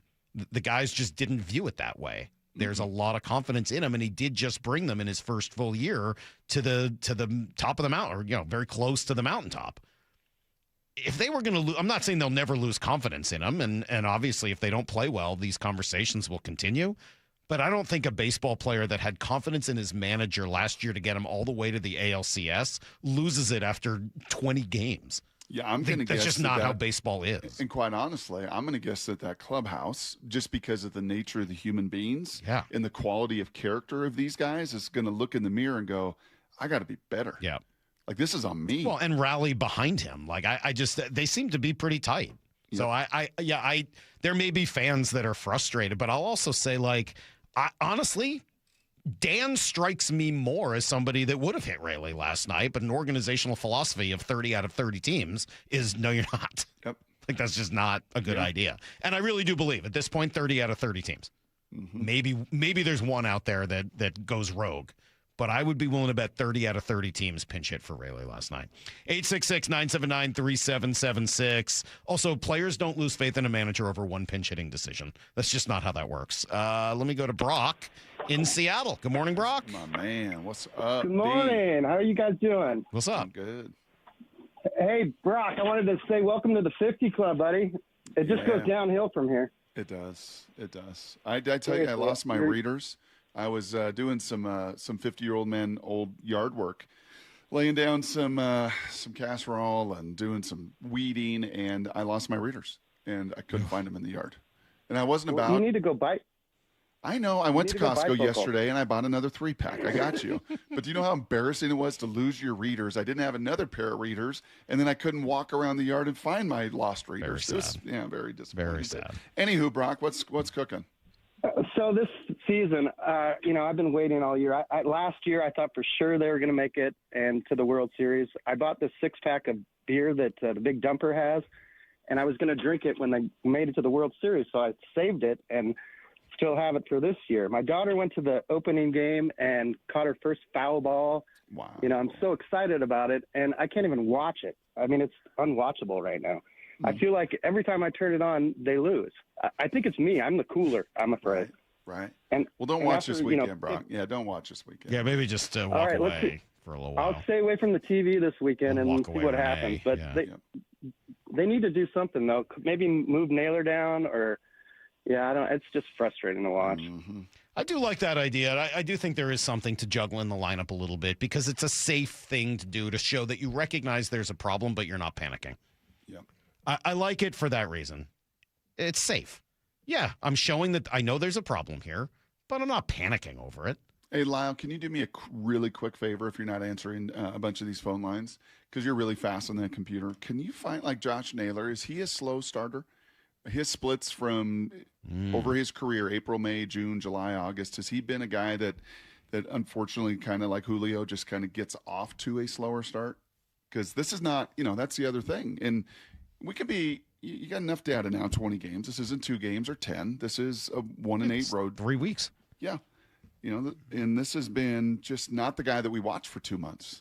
From an intensity standpoint, I don't think he's tried to steal a base through 20. No, he's not been. He hasn't been on base to steal one. What are you talking about? He doesn't really have crazy splits by month through his career, really. Like his April-March career OPS is 727, and if you want to go by month for Naylor, it goes 727, 778, 786, 807, 735, 769. So a little bit of a slower start, but not much. Not much. Certainly not what he's done. A lot of those years were in a bitterly cold Cleveland as well, which is not a fun place. Although some of them were in Arizona, which is obviously just fine early. That's true. 866-979-3776. Good point. San Diego at the beginning, right? And then in Arizona. Let's go to Justin in Tacoma. What's up, Justin? Good morning. Hey, good morning. I have my draft take and a follow-up question for you.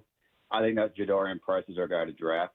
That position is his team glaring need, and I feel like the drop-off after him is pretty glaring with this draft class. And you look at Schneider's draft history for that position, and I feel like he doesn't mind taking a running back pretty high in the draft. And you look at Charbonnet, Walker, and Rashad Penny over the years. And my question for you guys is, we know this team will draft the best player available on their board. Do you think Schneider and McDonald kind of look at it and say, okay, we got to just take Price and then have a corner or an edge as a follow-up draft picks? Or how do you think they view the best player available or best player, to take in this situation? I'd be very curious what that delta is between those players. And I think it is now unanimous. We must call him, if he is a Seahawk, JD. Yeah. Because we have Jadarian. Like, this is just not. We're just going to have to go with JD. We're just going to go JD if and when that does happen. And I do, to answer your question seriously, like, what is that delta? I do know that they are not going to reach. They have made mistakes in the past. They learn. I was saying this to Hawk Blogger last night. One of the nice things about having 18 years of continuity or whatever it's been with John and EK and Sammy and all these guys is they have a chance to look back at why it didn't work, right? So you know how hard acquisition is. You've been on the hiring side. Anybody out there that's been on the hiring side, you want to try to learn, okay, from your mistakes. This is why this didn't work, right? And when you've got enough data, again, marquee data over the years to look back and go, yep, our board was too big. Yep, we tried to reach. Yep, when we have not drafted well and it's not gone right and we've swung and missed, it's oftentimes because of these things. And one of those things was overreaching. So I don't think they're going to go about doing that anytime soon. 435 with a decent question, Brock, to come back on the Dan conversation. Is it Brock, it's asking you specifically, Brock, is it a confidence in Dan or a loyalty to Dan because of his loyalty to them? Oh, I think that's a fair question. I do too. I think again, this is just opinion and being around it and watching it and listening and hearing. It is there is I think a belief system. Mm-hmm. Yeah, and then last year, and the grace that they talked about, showing it to each other. And oh, by the way, he did it. He played a long time. Mm-hmm. He's a really good player too. And a lot of the things he was as a player is a lot of what's carrying over here. He was never the most dynamic. He was never the best quote. He was never, the guy that stirred the whole place up. That was not him. I think that's relevant here. I think it's a good question. Confidence in versus loyalty to. They're clearly going to be very loyal to Dan for his loyalty to them. Confidence in? I don't know. I think because of the loyalty, we may not get a good sense as to what the confidence meter really is. I think that's a really good question. Watch him handling this bullpen. That'll be a part of it too. I really think that, Dan is not, even though Dan is beloved by fans in Seattle, he doesn't talk to the fans, even when he's doing interviews. He's not going to tell you what you want to hear. Mm-hmm. He's just not. Mm-hmm. Over and over again, he's going to give you a positive spin on it because he's talking to the players and he's always got their back. And that is the philosophy. The straight up philosophy is I always got your back. Is it my philosophy? I don't know that I would behave that way if I ran a baseball team, but that's his philosophy, and that's what he's doing. If at some point that stops working, then, they're going to have a conversation. Yep. I do think that I don't love all the in-game stuff that he's done over the last year and a half, but I'm not going to kill him for platoons. Like, Luke Rayleigh can't hit lefties. What's he supposed to do? I don't know. I can't kill him for last night, even though it sucks. Don't get me wrong. Let's see. Roger's in Tacoma. What's up, Roger? Good morning. What's up, fellas? What do you want the Seahawks to do? What are they going to draft? You like a guard in this draft, Roger? There's a couple guards I like. Well, you know me. You can never go wrong by telling me that you're going to draft a guard. Right. That's because you're the OG. You're an OG. Absolutely. Price has got really good tape. I kind of watched some highlights of him. The guy's got great vision, great acceleration. He runs through a bunch of tackles. He has one little issue. He fumbled 3 times last year. Mm-hmm. But that's the only really fly in the ointment. And just to give my one last hurrah about Ken Walker, whom I still think they should have copped up the $14 million for 1 year. In 7 years of football, that guy only fumbled the ball 3 times. Wow. Yep. That's impressive. 1 year Wake Forest, 2 years at Michigan State, 4 years at Seahawks, 3 fumbles, only 1 turnover. Then I know who you want, Roger. I'll tell you who you want. I sent the note last night to the crew. And one of the most amazing stats about Jonah Coleman is he never fumbled in 4 years of college football. But he doesn't fit what they need. Never fumbled. You want Jonah Coleman? Would you like Jonah? I fourth round, third round. You need somebody who can get down the field. You need a big play, and this guy can break big plays. Yeah. And so I would probably have to cough up the number 32 pick because it looks like if you don't get him, Arizona will probably get him at the 3rd pick of the 2nd round. Why are you talking about coughing so much? Yeah. Why are you talking about coughing so much? Well, he was hoping to cough that day he came in here. That would have been an improvement over what he did. Shut up. Roger, we got to go. We got you too late. I know you wanted to say the Mariners are going to win the AL West by 10 games, so we'll get you on the record, but we got to run. I'm sorry about that. And sorry to poke fun today. Poor Roger. Make fun of him almost every time. Because he's such a good guy. Because I honestly love Roger. He's my favorite caller. And he can take it. He can take it, right? His throat and mouth got real dry. I like the guy who thinks that I'm going to change my view on platoons after a week. So did this week convince you? No. What? I hope they go. For Barry's sake, let's go Spikes up this week. Yeah. Let's go get that them could Rangers. happen. Spikes up. Yeah. And the batter is out again. All right, we got to go. Bump and Stacy up next. Have a great weekend, everybody. We'll catch you Monday morning for draft week here on Seattle Sports. And until then, Brock the Hay. Come on, Ams. Go win a series this weekend in the barn. See you, everybody. Get to the chopper!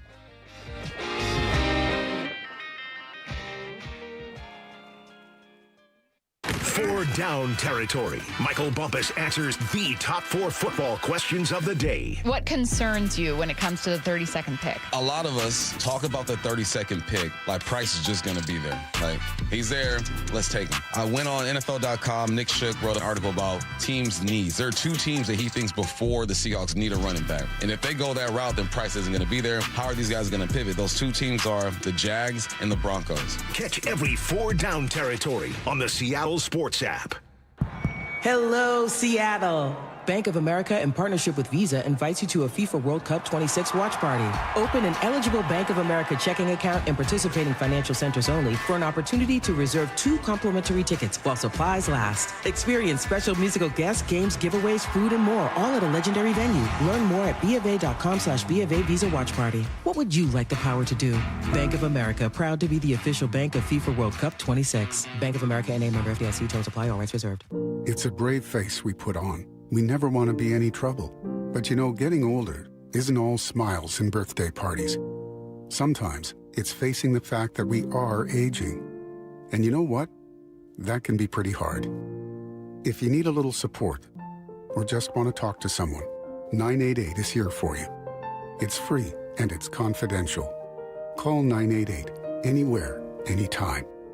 A message from the Washington State Department of Health. The road to riches starts at Silver Reef. This April is your chance to win $100,000 in cash, plus a 26 Mercedes-Benz. Have some fun in the fast lane every Saturday night with hourly drawings from 5 to 9 p.m. Join us April 25th at 10 p.m. for the guaranteed grand prize car giveaway. Don't forget, your Reef Rewards card can save you up to 25 cents per gallon at Lummi Bay Market next to Silver Reef. Silver Reef Casino Resort, located off I-5 exit 260. Hi, Chuck here at Frank Lumber The Door Store. One of our most popular services is our match-up service, where we use your old door as a template to create a new door in your existing frame. Whether you need an interior or exterior door, this is a great way to change out your doors DIY style. And as long as we have what you need in stock, we currently have available space without a long wait for our same-day match-up service. Please visit us in Shoreline, where there's plenty of good parking. Also, check us out online at franklumber.com. Lee Johnson Auto Family. The best path at that point was to stop for the night,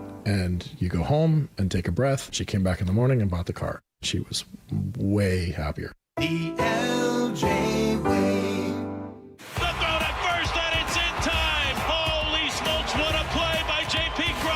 At T-Mobile Park, you've always got the best seat in the house. But if you're looking for a truly golden view, look no further than the seats on the first baseline, a.k.a. Treydan Town.